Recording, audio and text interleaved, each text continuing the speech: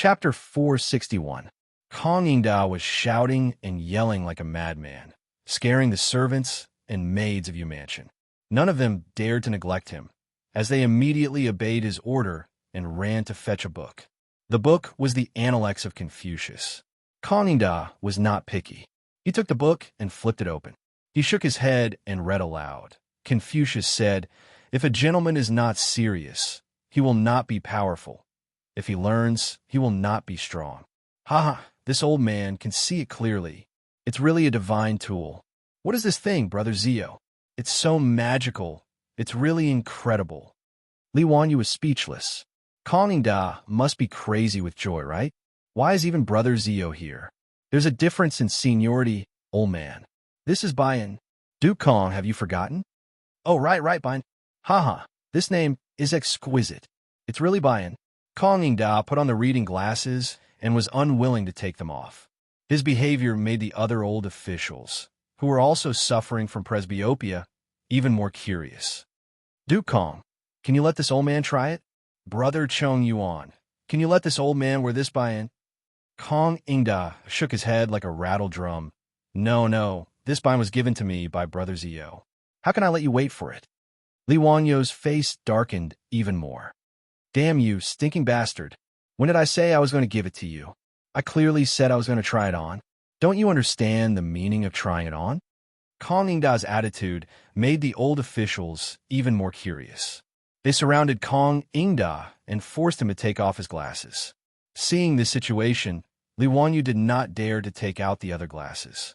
Otherwise, they would definitely be gone forever. Brother Chong Yuan, this is a congratulatory gift from Zio. How can you wear it? Quickly take it off. When Yu Shurnen heard Kong Yingda say that the Bayan could let his eyes see clearly, how could he not understand? He immediately shouted. This was a divine tool. Yu Shurnen was also suffering from my problems. How could he not be anxious when he heard Kong Yingda's words? Kong Yingda waved his hands. No, Brother Bashi, your gift has already been smashed by the Wang family's kid. This painting is not a congratulatory gift from Zio, my younger brother. Yu Shurnen was taken aback by Wang Ziyu's words. He immediately turned to glare at Wang Ziyu. The commotion caused by Li Wanyu and Kong Yingda was naturally noticed by Wang Rinyu and Wang Ziyu. The two of them were a little stunned, not understanding why Kong Yingda and the others were so excited. Wang Rinyu had a bad feeling in his heart. Being glared at by Yu Shurnen made Wang Rinyu even more flustered. Things seemed to have gone beyond his expectations. On the other side, the group of old officials that surrounded Kong Yingda finally took the reading glasses away from his face. Kong Yingda was so angry that he stomped his feet. Unworthy of being a son. You guys are really despicable. Bandits. Lu Quan, Daizhou, Yu Shurnen, and the others paid no attention to his curses. Each of them impatiently put on the reading glasses and made a big fuss again. None of the scholars who put on the glasses could bear to take them off again. The others were forced to argue and quarrel again before someone else tried on the glasses again. When this scene fell into the eyes of the other guests who came to offer birthday wishes, they almost thought that they were hallucinating. Whether it was Kong Yingda, Lu Quan, or Daizhou, these people were all great scholars of the present age or big shots of the imperial court. Why would the normally cultured, refined, and gentlemanly scholars make such a fuss over such an unremarkable crystal accessory? Could it be that Bayan was really so miraculous? After the ruckus, Li Wanyu cleared his throat and asked in a clear voice, "Gentlemen, how much is the Bayan I gave to Duke Yu? How many copper coins are you willing to pay for it?" Kong Yingda replied without hesitation, "This old man is willing to pay 500 strings of cash. My brother Zio, please sell this Bayan to me." "Move aside, this old man is willing to pay 1,000 strings of cash." "This old man will pay 1,000 taels of gold." "County count who? Please part with this Bayan to old me." 1,000 taels of gold it is. "Zio, you must keep this Bayan for this old man." "Don't be rude. Today is this old man's birthday banquet." "Zio, this old man will also pay 1,000 taels of gold. Give this old man another Bayan." Yu Shurnen was not to be outdone. Li Wanyu couldn't help but be dumbfounded. This group of old officials actually knew how to make an auction on the spot without a teacher. However, he also got the answer he wanted. He turned his head to look at the stunned Wang Rinyu. Duke Wang, you also saw it. This old man is willing to pay 1,000 taels of gold to buy the junk that your noble young master spoke of. I wonder if Duke Wang's words of being willing to pay 10 times the compensation still stands? Wang Rinyu was momentarily at a loss for words. He didn't know what to say. Li Wanyu clearly said that he spent 10 strings of cash to make this item. Why were these old officials willing to pay 1,000 taels of gold for it? Did they have so much money that they didn't know where to spend it? Wang Rinyu didn't dare to say that Li Wanyu had colluded with Kong Ingda and the others. If he said that, it would only make him a laughingstock. No one would believe him. Even Pai Lupi might not be able to make Kong Ingda, Lu Quan, and Dai Zhou lie at the same time. Wang Ziyu was also anxious. His face was flushed red as he shouted at Li Wanyu. Count who? This thing of yours is clearly made from 10 strings of cash. Why do you want our Taiyuan Wang clan to pay 10,000 taels of gold? I think you're crazy, aren't you? Li Wanyu smiled contemptuously. Then why don't I give young Master Wang 10 strings of cash, and you go make me a buy-in? Wang Ziyu was speechless. How would he know how to make buy-in? He also didn't understand why Kong Ingda and the others would fight over it so fiercely, even willing to pay 1,000 taels of gold for it. Wang Rinyu was also in a bit of a predicament. He had just spoken big, but now it was difficult to clean up the mess. If they really wanted their Taiyuan Wang clan to pay 10,000 taels of gold to Yu Shirenan, they naturally wouldn't be willing. The 50,000 taels of gold that they had lost to Li Wanyu was already a huge loss. If it weren't for that fool Li Wanyu being willing to accept private money, that 50,000 taels of gold really would have emptied the Taiyuan Wang clan's treasury. Don't look at how the Taiyuan Wang clan was very generous today and gave you Shirenan, the Langxian tree. It was called a treasure and was worth 10,000 taels of gold. But in reality, this kind of treasure was priceless. It was very difficult to sell it and exchange it for gold. If they wanted their Taiyuan Wang clan to pay 10,000 taels of gold, then it would be too much. But just now, Wang Rinyu and Wang Ziyu had spoken so confidently, but now it was hard to take back what was spilled. Caught between a rock and a hard place, Wang Rinyu's old face flushed red. He didn't know how to respond to Li Wanyu's question.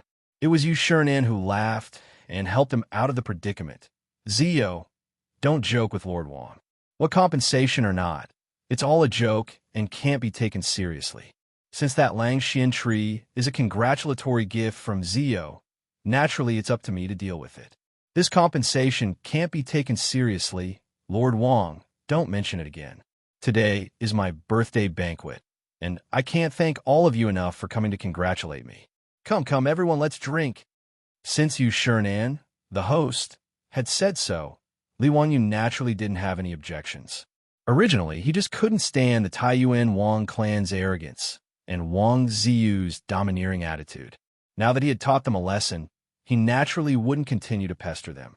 He raised the wine cup in his hand and drained it in one gulp. As for the Taiyuan Wang clan, although Yu Shirenan helped Wang Rinyu out of the predicament, Wang Rinyu was sitting on the edge of the seat. However, Wang Rinyu felt as if he was sitting on pins and needles at this moment. He kept feeling that the guests around him were talking about him. The hatred he had for Li Wanyu in his heart grew even stronger. When he thought about how he had been slapped in the face by Li Wanyu, he felt his face burn and his heart become even more stifled. Father, that Li guy. Wang Ziyu was indignant. He lowered his voice and wanted to say something. In the main hall of Yu Manor, the guests were toasting each other when they heard a loud slap. Everyone turned their heads to look. It was Wang Rinyu who had slapped his second son, Wang Ziyu, on the face, causing him to fall to the floor. Chapter 462. Wang Rinyu's sudden outburst shocked the guests. The family heads who were familiar with him all tried to comfort him. Why is Lord Wang so angry? Your family's second son is still young. If there's anything wrong, just teach him well. Isn't it just an accident that he broke that bai? Why is Lord Wang so angry at second son? Since Lord Yu doesn't care about this matter, Lord Wang shouldn't blame second son. The words of these family heads didn't ease Wang Renyu's expression. Instead, it turned even more ashen. Obviously, he could clearly feel that these patriarchs were comforting him on the surface, but in fact, they were laughing at the Wang family of Taiyuan. When Wang Renyu thought of the Langxian tree he gave to Yu Shirenan as a gift today, he suddenly had the urge to vomit blood. Although the Langxian tree he gave couldn't be exchanged for 10,000 taels of gold, it was undoubtedly a treasure. For the Taiyuan Wang clan to generously give it to Yu Shirenan as a gift, they naturally wanted to be in the limelight and regain the face they lost because of the bet a few days ago. But they didn't expect that bastard surnamed Li to turn the Langxian tree given by the Taiyuan Wang clan into a joke with just a portrait and a buy that cost 10 strings of coins. Now, all the guests in the hall were talking about the congratulatory gift from County Count Hu, but no one mentioned the Taiyuan Wang clan's Langxian tree that was worth 10,000 taels of gold. Wang Renyu could even foresee that tomorrow in Chang and City, the Taiyuan Wang clan would be rumored to be a fool. Wang Renyu only felt a sharp pain in his heart. It was too late for regrets. He stood up and cupped his hands towards Yu Shirenan. Lord Yu, I'm not feeling well today, so I'll take my leave first. My son was rash and disturbed Lord Yu's mood. Please forgive him. Why would Lord Wang say that? It's this old man's fault. Wang Renyu didn't say much. He nodded and walked out of the hall. He didn't have the face to continue staying in Yu Mansion today. Wang Ziyu was stunned by his father's slap and did not come back to his senses for a long time. Seeing his father leave in a huff, he could only glare at Li Wangyu with hatred.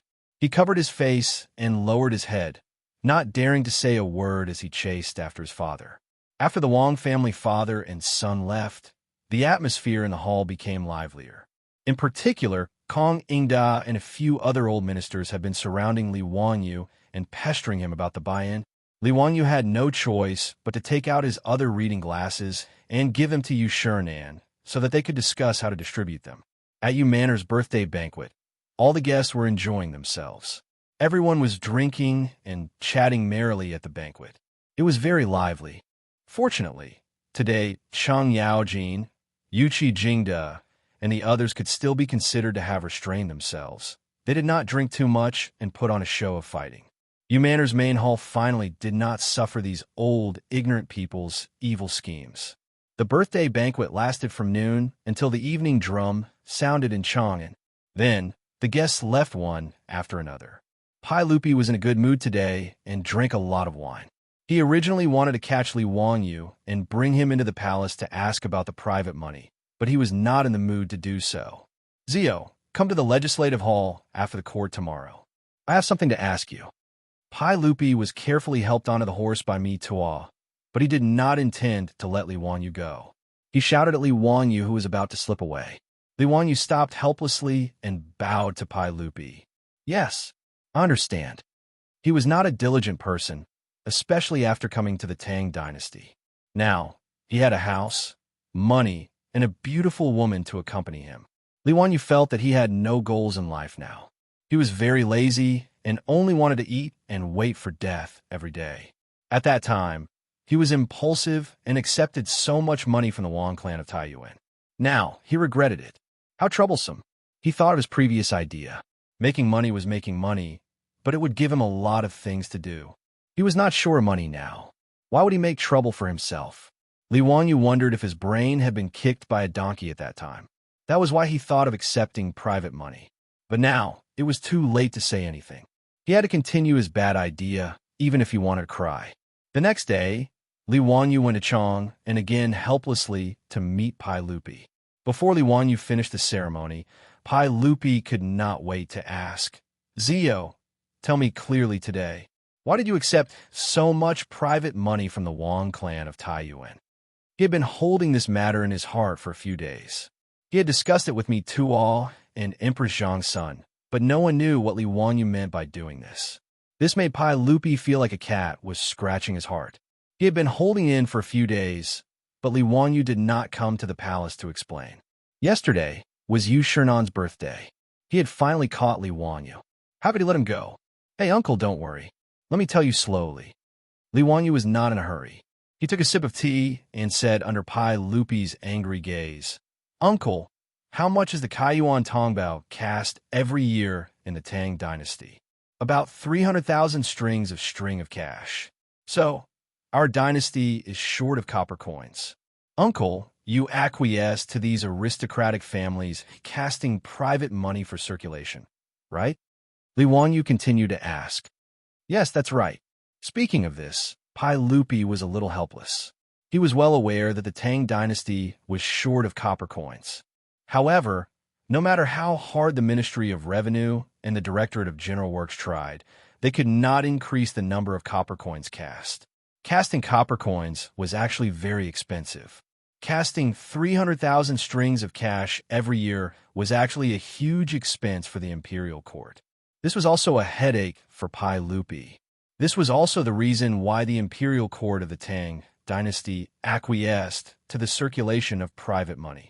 The lack of money was not only limited to the Tang dynasty. It was the same for all the dynasties. In addition to the lack of copper, the main reason was the limitation of casting technology. Since the aristocratic families like the Wang clan of Taiyuan could cast private money, it meant that the lack of copper was not the only reason. In the Song dynasty, the number of copper coins cast had increased by 10 times compared to the Tang dynasty. This was the increase in the production of copper coins brought by casting technology. The process of casting copper coins in Huaxia was very complicated. First, the coin had to be made. Then, the coin had to be put into a mold. After the mold was formed, the coin had to be taken out and poured with copper water. After the copper water had solidified and cooled, the sandbox was opened and the cast copper coins were taken out. The copper coins that were poured out were not scattered copper coins, but a whole string of copper coin trees. These copper coins had to be broken off one by one and then polished by hand. After going through more than 10 procedures, the final product was the Kaiyuan Tongbao that could be circulated.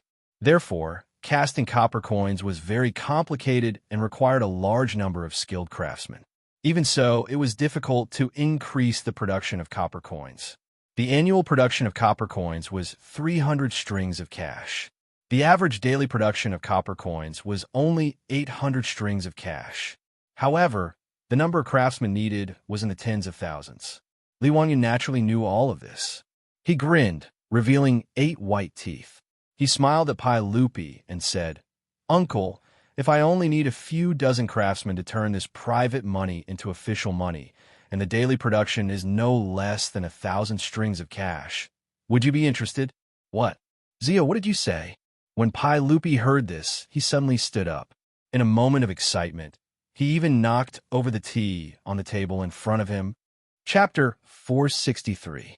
Pai Lupi was so excited because Li Wanyu's words were too incredible. Dozens of craftsmen could make thousands of copper coins in a day. This efficiency was too amazing. The Ministry of Revenue and the Directorate of Generals had nearly 10,000 craftsmen who cast the copper coins.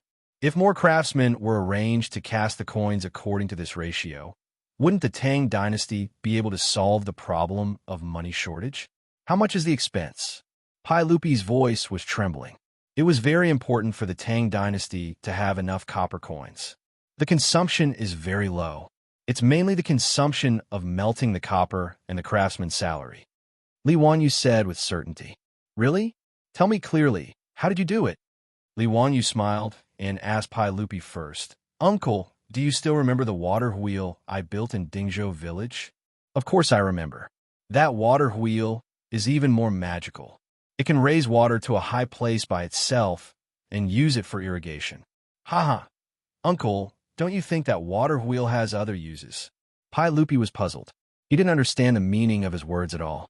Li Wanyu took out a drawing that he had drawn in advance and presented it to Pai Lupi. "Uncle, please take a look. If the bamboo tube that fetches the water from the water wheel is removed and replaced with a baffle, the water wheel will still rotate under the push of the water flow." "Yes, that's right. So, you can use the power of the water flow to do many things." "Uncle, please take a look here." Li Wanyu pointed to a device drawn on the drawing and introduced, "This nephew has designed a hydraulic forging hammer press. It uses the water flow to drive the water wheel to rotate. When the central axis of the water wheel rotates, it can constantly lift and drop the forging hammer. This nephew calls it the hydraulic forging hammer. Pai Lupi was still a little confused. He looked at Li Wangyu with a blank face. Li Wangyu could only curse in his heart. Damn, this technological illiterate. He doesn't have any scientific awareness. He didn't beat around the bush and went straight to the point. Uncle, the copper coins of the Tang dynasty are all cast, which takes a lot of time and effort. The hydraulic forging hammer that little nephew designed can directly punch copper into coins. Strike copper into coins? How is this possible? Pai Lupi was still in disbelief. Li Wangyu was speechless and facepalmed. Explaining technology to an illiterate was simply too painful. Since ancient times, Huaxia had always minted coins. Even in the Qing dynasty, it was still the same. The West, on the other hand, began to use stamping to make money during the Greek and Roman periods. Not only was the design of the stamped coins clear and distinct, but because of the technical advantage, it was very difficult for people to imitate it. It also had a very good anti-counterfeiting function. Of course, the most important thing was that the cost of stamping coins was much lower than the cost of casting coins. Moreover, it was faster. The coins were formed in one go, so there was no need to waste time and effort on subsequent processing. Li Wangyu spent a lot of effort to make Pai Lupi understand the meaning of the drawing in front of him. Wonderful. It's really wonderful. If we use this hydraulic forging hammer to make coins, the money shortage of the Tang dynasty can be solved. Pai Lupi was so happy that his eyes narrowed into slits. It was as if he could already see the scene of the national treasury being piled up with shiny yellow copper coins. However, he quickly reacted and looked at Li Wangyu in confusion. Zio, what does this have to do with you receiving so much private money? Li Wangyu resisted the urge to roll his eyes and could only patiently explain. Uncle, coins require copper. When he said this, Pai Lupi immediately understood. The copper coins of the Tang dynasty not only required copper, but also contained other metal components. The materials used in the early Tang dynasty were bronze, white copper, and some other metals. As for the private money, although the casting process was not as good as the official money, the materials used were very particular and were almost the same as the official money. If there was a new method of coinage, the private money could be smelted again and cast into official money. Li Wangyu exchanged 3 million caddies of private money from the Wang clan in Taiyuan. According to this method, it could be cast into 3 million caddies of official money. That was equivalent to 600,000 strings of cash. Even if there were losses and expenses in the process of coinage, at the very least, coins worth 500,000 strings of cash could be cast. Back then, the copper coins that the Wang clan in Taiyuan lost to Li Wangyu only amounted to 300,000 strings of cash. In this way, the profit was close to double. After understanding the key point, Pai Lupi's breathing quickened. Zio, this is not a joke. Are you really sure? Li Wangyu nodded. As long as Uncle can let the craftsmen of the Ministry of Works and the Ministry of Works cooperate with me, I can quickly set up this mint. At that time, Uncle will know when you try it. If I am lying, I am willing to compensate Uncle for the 3 million caddies of private money in the palace. Naturally, he dared to say such words because he was very confident. Before Li Wangyu's rebirth, he had a friend who made fake money. In fact, it was not considered fake money. Instead, it was made with a punching machine to forge antique copper coins and sell them as handicrafts. Therefore, he was very familiar with how to cast coins.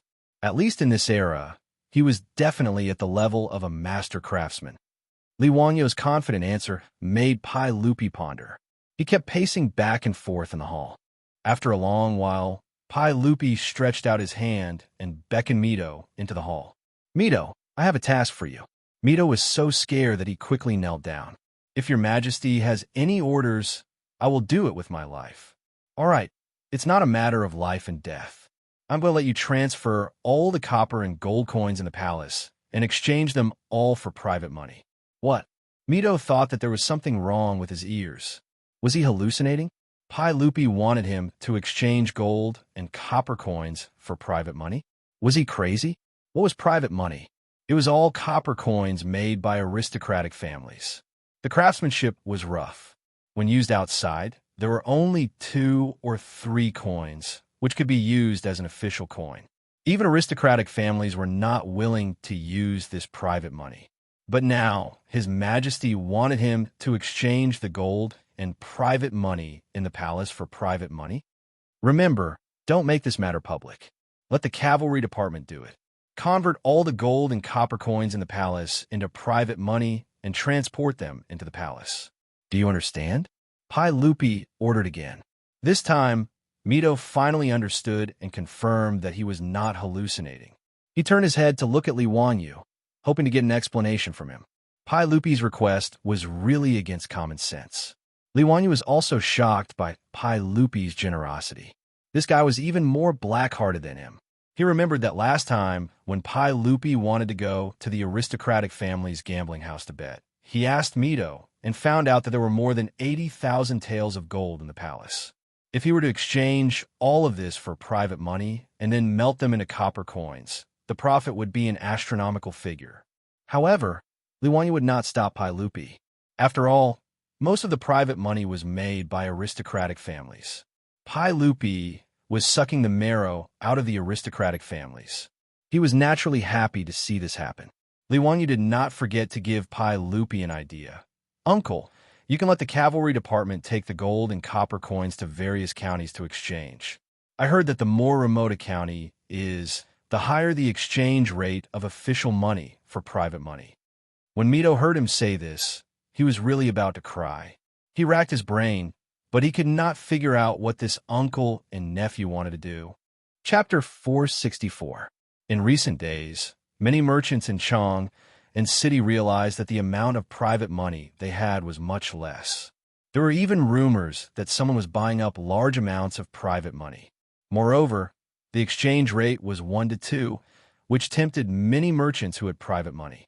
They discussed amongst themselves, how could there be such an idiot? When the private money of the aristocratic families was used in Chang and city, it was usually 5 copper coins for 2 official coins. As for the provinces and prefectures further away, 3 to 1 was the normal exchange rate. As for the aristocratic families who had large amounts of private money, they knew about this long ago. There were even merchants who came to ask if they were willing to exchange.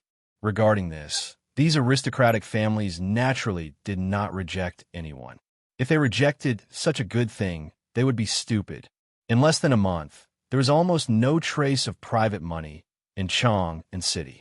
Without a doubt, all of this private money had been silently moved into the treasury of the Taiji Palace. This was all for later, so let's not talk about it for now. Li Wanyu patted his chest and promised Pai Lupi that he would definitely create the hydraulic forging machine.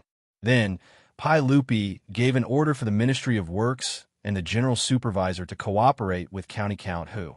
Li Wanyu used the excuse that the mint needed to be kept a secret and that they needed an abundant water source to suggest that the mint be built in the Yellow Valley of the Qinling Mountains, near the Imperial Palace. Near the palace, there was a river that flowed out of the Qinling Mountains. The river water flowed rapidly and was very suitable for moving water wheels. Moreover, it was located in the Yellow Valley and was guarded by the palace guards, so keeping it a secret and safe was not a problem. As for whether or not the smoke from the blast furnace would pollute the environment, Li Wanyu could not be bothered to consider it. The main reason he suggested this to Pai Lupi was because it was close to home. 20 miles was only a matter of 15 minutes on horseback. For Li Wanyu, who was getting lazier and lazier, the most important thing was to be close to work. How could Lier have thought of his cunning scheme? Naturally, he nodded his head in agreement. As a result, the area near the royal palace, Tsuewei Palace, became a bustling construction site. Countless craftsmen from the Bureau of Works were like diligent worker ants, carrying all kinds of wood and bricks, preparing to construct a workshop here. Fortunately, with the 4-wheeled carriage and the mirage mud that could be considered a divine artifact, it was very easy for the Ministry of Works to build a workshop of this scale. It didn't take much time at all. On the other hand, Li Wanyu and the craftsmen under the work supervisor had to spend a lot of time and effort to develop the hydraulic press forging machine. Li Wanyu was very annoyed by this. He felt that it was wasting his time. He still had other things to do. Fortunately, he had a disciple like Yin Libin, who was proficient in mechanisms and construction. Although Yin Libin had never seen the hydraulic stamping forging machine mentioned by Li Wangyu, he quickly understood its operating principle after looking at the blueprint. Division Commander, wonderful. Through the flow of water, this item could be continuously hammered and forged without the need for manpower. TSK. This means that not only can it be used to mint coins, but the weapons and armor used by the soldiers of the Tang dynasty can also be forged through this hydraulic press. Wonderful, truly wonderful. Yin Libin held the blueprint as if he had received a treasure. He was full of praise for Li Wangyu's invention of the hydraulic press forging machine.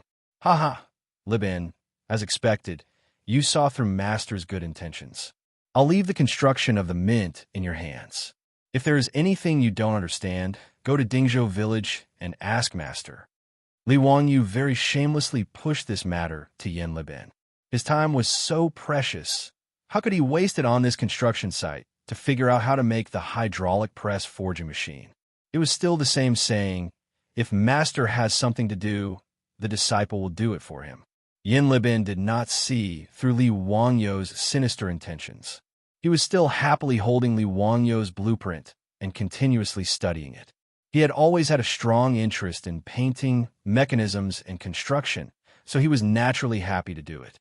Yin Libin now worshipped his little teacher to the extreme. He treated every task Li Wangyu gave him as if it was an imperial edict and did not dare to be careless in the slightest. Li Wangyu was naturally in a good mood after getting rid of the burden of building the mint. After leaving Huangyu, he did not head in the direction of Dingzhou village. Instead, he turned his horse around and headed straight for Chang'an. Li Wangyu had to go to a place he had originally sworn to never go again. Duke Lu's residence, Cheng Yaojin's residence. There was no other reason other than the fact that his manor had already been completed. It had to be said that the Ministry of Works was really efficient. A manor in Noda was actually completed in 5 months with only manpower and simple construction machinery, without the help of modern machinery. Li Wangyu, his beautiful boss, Aphrodite, and the others had already visited the new residence several times. Everyone was extremely satisfied. According to Li Wangyu's original intention, since the manor had already been completed, they should move immediately. In any case, there were no harmful substances such as formaldehyde when building houses in this era. The interior decorations were all made of natural and environmentally friendly high-quality wood. If he moved earlier, the villagers in Dingzhou village who had been eagerly waiting for a long time could also move into the new residence. But the old butler Li Heng did not agree no matter what. In Li Heng's words, moving the county count's residence was a big matter, and they had to choose an auspicious day to move. In addition, they had to pay respects to the old master Li Zhou and send out invitations to the guests. There was also the need for the number of maids and servants in the manor. During this period of time, the old butler Li Heng followed his beautiful boss to Chang and almost every day in order to go to the Shi city to select the maids. And these maids and servants bought from the human market had to be carefully trained, and the old man was extremely busy. But Li Heng was not tired of it, and the smile on his face did not disappear every day. In this regard, Li Wangyu could not win against the old man and could only let him do whatever he wanted. In fact, Li Wangyu also felt that it was a bit ridiculous. Half a year ago, when he had just transmigrated to the Tang dynasty, he pitted these maids and servants in order to prevent Yang Quan from using them to pay off the debt. He even did not hesitate to bear all the debts and let all the maids and servants in the manor go free. But now, in just half a year, he had thrown out a large amount of copper coins and bought more maids and servants. This was really ironic. In this regard, Li Wangyu could only secretly shake his head. But he did not intend to be a saint.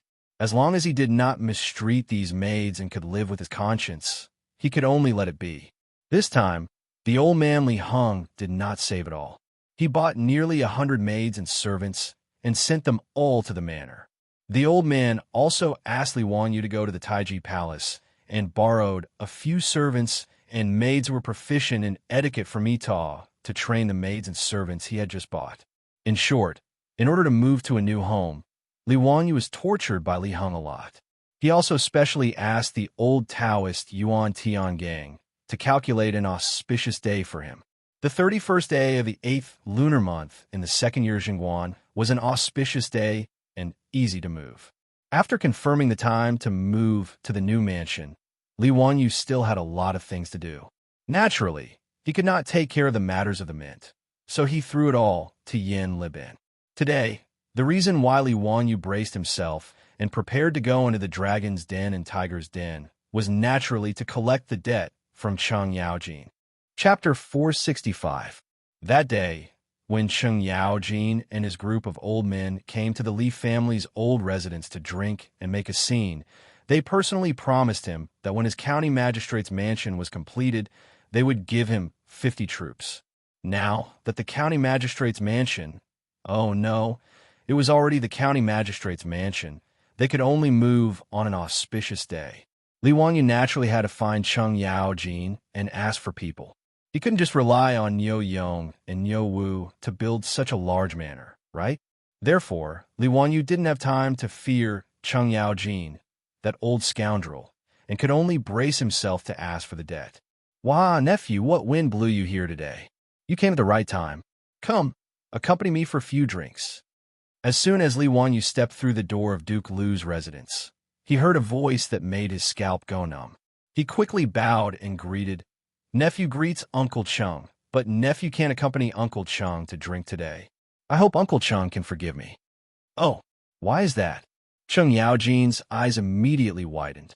In his opinion, coming to Cheng Yaojin's residence without drinking was simply heinous. There is no ceremony without wine, no joy without wine, no banquet without wine, no respect without wine. These are the family rules of Duke Lu's residence. Since Li Wanyu dared to come, he naturally thought of an excuse. Nephew has recently been following old immortal son to practice a kind of magic, so I need to abstain from drinking. Therefore, I can't accompany Uncle Cheng to drink today. It's really regrettable. Learning magic from Sun Simiao was naturally Li Wanyu's nonsense, using the tiger's skin as a banner. He was purely afraid of Cheng Yaojin, that old scoundrel, forcing him to drink. So he came up with this excuse. Although it was a fabricated excuse, Cheng Yaojin had nothing to say. When he heard that Li Wanyu didn't drink, Cheng Yaojin's face, which was brimming with enthusiasm, immediately darkened. He asked in a low, muffled voice, Li family's child, since you didn't come to drink, why did you come today? F***CK, just now he was still a virtuous nephew, and now he was a child of the Li family.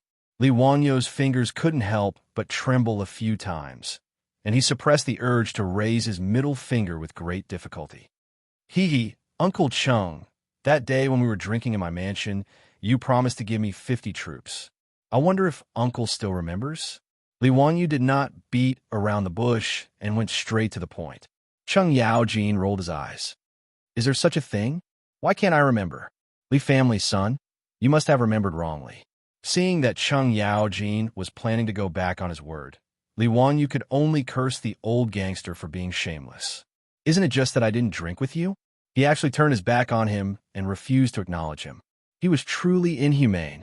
Fortunately, Li Wanyu was not unprepared for this. Uncle Cheng, I'm actually here to give you a gift. As Li Wanyu spoke, he reached into his waist and took out an item. He wore it in front of his eyes. Uncle Cheng, look at this item. I specially made it for you. Cheng Yaojin took a closer look and flew into a rage. Isn't this the one you made? Boy, my eyes are very good, and I'm not old and dim-sighted. Why are you giving me this? Do you believe that I won't slap you to death? No. This item is called sunglasses, and it's definitely not one. Uncle Cheng has misunderstood me. I feel that Uncle Cheng has to endure the scorching sun every day to go to the army and train the soldiers. It's very tiring. That's why I specially ordered people to make these sunglasses for Uncle Cheng to block the sun and make Uncle Cheng look even more heroic and heroic. When he said this, Cheng Yaojin finally noticed that the one in front of him was indeed different from the other sunglasses Li Wanyu was wearing. The outer frame was made of metal, and the crystal embedded inside was actually blue. Li Wanyu had thought of giving Yu Shernan a pair of reading glasses. Naturally, he wouldn't forget about these pretentious divine tools like sunglasses. Natural crystals, other than being transparent, had different colors such as purple, blue, yellow, and red. When Li Wanyu asked the craftsman to help him grind the reading glasses, he also used different colored crystals to grind out flat lenses to act as sunglasses. As a must-have summer artifact for handsome men and beautiful women, sunglasses naturally had their own uniqueness. Now, what kind of sunglasses are you wearing? It's quite interesting. Hurry up and let me try it. Cheng Yaojin's interest was piqued as he impatiently reached out to Li Wanyu. This is a small gift from your nephew. I hope Uncle Cheng will accept it. Li Wanyu very obediently handed over the sunglasses with both hands. Cheng Yaojin immediately placed it on the bridge of his nose. The dazzling light in front of him suddenly dimmed. Through the blue crystal, the scenery outside made people feel exceptionally refreshed. Wahaha, not bad. These sunglasses are very interesting. It's rare for you to be so filial. You still think of me when you have such a good thing. Someone, bring me the bronze mirror. Cheng Yaojin laughed heartily. His palmly fan-sized palm landed on Li Wanyu's shoulder, slapping Li Wanyu until he grimaced in pain. Cheng Fu's servant girls immediately brought over the bronze mirror. Cheng Yaojin, this old fellow, wore the sunglasses and looked left and right in front of the mirror. He was very satisfied. Narcissist, Li Wanyu inwardly ridiculed. He had been looking at the bronze mirror for a few minutes, but Cheng Yaojin, this old fellow, still hadn't had his fill. Wahaha, not bad. Someone, prepare the horse. I'm going to the Duke of Yi's estate. Cheng Yaojin was in a very good mood. He called for his troops to prepare the horse and prepared to go to Yuqi Jingda's estate to show off. Seeing Cheng Yaojin take his things and want to run, Li Wanyu couldn't help but panic. Uncle Cheng, this nephew's troops. You stinking brat, you really won't act until you see the hair? Your family's Dukely is such a loyal and honest person. How did he give birth to such a slippery brat like you? Don't worry, I've already prepared those 50 troops. In a moment, I'll have Chumo take you to pick them up. All right, scram, scram, scram. I'm annoyed just by looking at you. Scoundrel, why are my 3 disgraceful brats as smart as you? After Cheng Yaojin finished cursing, he no longer paid any attention to Li Wanyu. Wearing the sunglasses, he arrogantly walked out the door. Li Wanyu hurriedly bowed to him and sent him off with his eyes. This old scoundrel had a sharp tongue, but a soft heart. He had already prepared troops to watch over the house, but he still insisted on scaring the little children like this. Cheng Chumo had naturally already been notified by the servants in the estate. When he rushed to the front courtyard, he saw his father carrying a blue cloak and walking out the door with his head held high. Ziyu, what did you get my families, Darren? It's quite interesting. Cheng Chumo immediately asked Li Wanyu. Needless to say, this kind of thing was definitely his doing. Li Wanyu wasn't in a hurry to speak. He first took out a folding fan from his waist and opened it with a schwa sound. After being angered by the old scoundrel, he naturally had to make it up to his son. Brother Chumo, this thing is called sunglasses. Do you want it? Sunglasses? Ziyu, you made them? They look just like Bayan. Quickly bring them out and let your older brother see. Brother Chumo, I naturally have sunglasses, but... Chapter 466. Li Wanyu did not finish his sentence, which made Cheng Chumo's heart itch. He saw his father wearing sunglasses and thought it was very interesting. Naturally, Cheng Chumo wanted to get a pair. But what? Ziyu, if you have something to say, just say it. Even if I have to risk my life, I will not hesitate. Cheng Chumo patted his chest loudly. Li Wanyu heard him say this and could not help but smile until his eyes narrowed into slits. It was as if there was a fox's tail wagging behind him. Since Brother Chumo said so, I will not be pretentious. After Li Wanyu finished speaking, he pulled out a large stack of invitations like magic and stuffed them into Cheng Chumo's arms. I'm moving to a new house on the 31st of this month. Brother Chumo, please help me with these invitations, please. The nobles of the Tang dynasty naturally had to formally hand over invitations if they wanted to treat someone to a meal.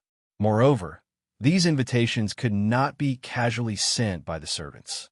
They had to be of a certain status. This was basic etiquette. Now, that Li Wanyu was in Notachang and City, he knew a lot of rich and powerful people.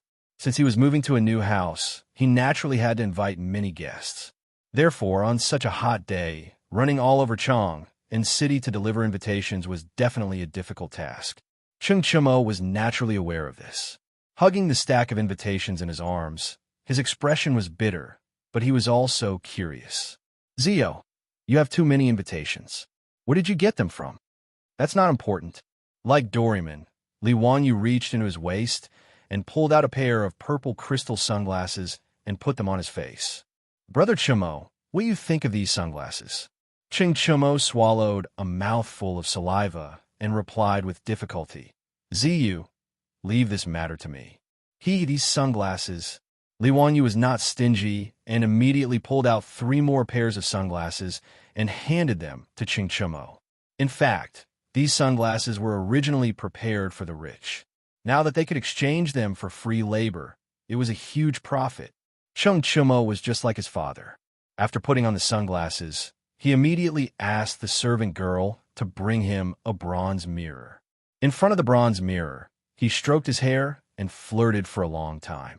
Finally, the flirtatious man was satisfied and put down the bronze mirror. Li Wanyu was about to ask him to take him to see the troops that Chang Yaojin had given him, when he saw Cheng Chimo waving his hand to summon another maidservant. Go get Erlang and Sanlang. Yes. Under Li Wanyu's puzzled gaze, Cheng Chimo made a shushing gesture to him, indicating that he should not speak. After Cheng Chuyang and Cheng Chubi were called over, they exchanged greetings with Li Wanyu. Then, they saw the rainbow-colored crystal sunglasses that Li Wanyu and his elder brother were wearing. Dalong, what are you carrying? These are the sunglasses that Zio gave me. These sunglasses can block the sun after you wear them. It's amazing. The most important thing is, don't you think that your elder brother has become a lot more handsome? Cheng Chimo laughed and began to explain the benefits of the sunglasses to his 2 younger brothers. Good stuff, Dalong, lend it to me. When Cheng Chuyang heard this, he could not hold back and reached out to grab it. Cheng Chimo was already prepared and dodged. Do you want it? Yes, but there is no free lunch in the world. Cheng Chimo turned around and stuffed the stack of invitations into the arms of his 2 younger brothers. Zio will be moving to a new house in a few days. You go and help him deliver these invitations. This elder brother will give you 2 these sunglasses. Cheng Chimo's actions left Li Wanyu dumbfounded. F*CK, this is too shameless. Very Cheng Yaojin style. Deceiving his 2 younger brothers like this, really despicable. However, Li Wanyu did not intend to expose Cheng Chimo. He just watched from the sidelines and watched the show with peace of mind. As long as someone helped him deliver the invitations, he did not care whether it was Cheng Chimo or Cheng Chuyang. When Cheng Chubi heard his elder brother's words, he was just about to nod and agree, but he was stopped by Cheng Chuyang. Wait, it's just a pair of sunglasses. How can Sanlang and I split them? Then let's add another set. 1 for each of you. That should be fine, right? Cheng Chuyang nodded with satisfaction. Okay, then it's settled. Give us the sunglasses first. After the 2 sides agreed on the terms, Cheng Chimo immediately took out 2 pairs of sunglasses and gave them to his younger brothers. Cheng Chuyang and Cheng Chubi immediately put on their sunglasses, hugged the stack of invitations, and laughed as they walked out. Erlang, you are really smart. Otherwise, Dalong would have deceived us again. Of course, I have seen through Dalong's trick long ago. The 2 brothers walked away with their arms around each other's shoulders, leaving Li Wanyu sweating like a waterfall. It seems that Uncle Cheng's stupid sons have a worrying IQ. Cheng Chimo, on the other hand, was not the least bit ashamed of deceiving his younger brothers. He hooked his arm around Li Wanyu's shoulder and said, Zio, let's go. My father has already told me to bring you to meet those old ruffians. Wait, Brother Chimo, what veteran ruffians? Li Wanyu suddenly felt that something was wrong. Cheng Chimo, who felt that he had misspoken, immediately looked up to the sky and laughed. Haha, today's weather's really good. The sky is really blue. Cheng Chimo, tell me clearly. Li Wanyu was angry.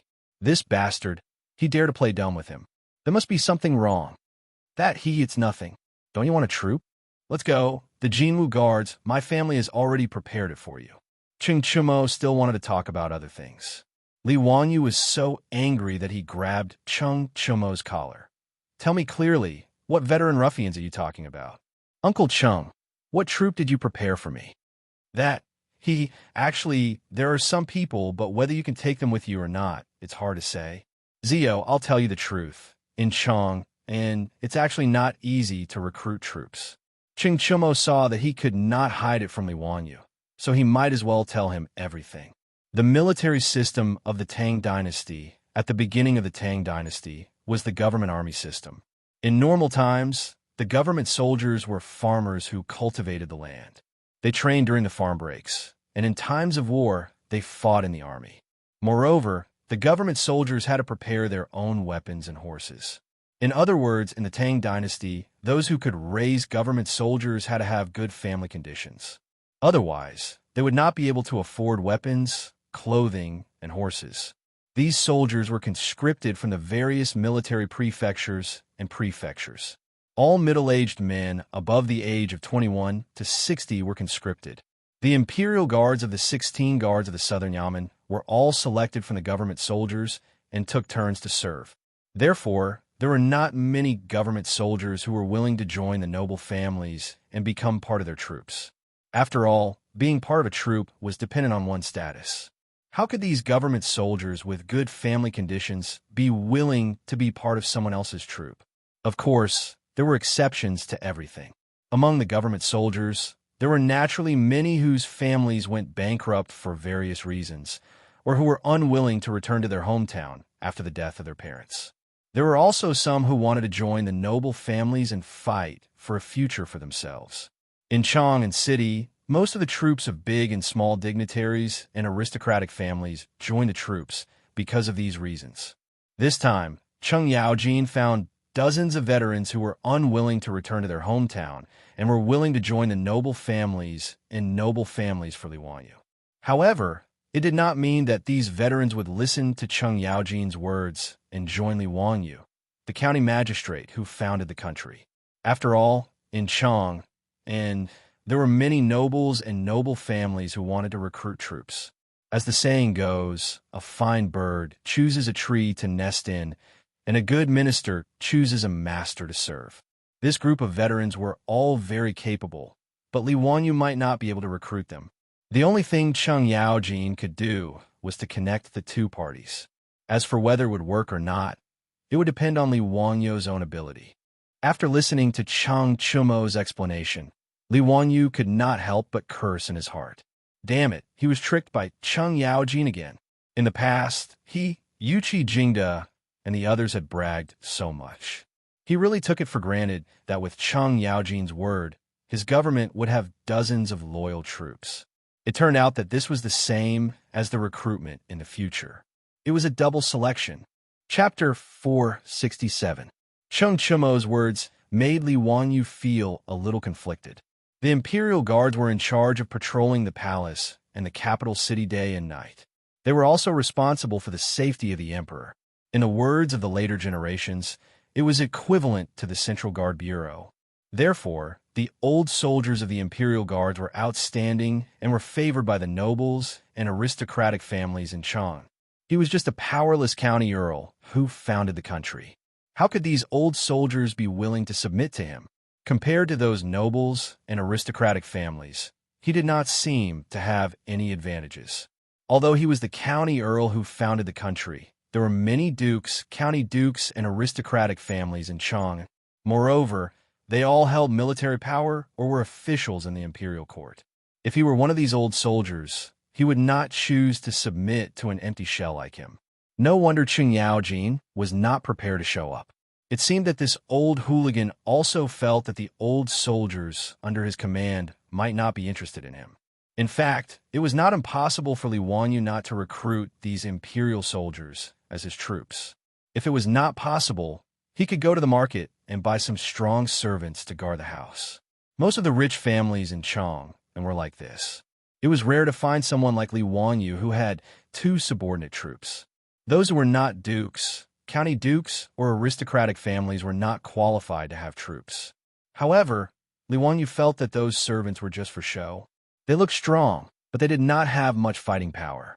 Niuwu once said that it was not a problem for him to fight 7 or 8 of such strong young men. Li Wanyu was not willing to entrust his safety to such people. He had another choice, which was to recruit troops from Dingzhou village. In Dingzhou village, there were more than 500 villagers and about 200 young men. Most of these young men had been trained by the old soldiers and could be considered skilled in archery and horse riding.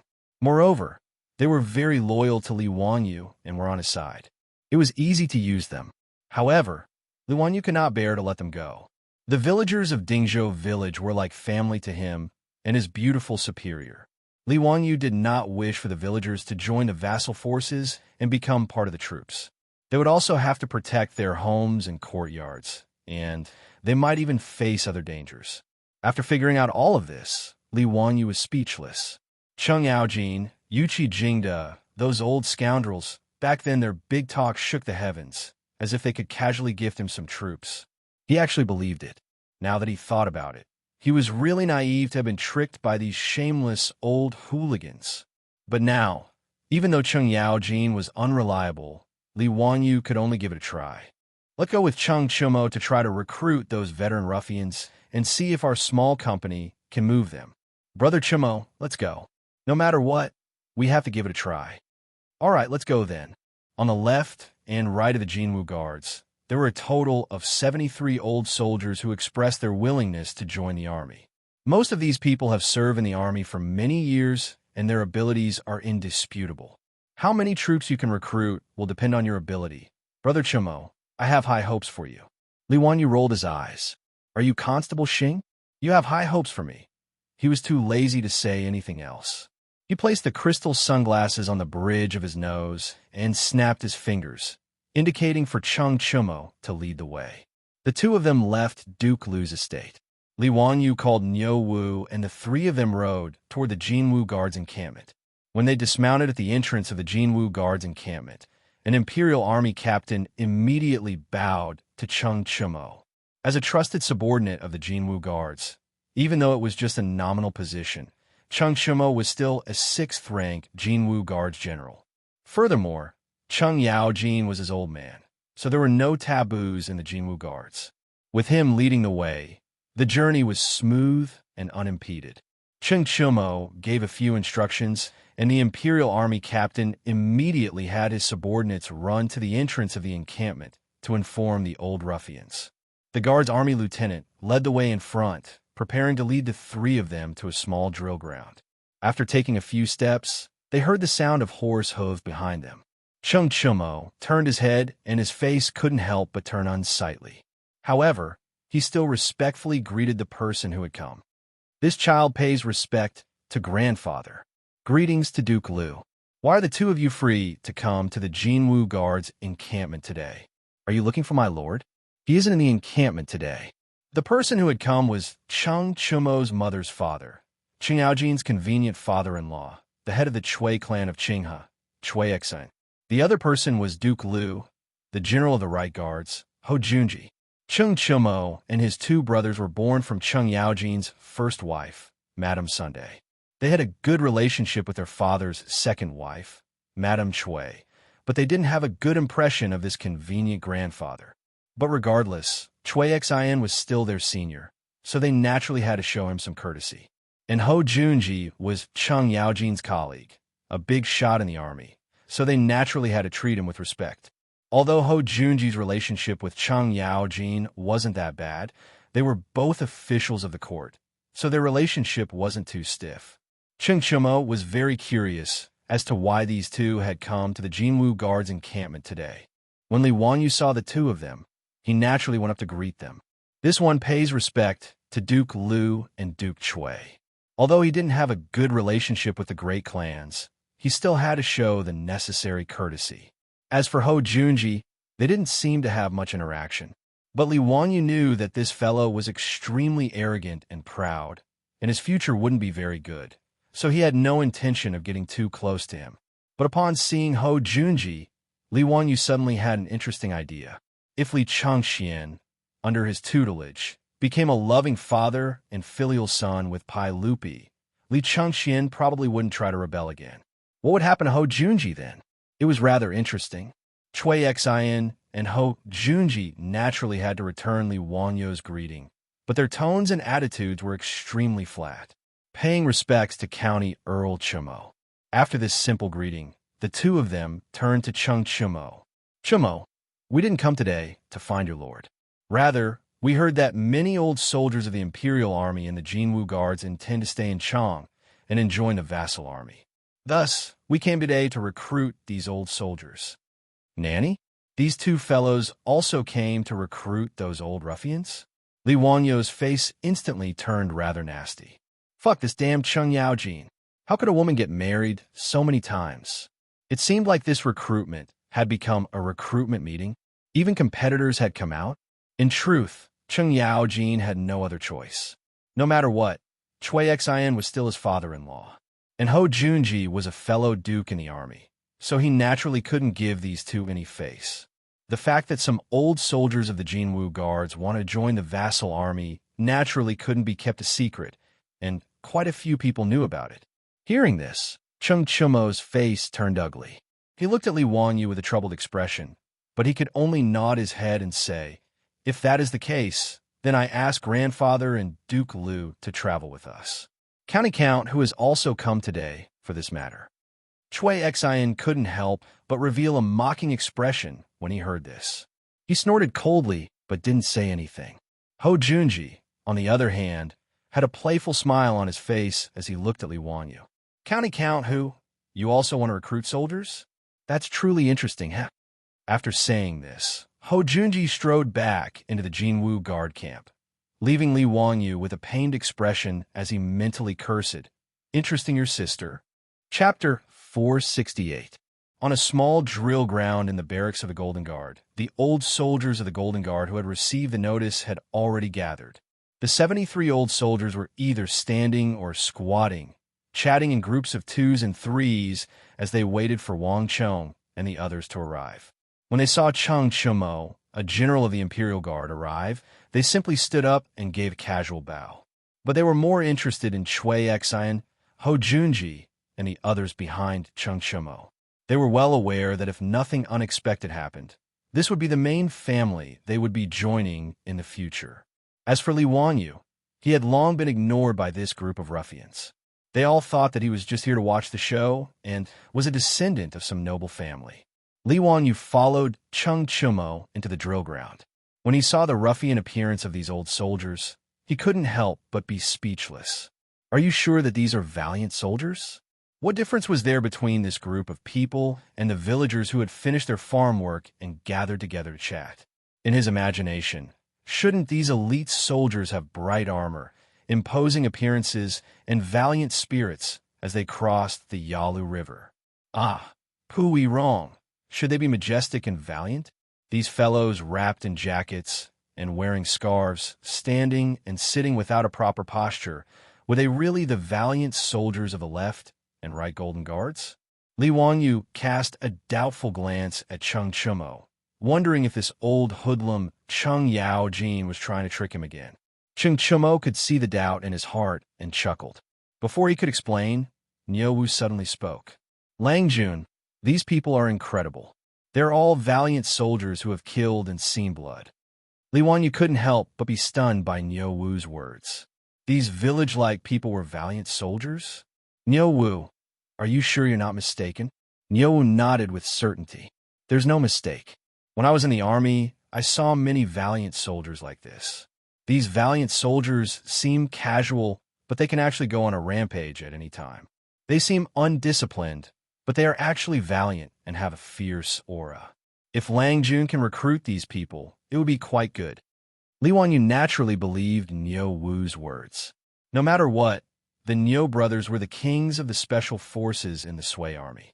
To be able to become a member of the Tabai army, all of them were elites. Furthermore, the Niu brothers were Turks who had fought bloody battles on the battlefield. They were veterans who had survived hundreds of battles. Speaking of which, he was really lucky to have the Niu brothers wholeheartedly attach themselves to him as part of the troops. Li Wanyu suddenly asked curiously, "Niuwu, how do these people's skills compare to yours?" Niu Wu, on the other hand, was not polite at all. He raised his head proudly and said, "Bare-handed, I can fight one against two. If I have a suitable weapon, bow, an arrow, I won't be afraid, even if there's a fire in the forest."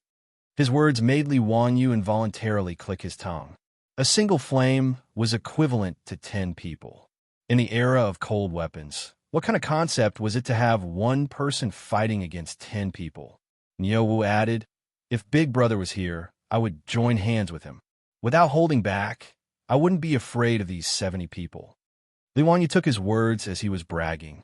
After all, when Zheng Conboy from the Zheng family led his troops to attack the carriage in the East City, Niu Yong had suffered a little and was slightly injured. How could he be as strong as Niu Wu bragged? What Li Wanyu didn't know was that Niu Yong had also faced the troops of the Zheng family, who were also fierce soldiers. Secondly, Niu Yong's methods were mainly to kill in one blow. He was also missing an arm. Under the circumstances where he couldn't kill, he could only use 40 to 50% of his skills. Naturally, he was at a disadvantage. While Li Wanyu and Niu Wu were whispering to each other, Cheng Chumo took 2 steps forward, raised his voice, and introduced to the veteran ruffians the identities of these nobles who wanted to recruit them. "Listen up, this is the family head of the Chui family, Duke Chui. This is the Duke of Lu, Great General Ho. This young man is quite extraordinary. He is the founding county count of the country, the Hu County Count. At present, he has a great reputation in Chang'an. The Three Kingdoms book that you all like to listen to recently was written by this Hu County Count." Cheng Chimo also had his differences. He only gave a simple introduction to Chui Xin and Ho Junji, but when it came to Li Wanyu, he was full of praise. However, these words of his were a little useless. In front of the reputation of the Chui family and Ho Junji, there didn't seem to be any old soldiers interested in a minor founding county count like Li Wanyu. After all, there was no one in the world who didn't know of the Chui clan. At the time, the Chui clan was regarded as the #1 clan in the world, the leader of the northern clans. In the 6th year of Jingguan, in order to suppress the influence of the great clans and strengthen his imperial authority, Pai Lupi ordered people to revise the clan annals and re-rank the clans. But in the 12th year of Jingguan, when the clan annals were completed, the Chui clan was still ranked first. This infuriated Pai Lupi so much that he wanted to die. Under the forceful suppression of Pai Lupi, he ordered people to revise the clan annals, and only then did he carry out Pai Lupi's orders. With the imperial clan as the leader and the relatives of the emperor as second, the Chui clan was demoted to the 3rd tier. From this, one could see the status of the Chui clan in the eyes of the common people. Today, the head of the Chui clan, Chui Xin, had personally come to recruit them. What sort of glory was this? As for Ho Junji, although he wasn't from a great clan, he was the Duke of Lu and the great general of the Right Guard. To those old soldiers who wanted to fight for a better future, he was rather attractive. As for Li Wanyu, he was beautifully ignored. Although the Golden Guards protected Chang and knew all sorts of things in the city, they had heard of Li Wanyu. They had long ago heard of Li Wanyu, the newly promoted county count of Huxian, and they knew that he had stirred up a great deal of trouble. But in any case, in their view, a young county count who had yet to become an official of the court had no power or influence. How could he possibly compare to the other 2 clans? After hearing Cheng Chumo's introduction, the attitude of these old soldiers became much more respectful, and they once more bowed to Chui Xin, Ho Junji, and Li Wanyu. But the majority of their gazes were on Chui Xin and Ho Junji. They only curiously glanced at Li Wanyu. After all, Li Wanyu was a young county count, and there were many rumors about him in the market square of Chang. Some called him a wastrel, some called him the god of wealth, and some said that he was the reincarnation of the literati star or a divine physician. But to these old soldiers, these were just idle chatter. If they wanted to entrust the rest of their lives to such a young man, throw themselves into a vassal state, and regard him as their master, they would almost never consider it. Chui Xin and Ho Junji naturally noticed the behavior of these ruffians. The 2 of them looked at Li Wanyu with ridicule. They felt that this county count was about to lose a great deal of face today. Chui Xian was already thinking that once this matter was over, he would bring this matter to the banquet and have a good talk about it. County Count Huxian had wanted to recruit troops, but he had ended up returning in defeat. For the great clans, this matter was enough to make them laugh for a very long time. Chung Chumo's face also darkened, but there was nothing he could say. He could only mutter, "Grandfather, Duke Marquis, Zio, tell them about the salary." He was going to talk about the salary and benefits. Li Wangyu was well aware that whether or not he could recruit troops today would depend on whether or not the benefits he offered were attractive enough. Chapter 469. After exchanging some pleasantries, Chui Xian and Hou Junji ignored Li Wangyu and turned to the veterans. The Chui clan of Qinghe receives a monthly salary of 6 strings of coins. If there is any injury or death, there will be additional compensation and rewards. This one's residence is the same as Duke Chui's. In truth, Chui Xian and Hou Junji's conditions were the customary conditions for the great clans and nobles of Chong, and to recruit soldiers. A monthly salary of 6 strings of coins was truly not a low income. This was the same as the salary of a rank 2 official of the imperial court. Of course, officials also received other benefits, as well as income from land. But 6 strings of coins was still equivalent to the actual income of a rank 4 official. In a situation where the average income of Chong and was the same, this was considered a high-income class. Thus, unless one was a noble or noble, one would not be able to support a troop. If not for the fact that Li Wangyu didn't lack money, he wouldn't have dared to ask for 50 soldiers. Even at the market price, 50 soldiers would still cost 300 strings of coins a month. After all, the soldiers had to protect their master, and when needed, it was very normal for them to put their lives on the line. Thus, the master naturally gave his soldiers generous treatment, similar to that of bodyguards in the future. The veterans nodded in satisfaction at Chui Xian and Hou Junji's conditions, and they began to whisper to each other about whether to join the Chui clan of Qinghe or Hou Junji. While everyone was discussing animatedly, Li Wangyu burst out laughing, attracting everyone's attention. Chui Xian and Hou Junji didn't like Li Wangyu to begin with, and now they found him even more frivolous and couldn't help but show anger. Li Wangyu put away his smile and lightly coughed. "My apologies, I couldn't hold back for a moment. I just didn't think that the monthly salary of the soldiers in Chong and would be so low. The monthly salary that my county count of Hu County gives to the soldiers." Cough, cough. Nyowu, tell me, how much is your monthly salary? Soldiers were different from servants. Although they were subordinates, they did not sell their bodies to the master, so they naturally had to be paid. Li Wangyu had been a poor loser in the past, so he had been unwilling to take in the Nyo brothers mainly because he was poor and couldn't afford salary. Fortunately, the Nyo brothers didn't care about this at all. The two of them were here to repay the debt of gratitude. Li Wangyu made a fortune very quickly. In less than half a year, his net worth had increased rapidly. The treasury in the old house could not hold any more copper coins. Naturally, he would not be stingy with the Nyo brothers. Moreover, after the Nyo brothers got married, they would also have to support their own mother-in-law. Li Wangyu naturally couldn't let these 2 brothers be embarrassed. Nyowu grinned at the group of veterans and said with a simple and honest smile, "Now that eldest brother and I have received Longjuan's favor, our monthly salary will be 50 strings of copper coins." His words caused an uproar among the veterans. 50 strings of coins a month? Was this a joke?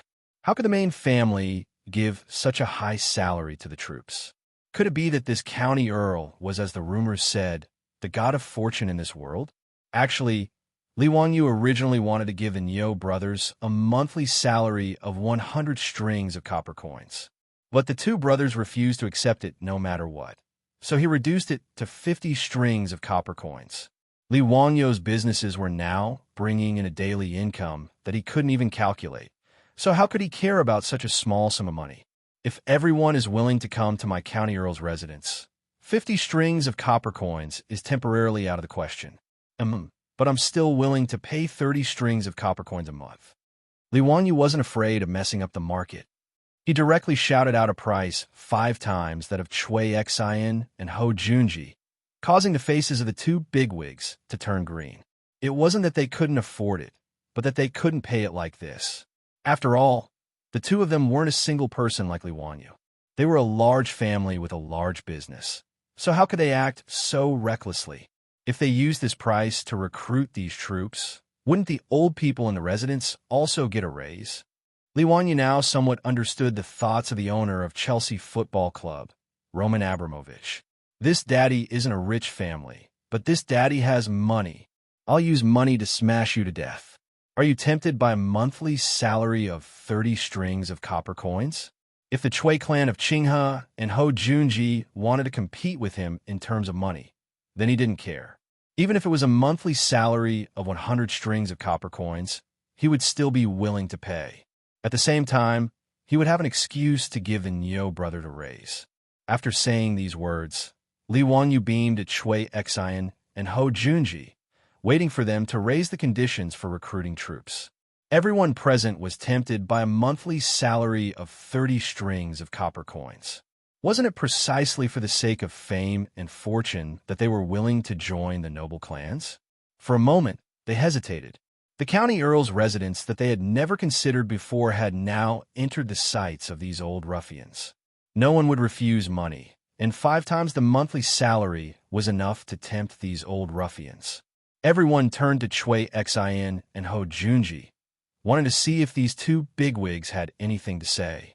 Chui Xian and Ho Junji were inwardly cursing, but when they saw the gazes of the crowd, Chui Xian hesitated for a while before saying, "In the future, when you have children, they can enter the Chui clan of Qinghe to study." Ho Junji scanned the crowd and said, "The troops of this residence will follow this one into battle, and their contributions will be calculated. In the future, it is possible for any of you to become a general in the army." These two conditions had tempted these old soldiers. Joining the Chui clan of Qinghe and Ho Junji might not bring them much money, but it wasn't without benefits. The Chui clan of Qinghe had the advantage of stability, and their children could study in the Chui clan of Qinghe and have a promising future. And joining Ho Junji would allow them to make contributions on the battlefield. While they were both on the battlefield, serving in the army was completely different from serving as a duke's subordinate. Firstly, it was safer, and secondly, it was easier to make contributions. There were many captains and commandants in the army who had been promoted from serving as the subordinates of bigwigs in the army. At this moment, Li Wanyu opened his mouth again. The county count's manner of who county will provide each troop with a house and a wife. Nanny? Wife. His words not only caused Chui Xian and Ho Junji's eyes to widen, but the eyes of the old soldiers also turned red. The reason why these old soldiers were willing to stay in Chang and join the nobility was naturally because they had no one to rely on. Of these 73 people, their parents were no longer alive and they hadn't married yet. Otherwise, these soldiers with families wouldn't be willing to become subordinates. To put it bluntly, these 73 old bachelors were single dogs. They were no different from the original Nyo clan brothers. Hearing that they would be given a wife, the crowd naturally went into an uproar. "County Earl of Huxian, you must be joking. You can give a wife? She can't be a maid bought from the market, right? Is she really a woman with a clean background?" Li Wanyu turned to Nyo Wu and asked, "Nyo Wu, tell us, what is your wife's background?" Nyo Wu couldn't help but be a little surprised. He rubbed his hands together and chuckled foolishly. "Before my wife married me, she was a palace maid in the Taiji Palace." "Is she beautiful?" "As beautiful as a fairy." Li Wanyu nodded his head in satisfaction. Then, he turned to the old soldiers and asked, "Did you hear that? A palace maid in the Taiji Palace. Do you want her?"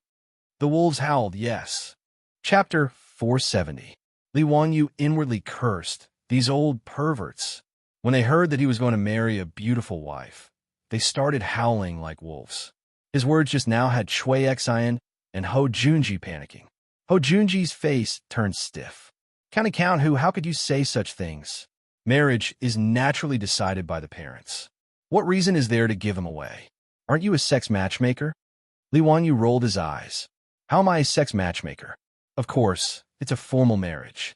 Isn't this Chu of mine also a formal marriage? Duke Marquis should know that the sage personally gave her away, right? Ho Junji angrily retorted. Even so, the sage showed mercy last time and allowed 3,000 palace maids to leave the palace. Presumably, this Chu of yours is also one of those palace maids. But now, were you going to give your fellow soldiers the chance to marry palace maids? Aren't you just using your fellow soldiers to tease us? His words made the old ruffians rather suspicious. Just because County Count whose soldiers could marry palace maids didn't mean that they could as well. Li Wanyu chuckled. Why not? I can ask the sage to release several dozen palace maids. This isn't a difficult matter. Who do you think you are? Ho Junji was so infuriated that he almost choked on his own saliva. Me? Surnamed Li, given name Wanyu, given name Zio. Has Duke Marquis forgotten? Li Wanyu shook his head, seemingly regretting that Ho Junji's memory was poor. Before Ho Junji could speak, he added, Right, my uncle's surname is also Li. Ho Junji was rendered speechless by his words. On the other hand, Li Wanyu was delighted. He had finally experienced the pleasure of shouting, My father is Li Gang in the Tang dynasty. Moreover, how could my father is Li Gang compare to my uncle is Li Shimin? Saying these words made his mind and body feel refreshed, his thoughts clear. Li Wanyu truly wasn't trying to fool these old ruffians. In any case, there were still several thousand palace maids in Taiji Palace. With his reputation, it would not be difficult to ask Pai Lupi to release dozens of palace maids who were willing to marry. The performance of these veteran ruffians even made Li Wanyu wonder if he could use this method to recruit long-term troops in the future. He didn't think that having a few dozen troops was enough. Even that Zhang Liang had shamelessly taken in 500 fake soldiers. Li Wanyu, had so many businesses. If he didn't recruit more troops to protect them, it wouldn't do. If Pai Lupi knew that Li Wanyu used the palace maids in his Taiji palace as a bargaining chip to recruit troops, he would probably chop Li Wanyu into pieces. Li Wanyu's shameless words made even Cheng Chumo's eyes widen. He was too hedonistic. Seeing that many of the Golden Guards still didn't understand, Cheng Chumo could only lightly cough and say to the stunned veterans, County Count whose Uncle Tsong is the current sage. The Uncle Tsong who hasn't stepped out of his first marriage. With his explanation, the old ruffians from the Jin Wu Guard finally understood why Li Wanyu had said those words. The young County Count in front of them was the current sage's nephew, Tsong, who hasn't stepped out of his first marriage. 5 times the salary, a promised daughter-in-law, and a frighteningly deep background. This County Count who seemed to be the one in high demand. Before anyone could say anything, Li Wanyu added another heavy bargaining chip. In the future, when you have children, they can study with His Highness the Crown Prince, His Highness King Yu, and the sage's 7th prince, His Highness King Jin. This lord might also accept them as disciples. His words first stunned the veteran ruffians, then they became ecstatic. Yes, how could they forget that this County Count who was the Crown Prince's imperial tutor? If they became his troops, wouldn't their sons be able to study with the Crown Prince in the future? In comparison, the teachings of the Chui clan of Qinghe weren't even worth a mention. In truth, they had also forgotten that the Crown Prince was already 9 years old, but they didn't even know where their daughter-in-law was. Even if they were to get married right away and give birth to a son after 10 months, how old would Li Chengxian be by the time he reached the age where he could study? How could he possibly study with those brats? However, Li Wanyu wasn't trying to fool them. After all, the future emperor of the Tang dynasty, Li Ji, had just been born. If they moved fast enough, it wasn't impossible for their children to study with Li Ji in the future. Li Wanyu's many conditions left Chui Xin and Ho Junji with bitter expressions. They had thought that this County Count who was overestimating himself by competing with them for a troop. But looking at the gleaming eyes of the veteran ruffians, how could they not know that they had made a wasted trip today? As the head of the Chui clan of Qinghe, Chui Xin didn't like Li Wanyu, but he didn't have much of a grudge against him. Of the 5 clans and 7 watches, only the Zheng clan of Xingyang and the Wang clan of Taiyuan were like fire and water with Li Wanyu. While the other clans didn't like Li Wanyu, they weren't so bad as to make things worse. Seeing that he couldn't do anything, Chui Xian decided to leave. Too lazy to stay any longer, he coldly snorted and led his servants away. Ho Junji wasn't as straightforward. His triangular eyes were filled with hatred as they constantly scanned Li Wanyu's body. Ho Junji had always been a narrow-minded man with a crude personality. The old Book of Tang described his character as arrogant and reserved. Pai Lupi had ordered Li Jing to teach him the art of war, but this fellow had turned to Pai Lupi and falsely accused Li Jing of plotting a rebellion. From this, one could see just how narrow-minded Ho Junji was. He had rendered a great service in the coup at the Xuanwu Gate and had been made Duke of Lu and Great General of the Right Guard. With his pride, he naturally looked down on Li Wanyu, the founding county count. But today, Li Wanyu had managed to steal the limelight when he had come to recruit soldiers for the Golden Guard, infuriating Ho Junji. In truth, Li Wanyu had never offended him. It was just a fair competition. His offer wasn't as generous as Li Wanyu's, but Ho Junji was so angry that he vented his anger on Li Wanyu. But Ho Junji also knew that Li Wanyu was a noble and also Pai Lupi's nephew, so he couldn't do anything to him. His triangular eyes couldn't help but turn to Niu Wu, who was standing behind Li Wanyu, and a sinister smile appeared on his lips. County Count Hu, this one has heard that one of your two soldiers is one-armed and one-eyed. Today, I see that this is just as I expected. Since you're willing to give this one-eyed soldier a monthly salary of 50 strings of coins, he must be very capable for County Count Hu to value him so highly, right? But County Count Hu is willing to give the one-eyed soldier a monthly salary of 50 strings of coins. But County Count Hu is only giving 30 strings of coins to these elite soldiers of the Golden Guard. Isn't this a little unfair? TSK, this one truly feels that these soldiers aren't worth it. Ho Junji's words were extremely harsh. He was clearly trying to sow discord between these old ruffians of the Golden Guard and Niu Wu, painting Li Wanyu in the eye. As expected, as he tried to sow discord, those old ruffians of the Golden Guard began to look at Niu Wu with ill intent. They were already planning to submit to Li Wanyu, so they naturally wanted to display their abilities in front of him.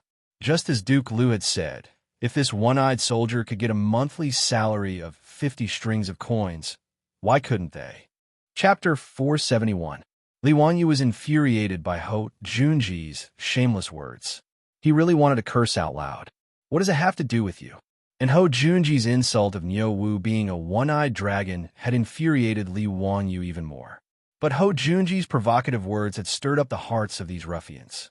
Faced with a group of eager killers, Li Wanyu was caught off guard for a moment. He had a deep relationship with the Niu brothers, and it wasn't something that could be described as formidable. Even if the Niu brothers didn't have much skill, he wouldn't look down on them. He would never abandon them. When he was still insignificant, he was still having a headache over how to survive the plague of locusts. At that time, the Niu brothers had already pledged themselves to him. How could this friendship be measured by a monthly salary? To put it bluntly, Niu Yong and Niu Wu were Li Wangyu's family in the Tang dynasty. Let alone a monthly salary of 50 strings of coins, even if he had to give half of the family fortune to these two brothers, Li Wanyu wouldn't even bat an eyelid. But he couldn't explain these words to these ruffians in a short time. But Li Wanyu didn't want Niu Wu to fight with these ruffians to prove his ability. Although Niu Wu had said that he wouldn't have a problem fighting one against two, fists and kicks had no eyes. If Niu Wu was injured, Li Wanyu would be heartbroken. Even if he injured these ruffians, it would still be very troublesome. Li Wanyu naturally understood that this group of old ruffians had the intention of throwing themselves into his residence. In the future, these people would be Niu Wu's comrades. If they were to get angry and hurt the harmony, it wouldn't be good. But before he could think of a way to speak, Niu Wu puffed out his chest and strode forward. This one truly doesn't have much skill, and I was even blinded in one eye by the Turks. But if you want to measure this one's ability, you can come and try. Niu Wu seemed rash, but he was actually quite meticulous. The reason he had stepped forward to challenge these ruffians wasn't just because of Ho Junji's provocation. Niu Wu was well aware that if this group of assassins wanted to pledge their allegiance to his Lang Jun, they would become his subordinates. The leader of this song was none other than him and his brother. This was not only due to their confidence in their own abilities, but also due to their understanding of Li Wangyou's righteousness. Therefore, Niu Wu naturally had to consider Li Wangyu. Using his fist to subdue this group of killing geniuses was the best choice. Otherwise, a group of ruffians born in the Jinwu Guards might not necessarily submit to him and his older brother. If they could not achieve unity, how could they protect their own Lang Jun? Niu Wu's words stunned Li Wangyu, and he subconsciously wanted to object. However, Niu Wu's resolute gaze caused him to hesitate.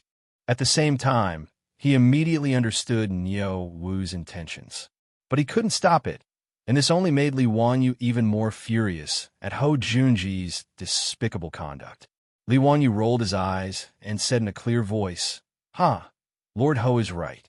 This song of mine doesn't have much skill, just a bit of punching and kicking. After hearing the Marquis's words, I felt that they made sense. This monthly salary of 50 strings of coins was most likely a loss.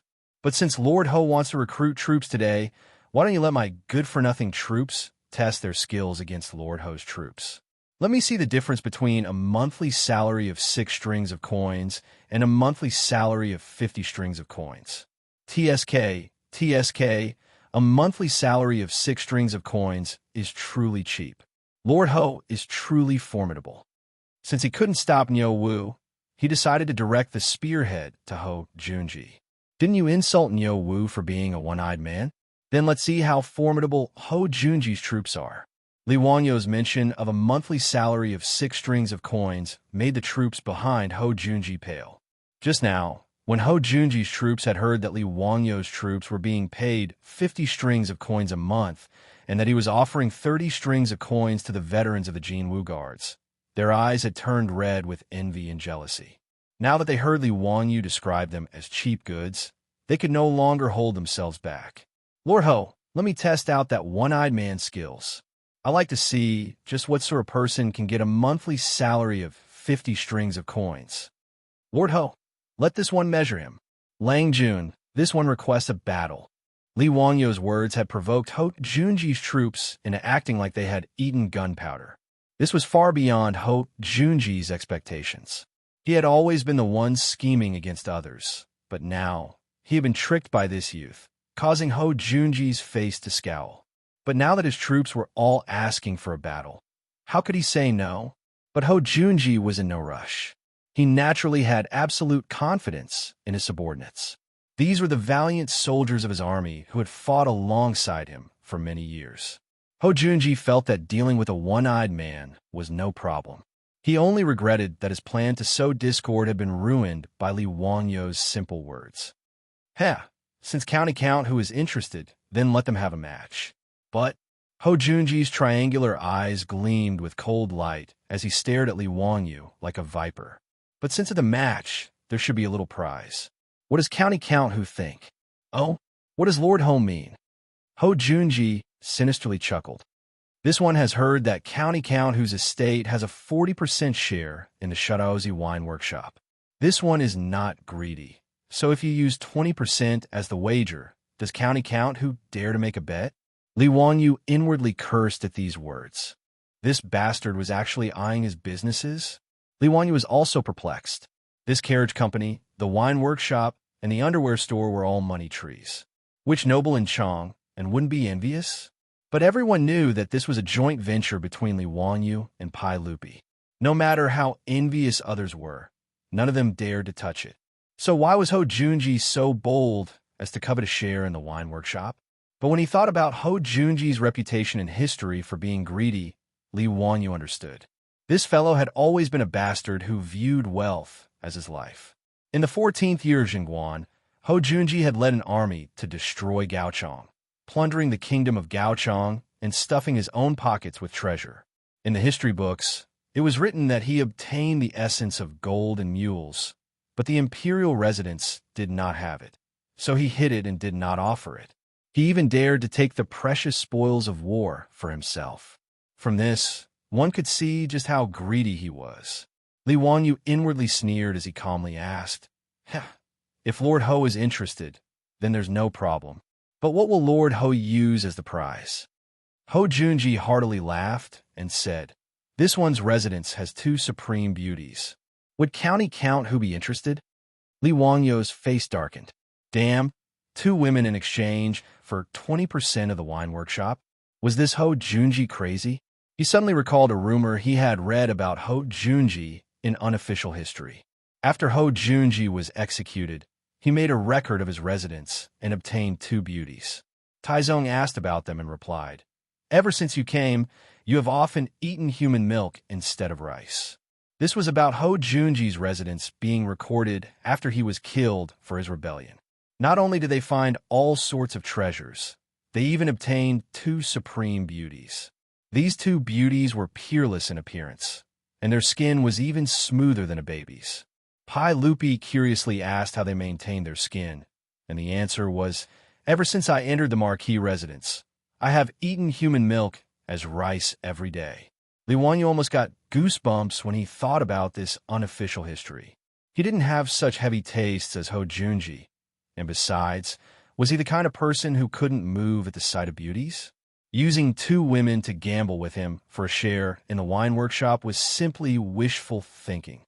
Heh, Lord Ho should keep the beauties for himself to enjoy. I'm not interested, so why don't Lord Ho use some other prize? Chapter 472. Ho Junji could only shake his head at Li Wanyo's words. It seems that County Count Huxian is still young and doesn't understand the benefits of this stunning beauty. Haha, since that's the case, this one will take out 20% of the Jingon gambling house and gamble with County Count Huxian. How about it? The Jingon gambling house was Ho Junji's property, one of the 72 gambling houses in Chang, and Li Wanyu immediately shook his head. "Might I ask, Lord Marquis, how much your Jingon gambling house earns each month?" "Just about 5,000 strings of cash." Li Wanyu coldly chuckled. "Heh, does Lord Marquis know how much the winery earns each month?" This one does not know.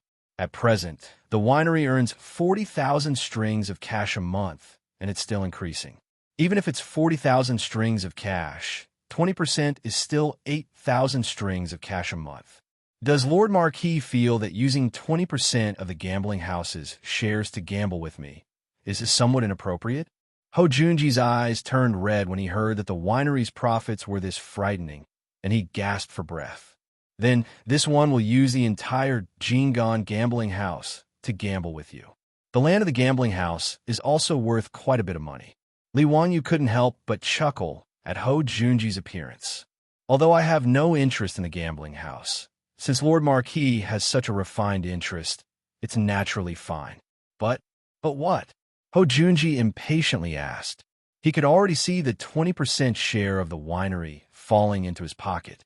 But since the stakes are so large, this gamble naturally can't be so casual. A witness must be invited. In addition, a mere competition of fists and feet is a bit too much of a joke. I have a suggestion for a gamble. Would Lord Marquis be willing to hear it? Li Wanyu already had a plan in mind, so he unhurriedly spoke. "Speak. A mere competition of fists and feet between two troops is truly boring. Why don't our troops find a forest outside Chang and have a real battle? What does Lord Marquis think?" This, Li Wanyu's suggestion, caught Ho Junji by surprise. Of course, since my troops have a high monthly salary, they naturally can't be the same as the Marquis troops. TSK, a monthly salary of 6 passes is truly cheap. Li Wanyu's words caused Ho Junji and his subordinates to scowl. This bastard, is he addicted to talking? Logically speaking, the two troops in my residence have a monthly salary of 100 strings of coins, which is equivalent to the salary of 16 troops of the Marquis. However, as Marquis Ho said, these two troops in my residence are handicapped. Li Wanyu pointed at Niu Wu and continued. So, after weighing the pros and cons, let's have 2 troops from my residence fight against 10 troops from the Marquis residence. How about it? Is Marquis interested? Li Wanyu's words caused Ho Junji's eyes to brighten. 2 cripples against 10 of his troops. Weren't they rushing to give him money? There was no reason for him to refuse. In a one-on-one battle, he didn't think that Li Wanyo's troops had a chance of winning, much less 2 against 10. This was simply suicidal. Was this young man worried that his troops wouldn't die quickly enough? Agreed. Let's do as county count who says. Ho Junji was worried that Li Wanyu would go back on his word, so he immediately nodded. Li Wanyu happily smiled. Okay, then it's settled. Of course, in order to avoid harming the relationship between our two clans, when they fight, the weapons and arrows must be wrapped in cotton cloth. They can be smeared with lime, and if they are struck by a sword or saber, they will have to withdraw from the competition. Does Lord Marquis think this is acceptable? Ho Junji thought about it, and decided that there was nothing disadvantageous to him, so he nodded. It's fine. Since that's the case, how about Duke of Lu and the Duke of Yacht as mediators and referees? 3 days later, our two clans will find a forest near the Jade Star Palace and decide the victor. Ho Junji naturally nodded in agreement, and the two clapped their hands together to seal the deal. Haha, then this one won't delay county count who from recruiting troops. This one will go find Duke of Lu and the Duke of E and have them act as mediators. See you in 3 days at the Jade Star Palace. After saying this, Ho Junji heartily laughed and led his troops away. Li Wanyu looked at Ho Junji's back, a smile on his lips. Chung Chumo hurried over and anxiously asked, Zio, had you gone crazy? How could you agree to this kind of condition? Even if it's a one-on-one, the Nyo brothers might not be able to win. Why did you ask for a 2-on-10 battle? How could you possibly win? Before Li Wanyu could reply, Nyo Wu replied in a low, muffled voice. So what if it's 2 against 10? Do you think that my brother and I are afraid of them? You can't say it like that. Zio, why did you agree to this kind of bet? It's completely unfair. Chung Chumo anxiously said, This won't do. I'll go find my lord and have him come forward to stop this bet. Li Wanyu hurriedly grabbed Chung Chumo and said, Haha, big brother Chumo, don't be anxious, don't be anxious. Since this little brother dares to propose such a bet, he naturally has complete confidence in winning. What confidence do you have? I know that the Nyo brothers are very capable, but they're still. Chung Chumo glanced at Nyo Wu, too embarrassed to say the word cripple. Haha, let's keep it a secret for now. In any case, big brother Chumo, be at ease. I'm not a wastrel. How could I possibly go and make a bet with that bastard Ho Junji if I'm not confident? Just watch. He dared to call Nyo Wu and Nyo Yong cripples. This time, this old man will definitely make Ho Junji take a big tumble and obediently hand over his gambling house. Right? Go back and ask Uncle Chung if he's interested in taking over the Jingon gambling house. I have no interest in the gambling house. If Uncle Chung is willing to take over, I'll sell it to him at a cheaper price. Chung Chumo was somewhat dumbfounded by these words. Could it be that he had made an error in judgment? Were these Nyo brothers some sort of peerless expert? But now that things had gotten to this point, he could only nod hesitantly. Fine. Then Zio, you have to be careful. Duke Lu's troops aren't easy to deal with. They're all fierce soldiers of the army. Haha, what's there to be afraid of? Isn't it just a troop with a monthly salary of 6 strings of coins? Big brother Chumo, haven't you heard of this saying? Nothing good comes cheap. Chung Chumo's nose was about to become crooked from anger. How could there be such a comparison? Moreover, didn't the troops of his Duke Lu residence also have a monthly salary of 6 strings of coins? Could they also be cheap goods? Zio, it's best if you be careful and don't be careless. Okay, I understand. Let's not talk about this for now. I still have to recruit troops, Li Wanyu said, and then turned to the group of veteran ruffians. Everyone, what do you think? Are you interested in joining the vassal forces and joining my Hu County's county count residents? The confrontation between Li Wanyu and Ho Junji had already left them dumbfounded. At this moment, they no longer had any desire to compete with Ho Junji. Hearing Li Wanyu's question, the veteran ruffians of the Golden Guard glanced at each other. One of them asked, Dare I ask County Count Hu, is our monthly salary the same as what County Count Hu said just now? The monthly salary of 30 strings of coins? Does it still count? Of course. Since I said it, it's only natural that I keep my word. Another veteran ruffled his feathers and asked, County count who? Are you in charge of finding ants? Li Wanyu heartily laughed. Haha, of course. The veteran ruffians glanced at each other and finally made their decision. In the next moment, the 73 veterans of the Golden Guard all got down on one knee and said, "We pay our respects to Lang Jun. Lang Jun didn't abandon us and was willing to take us in. We dare not serve you with our lives." Li Wanyu had originally planned to recruit 50 troops, but he didn't expect that he would be able to recruit 73 veterans today. He naturally didn't refuse anyone. This was Han Xian's army, so the more the better. Ha, good. Everyone, please rise. From today onwards, as long as you don't betray me, I will definitely not betray you. When he thought about how he would be able to lead a group of troops and strut around the city, Li Wanyu couldn't help but throw his head back and laugh heartily. How delightful. Chapter 473. When Li Wanyu led the 73 troops to the county office of Hu County to complete the citizenship procedures, Yang Quan was shocked. Especially when Yang Quan learned that the troops Li Wanyu recruited were all from the Golden Guards. He looked as if he had seen a ghost. The troops of the Sui and Tang dynasties were very different from the troops of the Wei and Jin dynasties. The troops of the Wei and Jin dynasties were considered private soldiers. It was normal for aristocratic families to have several thousand troops. However, the troops of the Sui and Tang dynasties were more like servants or bodyguards. The troops and the main household had a master and follower status, but they were different from servants. They had their own private property and could marry good girls, but they didn't have an independent household registration. In Chang, and it was already very difficult for the other aristocratic families to recruit a few troops. Although Zhang Liang had 500 fake troops, most of them were just people who made up the numbers. Otherwise, he wouldn't have been beaten down by Li Wanyu and a group of wastrels at the entrance of the Northern Imperial Army's barracks.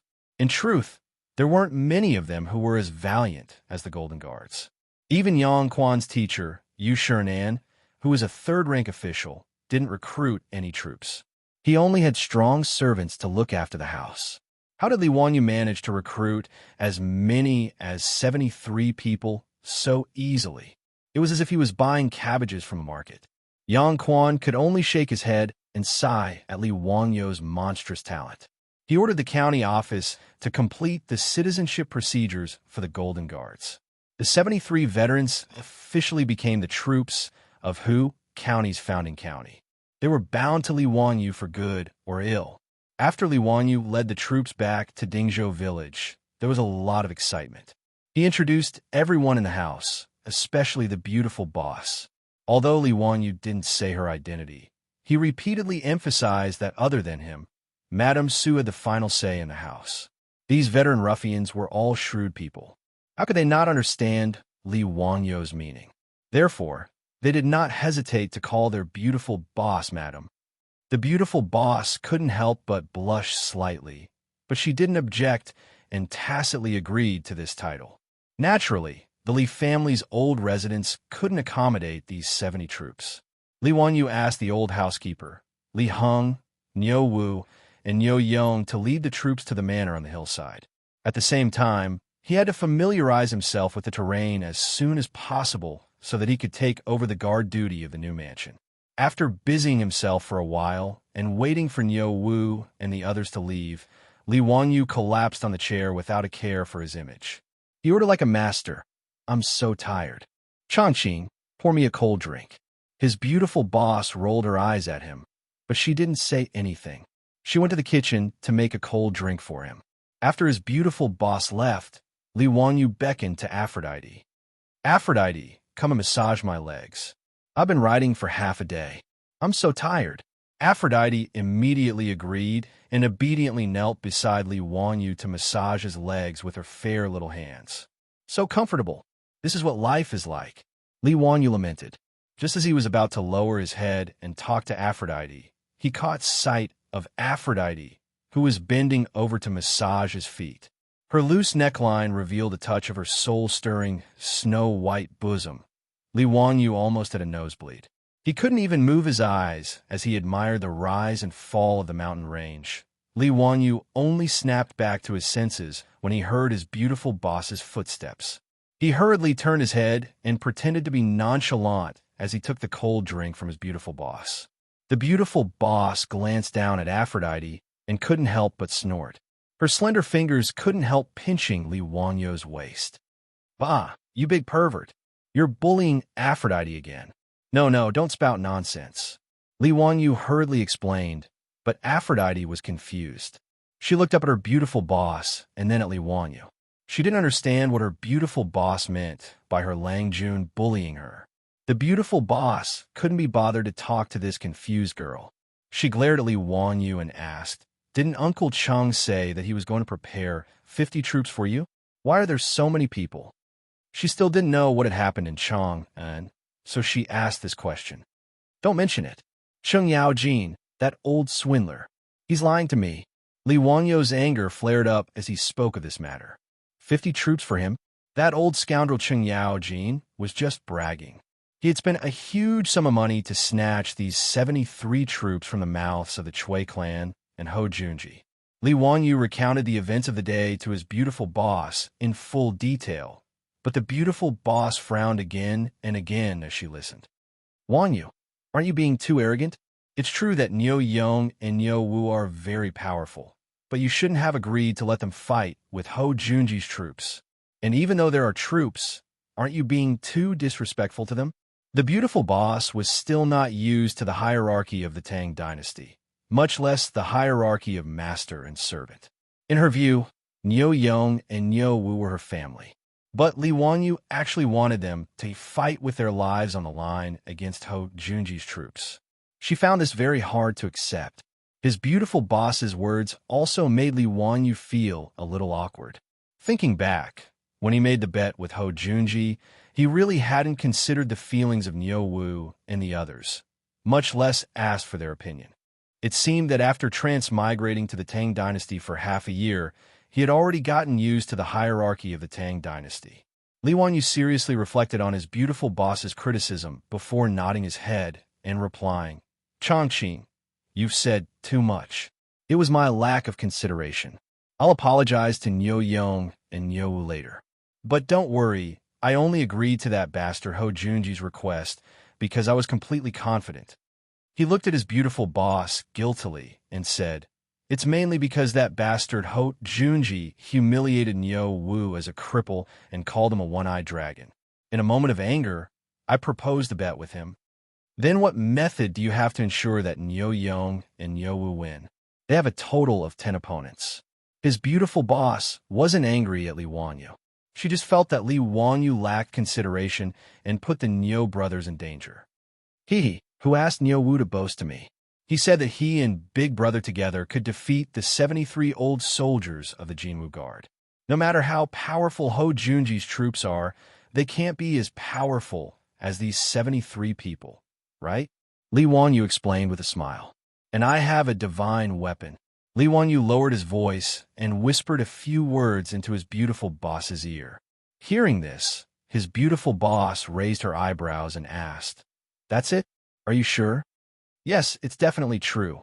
If you don't believe me, we can give it a try first. I'll have to trouble you to bring Afro, Perrin, and the others to make it first.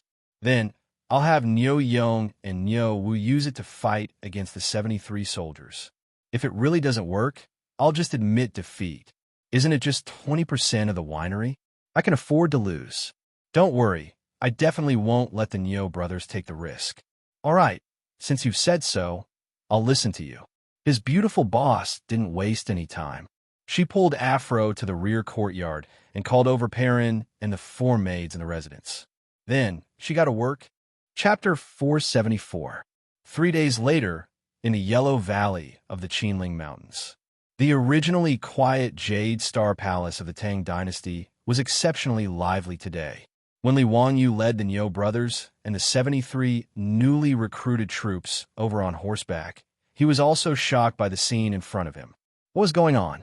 Wasn't today the day of the bet between him and that bastard Ho Junji? Why was the Jade Star Palace so lively? Looking around, he realized that they were all familiar faces. There was no need to mention Cheng Yaojin, Yuqi Jingde, and the others. They were probably here to act as middlemen for their bet. But what about the others? Duan Jishuan, Chai Lingwu, Li Jing, Li Shiji, Fong Xianling, Du Ruhui, Wei Zheng, Zhang Sun Wuji. It felt like all the big shots of the imperial court were here.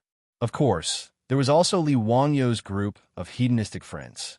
Naturally, they were all here today.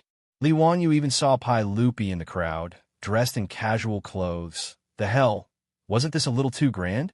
Were Li and this group of big shots so bored that their balls hurt? Did they have nothing to do?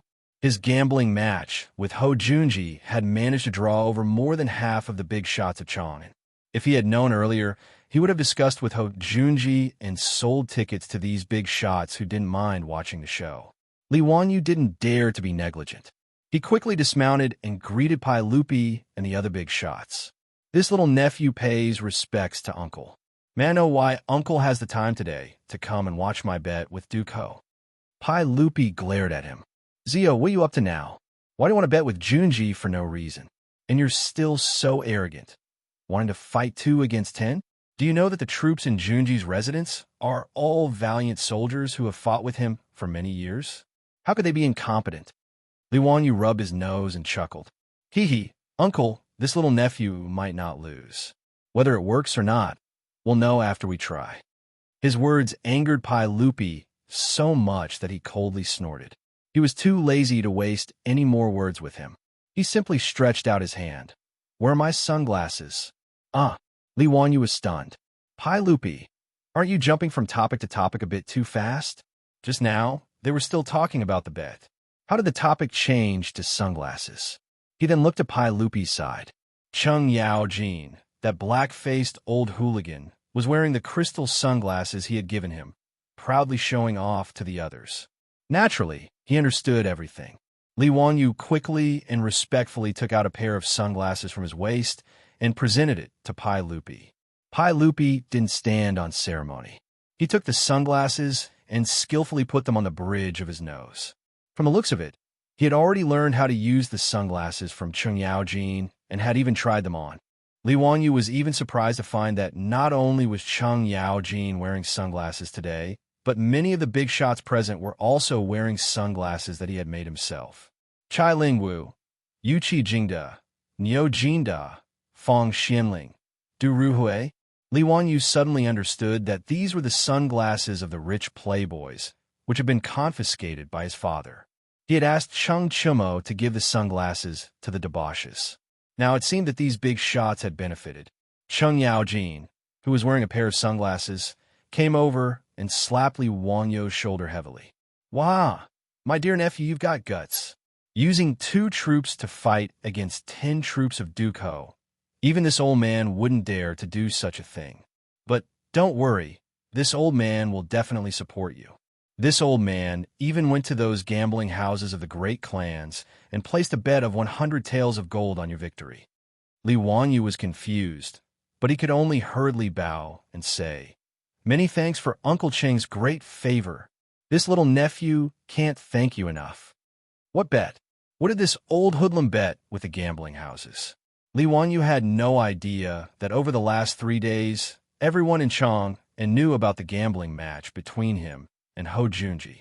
It was naturally Ho Junji who had ordered people to spread the news. He had done this because he was worried that Li Wanyu would go back on his word and cause him to miss out on the 20% share of the winery. Thus, when Ho Junji had decided on the gambling match, he had ordered people to spread the news so that Li Wanyu wouldn't be able to go back on his word. This was also why everyone had gathered here today.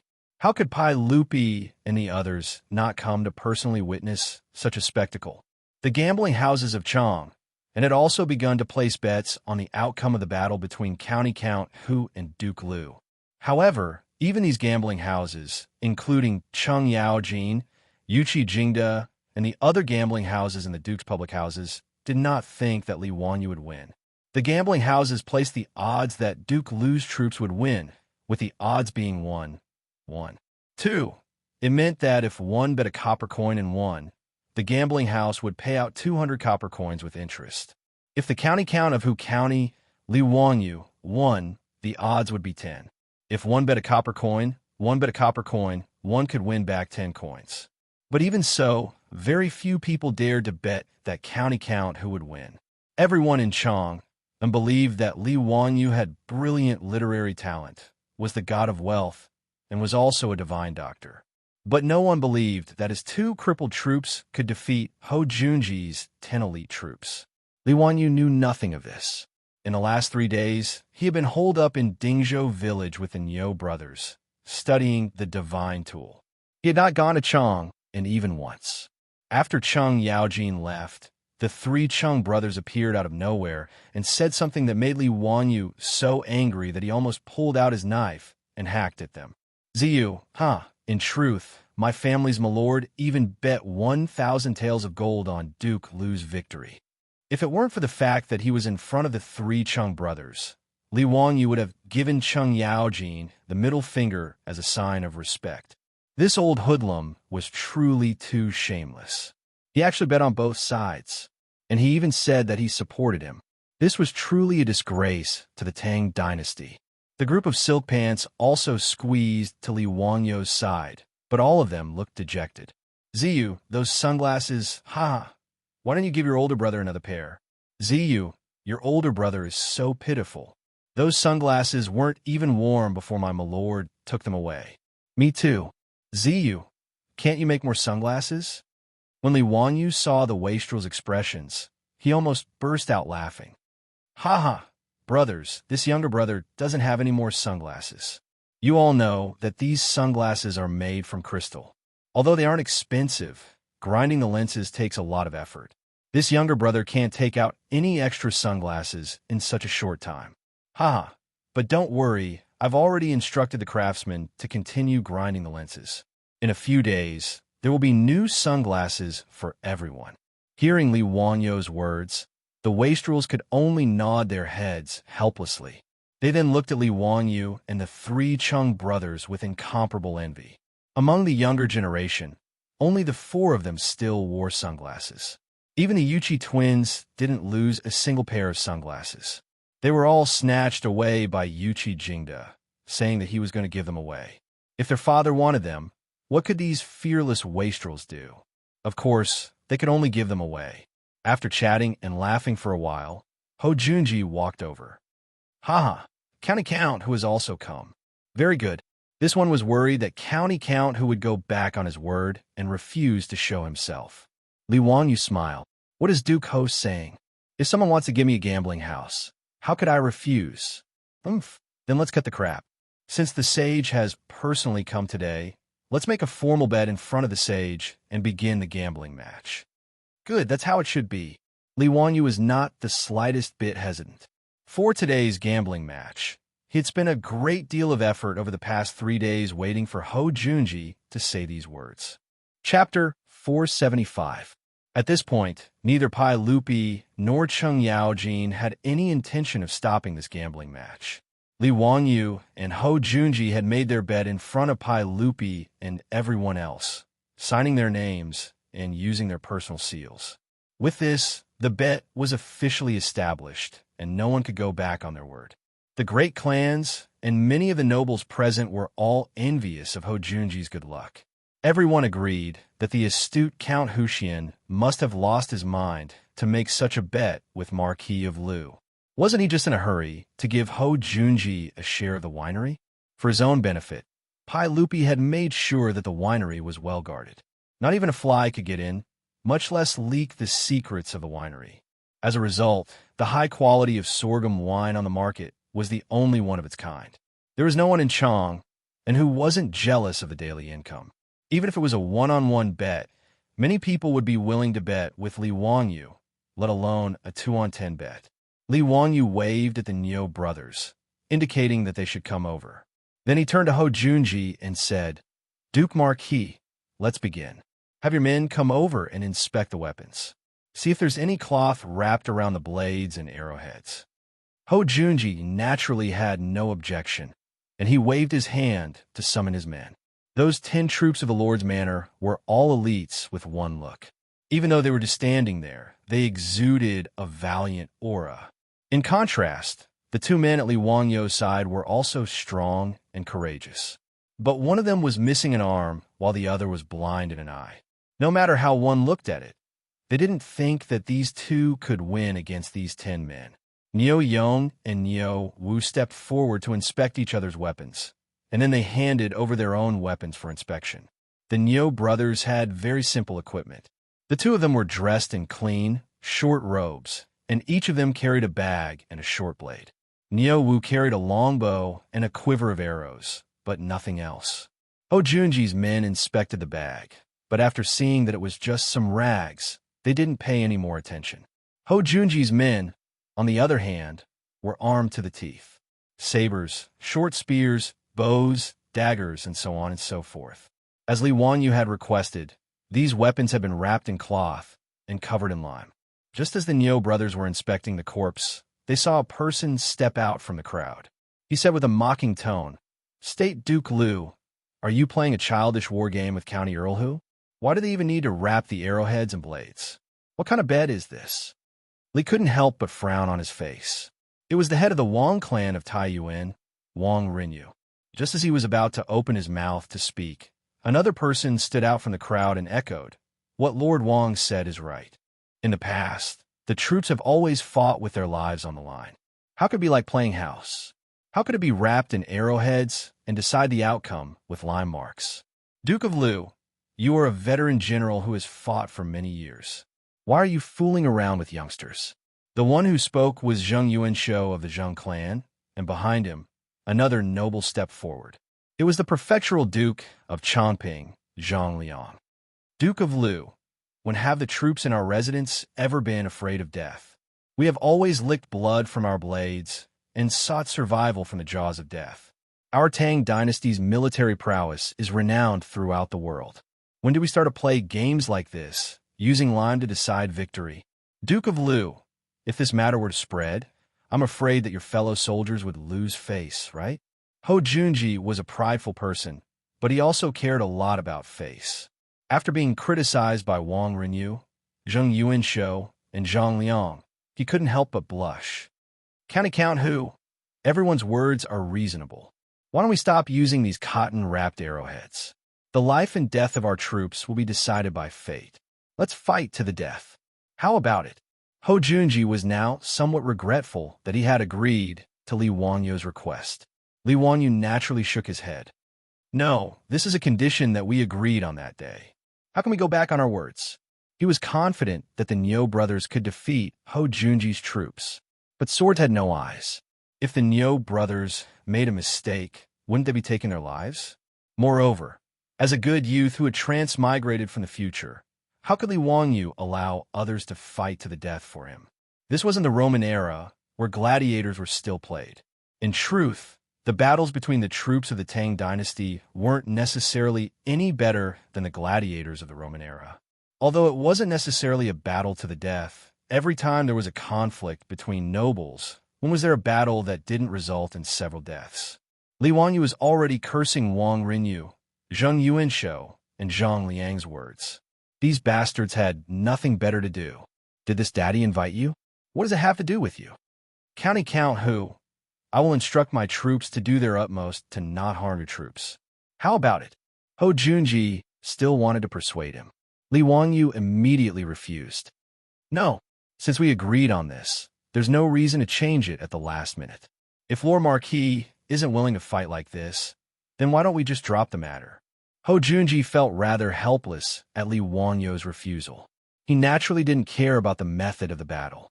In any case, his goal was to get a share of the winery. But if he continued to follow Li Wangyu's wishes and fight like this, he felt that he couldn't afford to lose face. Just as Zhang Liang had said, if this matter got out, wouldn't his fellow soldiers laugh their heads off? But now, Li Wangyu refused to agree no matter what. If he insisted, this battle naturally couldn't be carried out, and Ho Junji would never agree to that. For a moment, Ho Junji was in a dilemma. Even though Pai Lupi and Cheng Yaojin were close to Li Wangyu, they didn't want to see Li Wangyu lose this battle. But in truth, they all agreed with Wang Renyu and the others. Even Pai Lupi had been on the battlefield for many years and was used to seeing life and death. Using some sort of cloth to wrap up weapons and arrows to carry out a battle was truly child's play. But Li Wanyu was young and their nephew, so they naturally didn't voice their opinion. They just coldly watched, allowing Li Wanyu and Ho Junji to negotiate. Seeing Li Wanyu shake his head in refusal, Zhang Liang spoke once more. County Count who? You're also a noble of the Tang dynasty. How can you be so afraid of death? Moreover, aren't you the one who's going to fight? How can you be so wishy-washy? If all the nobles of the Tang dynasty were as compassionate as County Count who and couldn't stand the sight of blood, wouldn't we just allow the Turks to invade and trample on the lands of the Tang dynasty? Zhang Liang's words struck at Ho Junji's heart. Li Wanyu clenched his fists in anger, his eyes spitting fire as he angrily glared at Zhang Liang. Since Prefecture Duke Chongping is so hot-blooded, why don't you bring your fake son here to fight? This one is willing to accompany you to the end. Chapter 476. Zhang Liang, the prefectural Duke of Chongping, was enraged by Li Wanyu's words and wanted to teach this young man a lesson. He had suffered at the hands of Li Wanyu several times in a row and had long found Li Wanyu to be an eyesore. This was why he had followed Wang Rinyu and Zheng Yuanshou in sowing discord. Now that Li Wanyu had so rudely rebuked him in front of everyone, he felt his blood boil. County Count Huxian, don't be so impudent. Before Zhang Liang could finish speaking, Pai Lupi roared, Enough. Zhang Liang, you're also a veteran of the army. How can you speak so irrationally? Zhou cherishes the lives of his troops. How can you say that the soldiers of the Tang dynasty are unable to defend against the sabers and spears of the Turks? What nonsense are you spouting? Zhang Liang's blood that had just surged to his head quickly receded like the receding tide after being scolded by Pai Lupi. Only then did he realize that the Count of Huxian, whom he had just reprimanded, was the Emperor's nephew. He was the current master of the Emperor's heart. He had been blinded by lard. How could he have offended him? Zhang Liang was not one of those aristocratic families. He did not have the qualifications to challenge Pai Lupi. Although the reason Zhang Liang had been executed 20 years ago was that he had plotted rebellion, he did not have the courage to do so. After being reprimanded by Pai Lupi, Zhang Liang immediately cracked a smile that was uglier than crying. Yes, Your Majesty. This subject was impetuous. This subject was too emotional and spoke without thinking. This subject apologizes to County Count Huxian. Just now, I was muddle-headed and spoke nonsense. Please do not blame me. Seeing Pai Lupi stand up for him and Zhang Liang immediately lower his head, Li Wanyu could not say anything more. He could only silently nod his head, indicating that he accepted Zhang Liang's apology.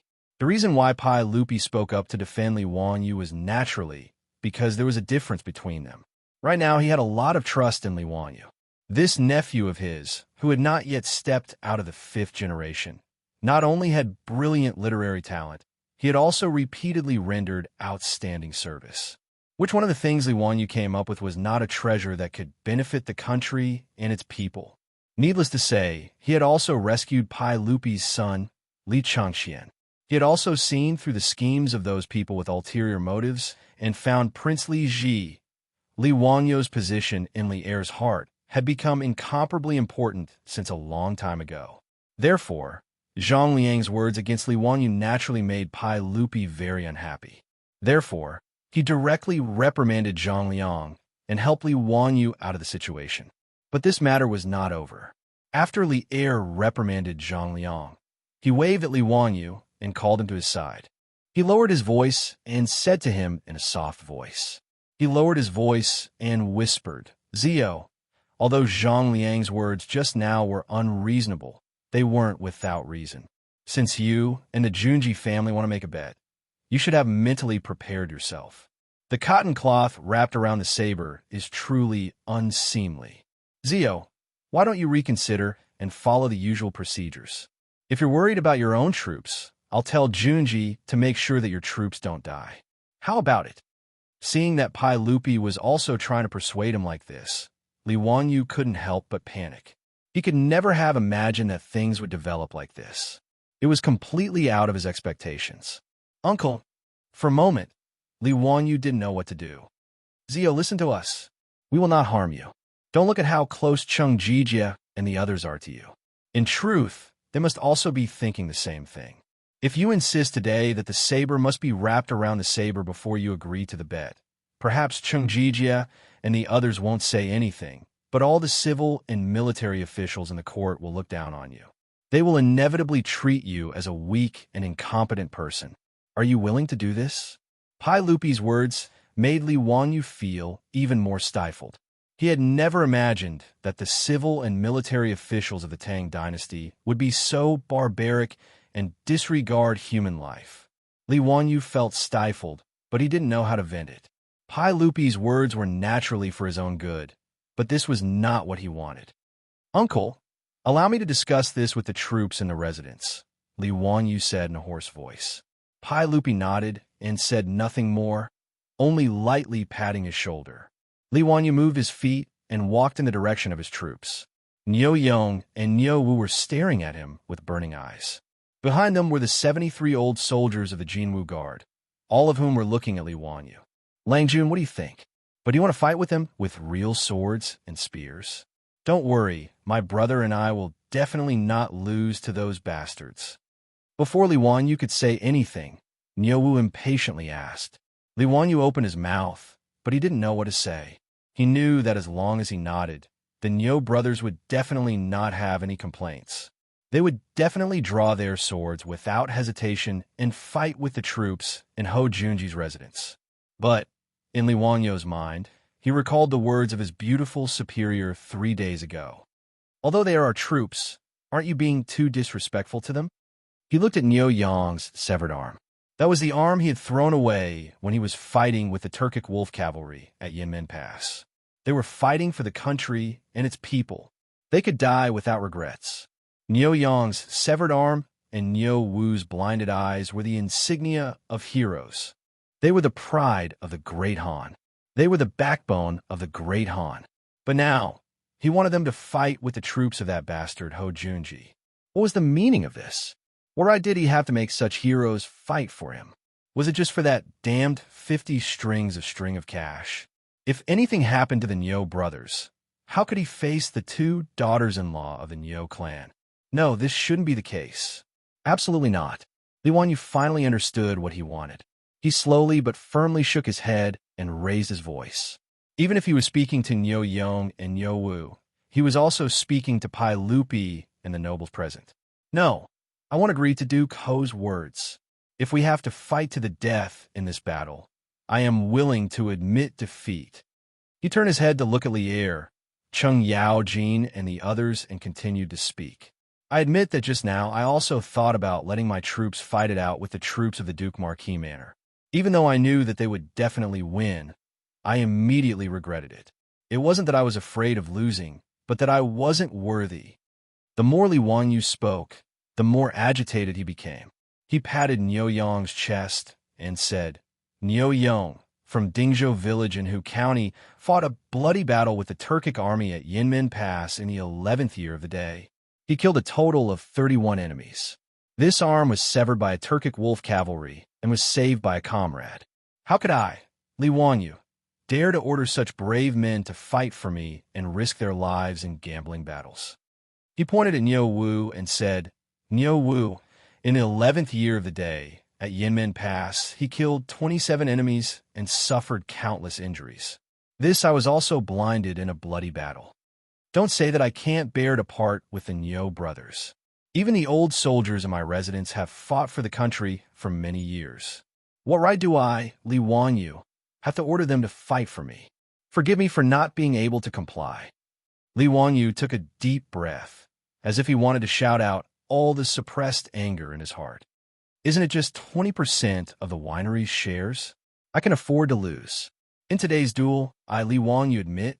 Before he could utter the words, "admit defeat," Niu Yong and Niu had already rushed over and hugged him tightly. Niu Yong covered his mouth with his broken arm. "Lang Jun, you can't admit defeat. You can't. You can't." Chapter 477. At this moment, the Niu brothers' eyes were filled with blood and tears. Even the 73 veteran ruffians that Li Wanyu had recently recruited were so excited that they couldn't control themselves. Their chests were straight. With such a loyal and righteous master, how could they not be excited? Li Wangyo's words made the 73 veteran ruffians who had just been registered feel a sense of recognition and belonging in their hearts. These veterans of the Golden Guards naturally knew about the burning knife wine that was currently popular in Chang.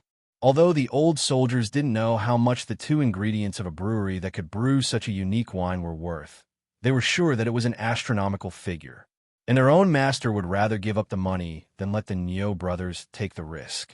Who had ever seen such a master? Not to mention Chang and City. Even if they flipped through the history books, they would never hear of such a thing.